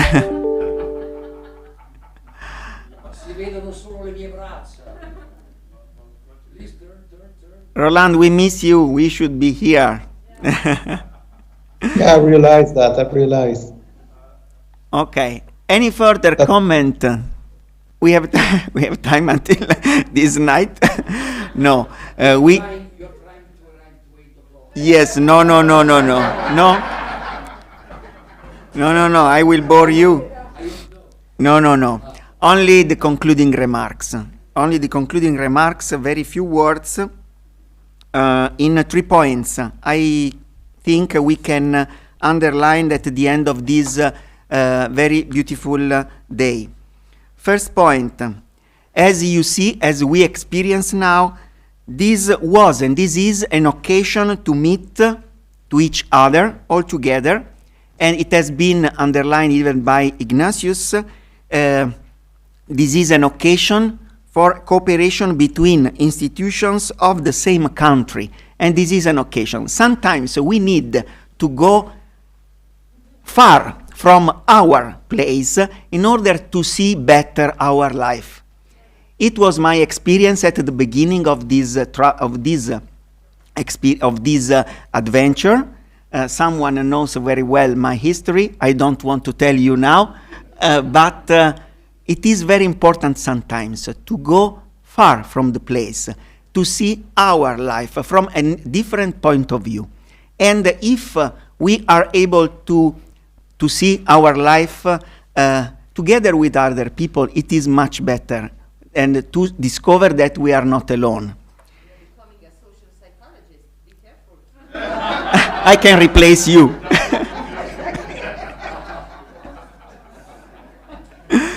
it is very important to know, we have seen, it is very important to know what happens in the other institutions in order to feel part of a community, to experience that we don't walk alone. Second point, this international workshop, Luciana knows it very well because when we wrote the proposal in only 1 month, we invented some experiences related to dissemination activities. Then we imagine 2 international workshops. One should had been take place at the beginning of the project. The second one in Rwanda, at University of Rwanda, at the end of the project, hopefully. Okay. Then on the paper, we only wrote since the beginning international workshop as a simple dissemination activity. But we can say that maybe we could, no, there is a question. Could we avoid to meet here in presence? Yes, maybe. The pandemic situation demonstrated that we can avoid to meet in presence, but we are experiencing that it is not the same thing. It is very different, completely different. Then, this is an occasion for internal dissemination, even external dissemination and exploitation, but we are experiencing the difference between meeting in presence or not meeting in presence. Third and last point, passion and motivation. This word passion has been repeated today, and I completely agree. I see that in all of you there is a passion.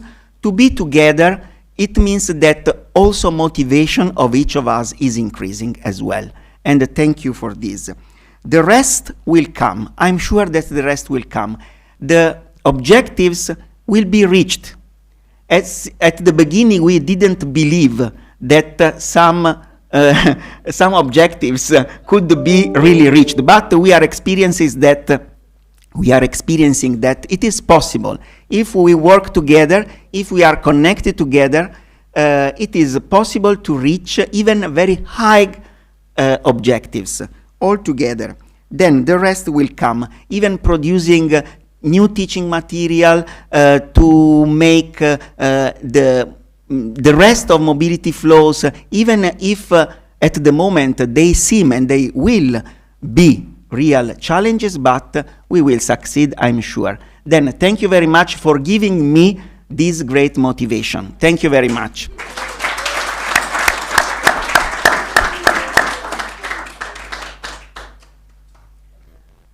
Okay, then I think that this international workshop is over.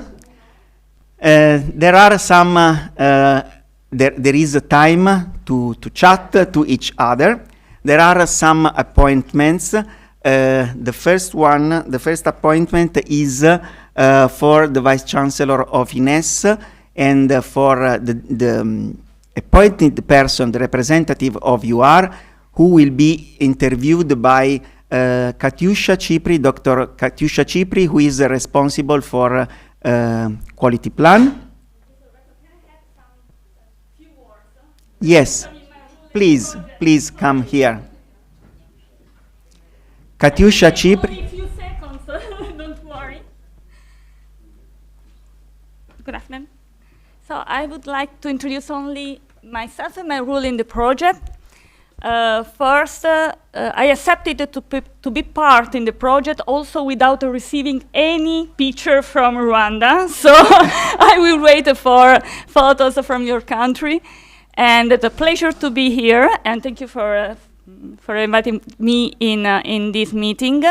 So my role is not clear at the beginning, probably for part of you, but my main goal is to support you in improving the quality of your project, and if you need, and I'm not sure about that, and to support you in the development of your activity in the best way, mainly in front of the European Commission, because at the end, you know, you have to summarize the results of your project in front of the agency and then the final report. So I would like to be considered part of your consortium, part of your community, because I will work for you. And so also when I will ask you about the problem incurred in the project and some mistakes or some obstacle you have met, it's only in order to support you in the best implementation of your activity.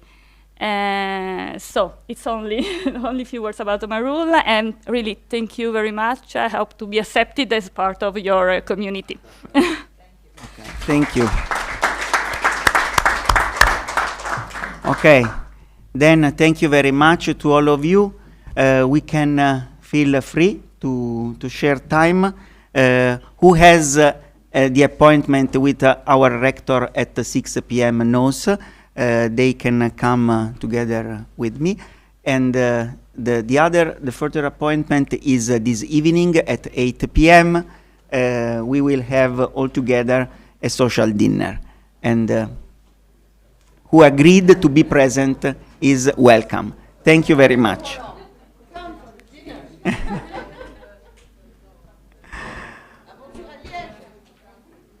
No, non ti sente. Devi venire al microfono. Bye bye, Roland. Thank you very much. Thank you. Thank you. Hopefully I will see you soon. Cheers. Bye bye.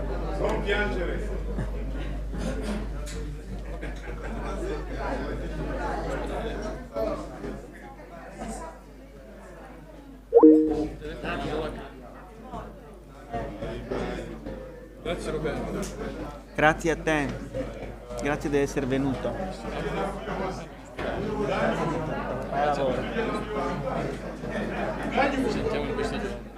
Bene, grazie ancora.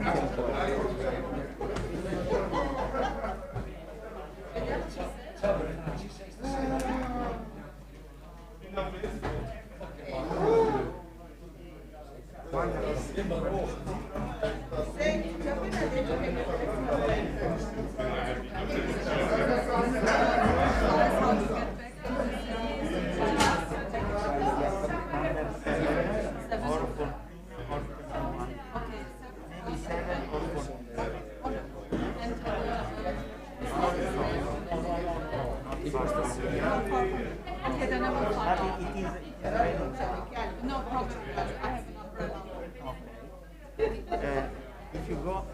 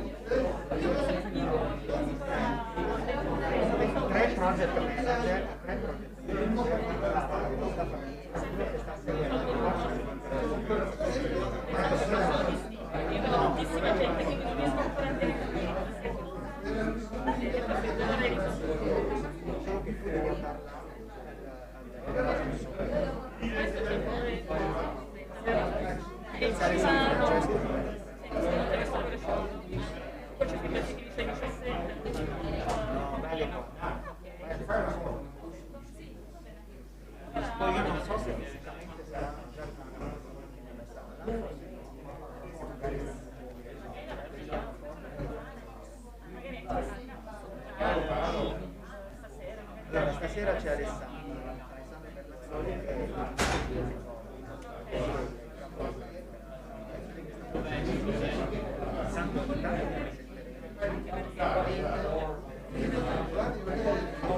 che se io facessi capire magari anche già essere pesante,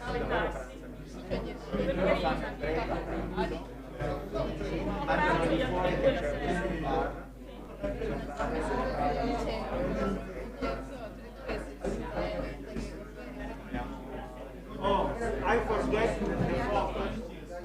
La focus.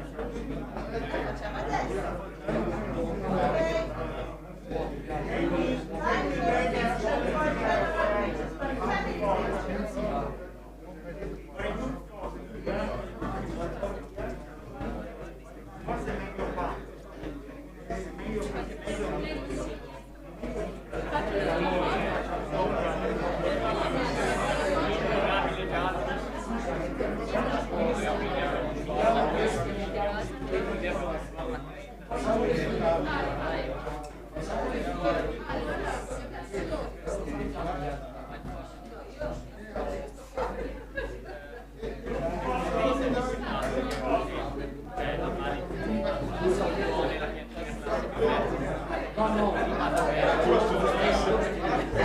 Please, can we get her in the center of the room for a group photo?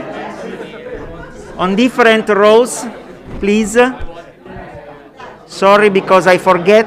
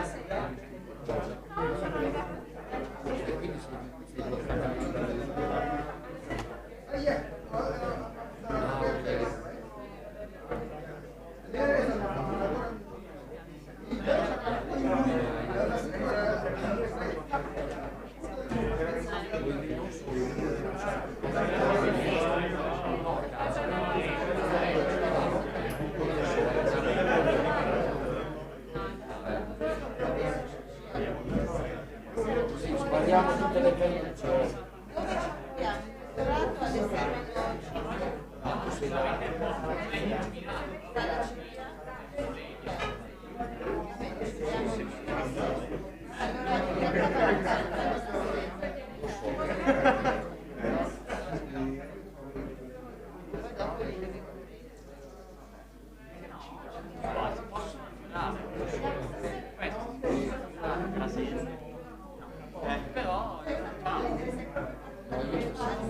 Però sera vado a casa. poi torniamo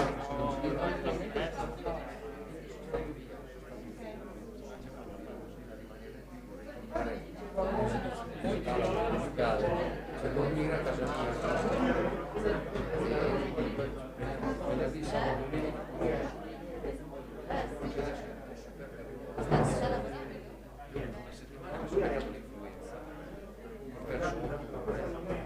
io poi a gennaio andiamo via, mi voglio trascinare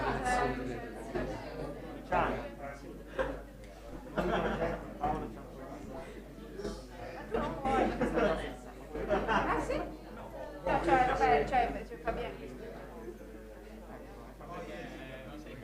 io voglio che stamattina ieri sera c'è benzina nel senso del progetto anche ciao Paolo.